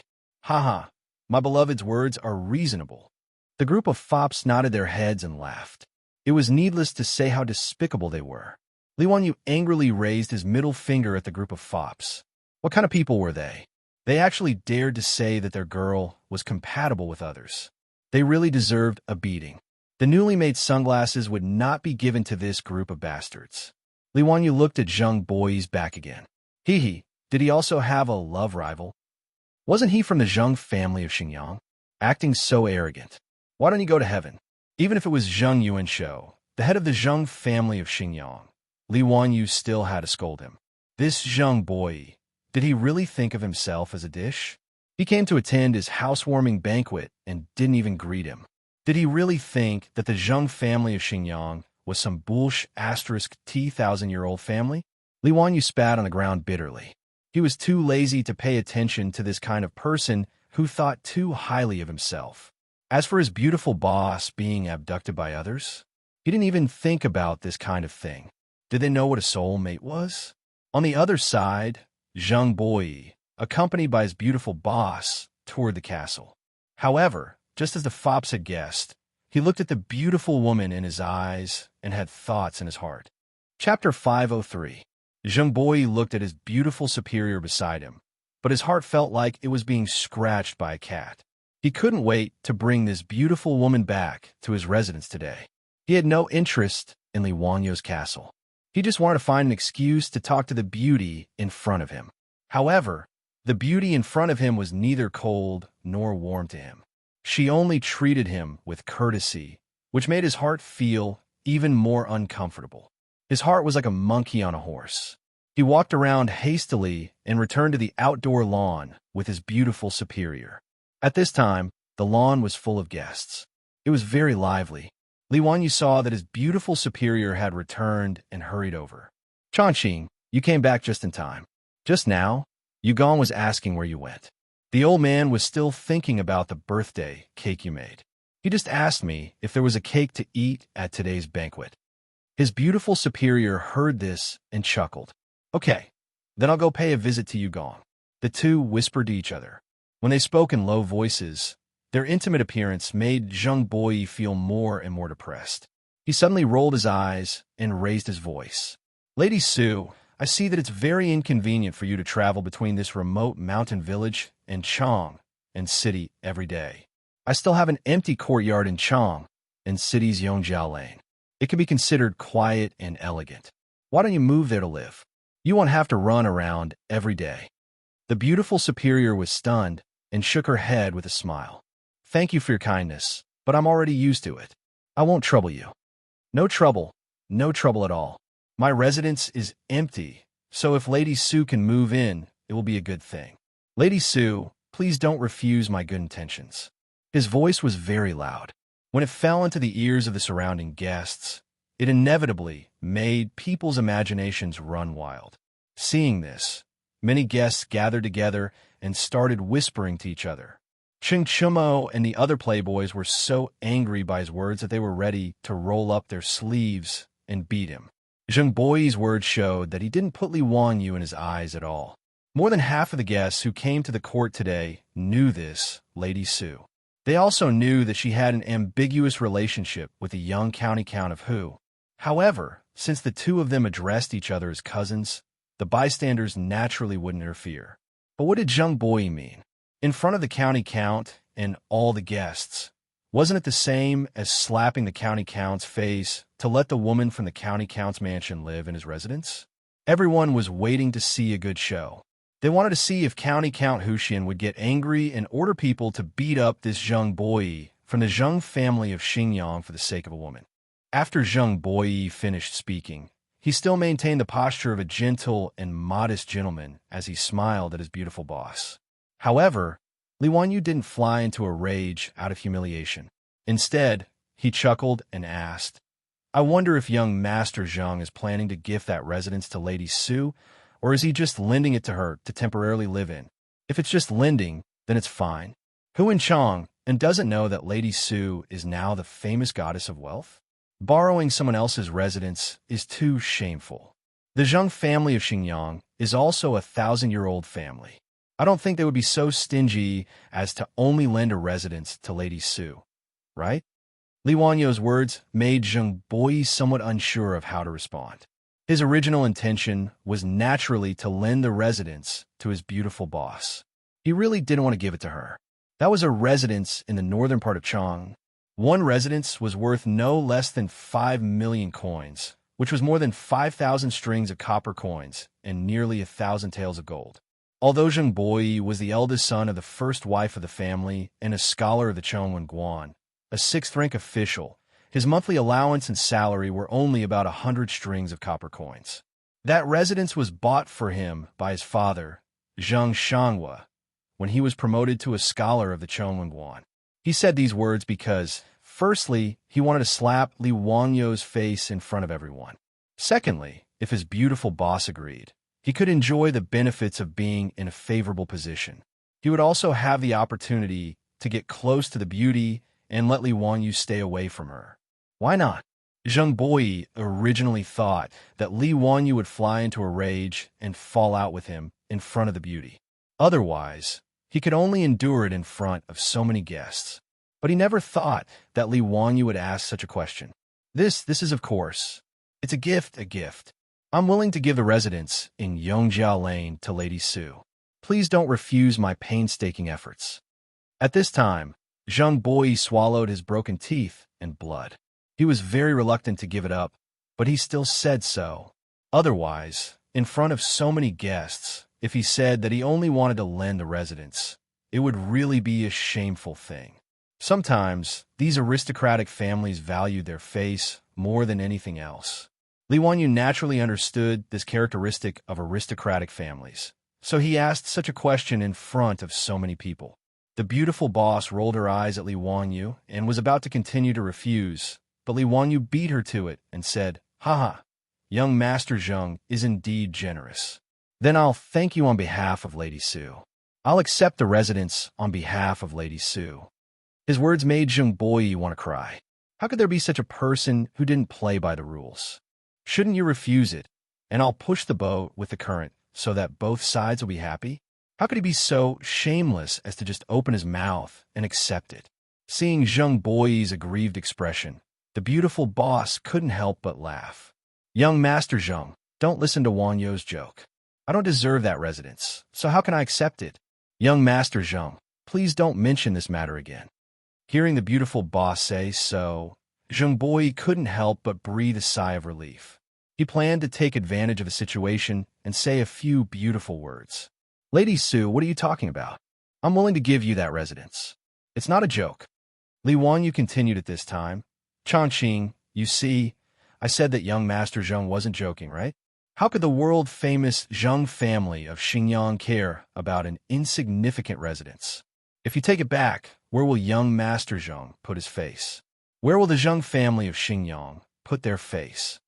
Zheng Boyi's face turned red because of Li Wanyu's words, and he didn't know what to say for a long time. The beautiful boss silently rolled her beautiful eyes. How could Li Wanyu hide his thoughts from her? Obviously, this guy was jealous, so he targeted Zheng Boyi like this. However, the beautiful boss couldn't help but feel very sweet in her heart. Women were all like this, even if the beautiful boss was a goddess. How could she be angry when the person she loved was jealous of her? She quietly stretched out her hand and secretly pinched Li Wanyu. "Wanyu, don't make trouble with young Master Zheng. Young Master Zheng, I really can't accept that residence. Don't mention this matter again." Zheng Boyi had suffered a loss from Li Wanyu, so he didn't dare to put on a facade. He could only awkwardly smile at the beautiful boss and didn't say anything. Li Wanyu sneered in his heart. This guy with low EQ had the nerve to be this young master's rival in love. He secretly made a victory sign in his sleeve and ignored Zheng Boi. He pulled the beautiful boss to find you, Shernan. When the banquet was about to start, the old housekeeper Li Heng ran over breathlessly. Lang Jun, the sage is here. Quickly go and receive him. Li Wanyu was stunned. Why did Pai Lupi come again? Chapter 504. If other people knew what Li Wanyu was thinking, they would definitely want to beat this pretentious guy to death. Why did Pai Lupi come again? The sage personally came to the manor for a banquet. How great of a favor was this? You actually dare to be so disdainful? Li Wanyu really was disdainful. If Pai Lupi came, then so be it. It wasn't like it was the first time he came. Li Er, Chung Yao Jin, and the others had moved in before him, the owner of this manor. However, this was only Li Wanyu's ridicule in his heart. After hearing Li Heng's words, Li Wanyu didn't dare to delay. He quickly jumped on his horse to welcome Pai Lupi. The manor was too big, but it had a small problem. It was that from the castle to the entrance of the manor, one had to ride a horse. Walking was tiring. Pai Lupi not only came today, he also brought the three little ones. Li Chengxian, Li Tai, and Li Lizzie obediently greeted Li Wanyu. They curiously sized up the manor in front of them, which they had never seen before. This was the first time the three of them had come to Li Wanyu's new manor. Nephew greets uncle. Li Wanyu greeted Pai Lupi. Aha, Zio, there's no need to be so courteous. Come, take a look at the congratulatory gift I've prepared for you. Li Er waved his hand behind him, and two eunuchs carried a board over. Founding County, Count Manor of Hu County. Li Wanyu recognized these words. They were Pai Lupi's handwriting. In this regard, Li Wanyu cursed in his heart. Just a plaque written by yourself? Too insincere. Why didn't you give me something valuable? On the other hand, the old housekeeper Li Heng, as well as the group of troops and maids, were so excited that they couldn't control themselves. It was such an honor for the saint to write the plaque of his Langjun mansion. In the whole of Chong, and the number of people who could make Pai Lupi do this could be counted on one hand, and all of them were top nobles like the founding dukes. Although Li Wanyu didn't care for it, he still had to put on a happy expression. Thank you, uncle. This nephew will have it hung up. Uncle, please. Everyone has arrived and is waiting for uncle to start the banquet. Li Chengxian instead bowed towards his father and Li Wanyu. Father, teacher, can we go to the village to play for a while? Just now, when everyone rode past Xindingzhou village, the three little ones had already seen many of their playmates in the village. They had also seen the amusement park, and their hearts were already itching. Pai Lupi was stunned. Then he laughed. Let's go then. Yes, thank you, father. The three little ones cheered and turned to run out of the mansion. A few eunuchs and guards quickly trotted after them. Zio, look at Chengxian and the others. They are more like children when they come to you. Pai Lupi looked at the three little ones' excited backs and couldn't help but sigh. Li Wanyu smiled slightly. Uncle, children like to play with their peers. It's also in their nature. Plus, it's not the palace, so there aren't so many rules. Of course they're happy. Yes, I like them like this. They can interact more with the children of the common people and understand the hardships of the common people. They don't have to be idiots who don't eat minced meat. Li Wanyu couldn't help but grin. Now that they were in Xindingzhou village, how could they understand the hardships of the common people? This group of villagers was now rich. Although they weren't very rich, they were all moderately well-off families and didn't have to worry about food and clothing. After the three little ones went to play by themselves in the village, Pai Lupi and Li Wanyu mounted their horses again and headed for the castle. With Pai Lupi's arrival, everyone came forward to greet him again. It was quite a mess. After everyone was seated again, Li Wanyu asked Pai Lupi for his opinion. Uncle, then I'll have them start the banquet. Before Pai Lupi could speak, Chung Yaojin laughed loudly on the side. Wahaha! Start the banquet, start the banquet. Nephew, quickly have someone bring the food. I'm very hungry for the food in your mansion. What new things have you prepared today? Chung Yaojin's words made all the important people who had eaten at Lai Hot nod their heads. In terms of gluttony alone, the food in Li Wanyu's mansion could be said to be the best. Even the pork that nobles usually didn't eat had now become a delicacy. Many important people had asked Li Wanyu for the secret recipe so that the chefs in their manors could learn how to make it. Now, pork in Chang'an City had become a hot commodity from a cheap meat that no one cared about. Even the price of pork had increased from 40 copper coins per catty to 60 copper coins. Li Wanyu's recipe had contributed greatly to this. Hee, Uncle Chung, I prepared a delicacy today. It definitely won't disappoint Uncle Chung and everyone else. Wahaha! Then what are you waiting for? Quickly have someone bring it up. Chung Yaojin laughed loudly. Pai Lupi glared at him and turned his head to Li Wanyu. Zio, it's fine if we start the banquet at noon, but why don't we even light up the incense sticks? Before the Tangs started the banquet, they would first light incense and worship their ancestors. They would first light firecrackers in front of the court to ward off evil spirits to show good luck. Li Wanyu couldn't help but touch his nose. Uncle, today the farmers will be entering the mansion together. The ordinary incense sticks in the mansion will be used by the farmers. The rest of the incense sticks will cause too much of a commotion. I'm afraid it will disturb everyone. Let's just forget about it. Chung Yaojin interrupted again. Nonsense. How much of a commotion can a few incense sticks cause? His Majesty is right. How can we not light up the incense sticks before the banquet? Quickly go and get the incense sticks. Let's have some fun. Hee, Uncle Chung, the incense sticks in my mansion are specially made by me. Don't underestimate them. I don't believe that the incense sticks in your mansion are any different. Get someone to bring them here. I'll light them up for you to see. Chung Yaojin shook his head. Pai Lupi also smiled, but didn't say anything. Obviously, he didn't believe Li Wanyu's words. The incense sticks in the Tang dynasty were filled with saltpeter in a bamboo tube. After it was lit, it would make a louder sound and make a thicker smoke. However, the sound it made was only slightly louder than the crackling sound of the burning bamboo. While everyone was talking, Zheng Boi came over. Your Majesty, perhaps it's because the Count of Huxian is young and timid. He can't stand being scared and can't hear anything. That's why he's afraid of the incense sticks exploding. Your Majesty, why don't you just let it go? It's fine if you don't light up the incense sticks.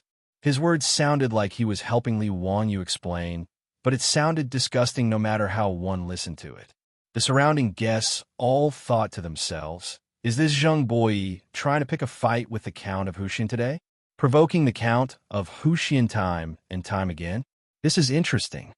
Pai Lupi frowned unhappily. He thought to himself, how come this Zheng Boi doesn't know how to speak? However, Li Wanyu didn't seem to care at all. Instead, he cupped his hands toward Zheng Boi. Oh, young Master Zheng must have a lot of guts, right? That's great. Niu Wu, go get some firecrackers and have young Master Zheng help light them up. Niu Wu and the others had long since found Zheng Boi to be an eyesore. When they heard Li Wanyu say this, they naturally grinned foolishly and ran off to grab a bundle of incense sticks. Li Wanyu had someone bring over a brazier and gestured towards Zheng Boi. Young Master Zheng, please. I'll have to trouble you to light up the incense sticks for this young man who can't stand being scared. It won't be too hard on you, right? Zheng Boi didn't expect Li Wanyu to do this. However, since he had already spoken, he could only coldly snort and walk towards the brazier. Haha, Count of Huxian, the incense sticks in your residence are so small. How comical. Zheng Boi casually picked up an incense stick and laughed. Most incense sticks in the Tang dynasty were made from bamboo tubes that were as thick as bowls. This way, they would make even louder sounds. However, the incense sticks that Niu Wu brought over were all made from bamboo tubes that were as thick as fingers. They truly looked very small. Li Wanyu didn't say anything. He only smiled and gestured towards him again. Zheng Boi coldly snorted and muttered, pretending to be mysterious. Then, he threw the incense stick into the brazier. However, he didn't notice that when Niu Wu had his subordinates bring the brazier over, they had placed it far away from the lawn. When he picked up the incense stick and threw it into the brazier, Niu Wu and the others hid far away. Li Wanyu even covered his ears with his hands, as if he was waiting to watch a good show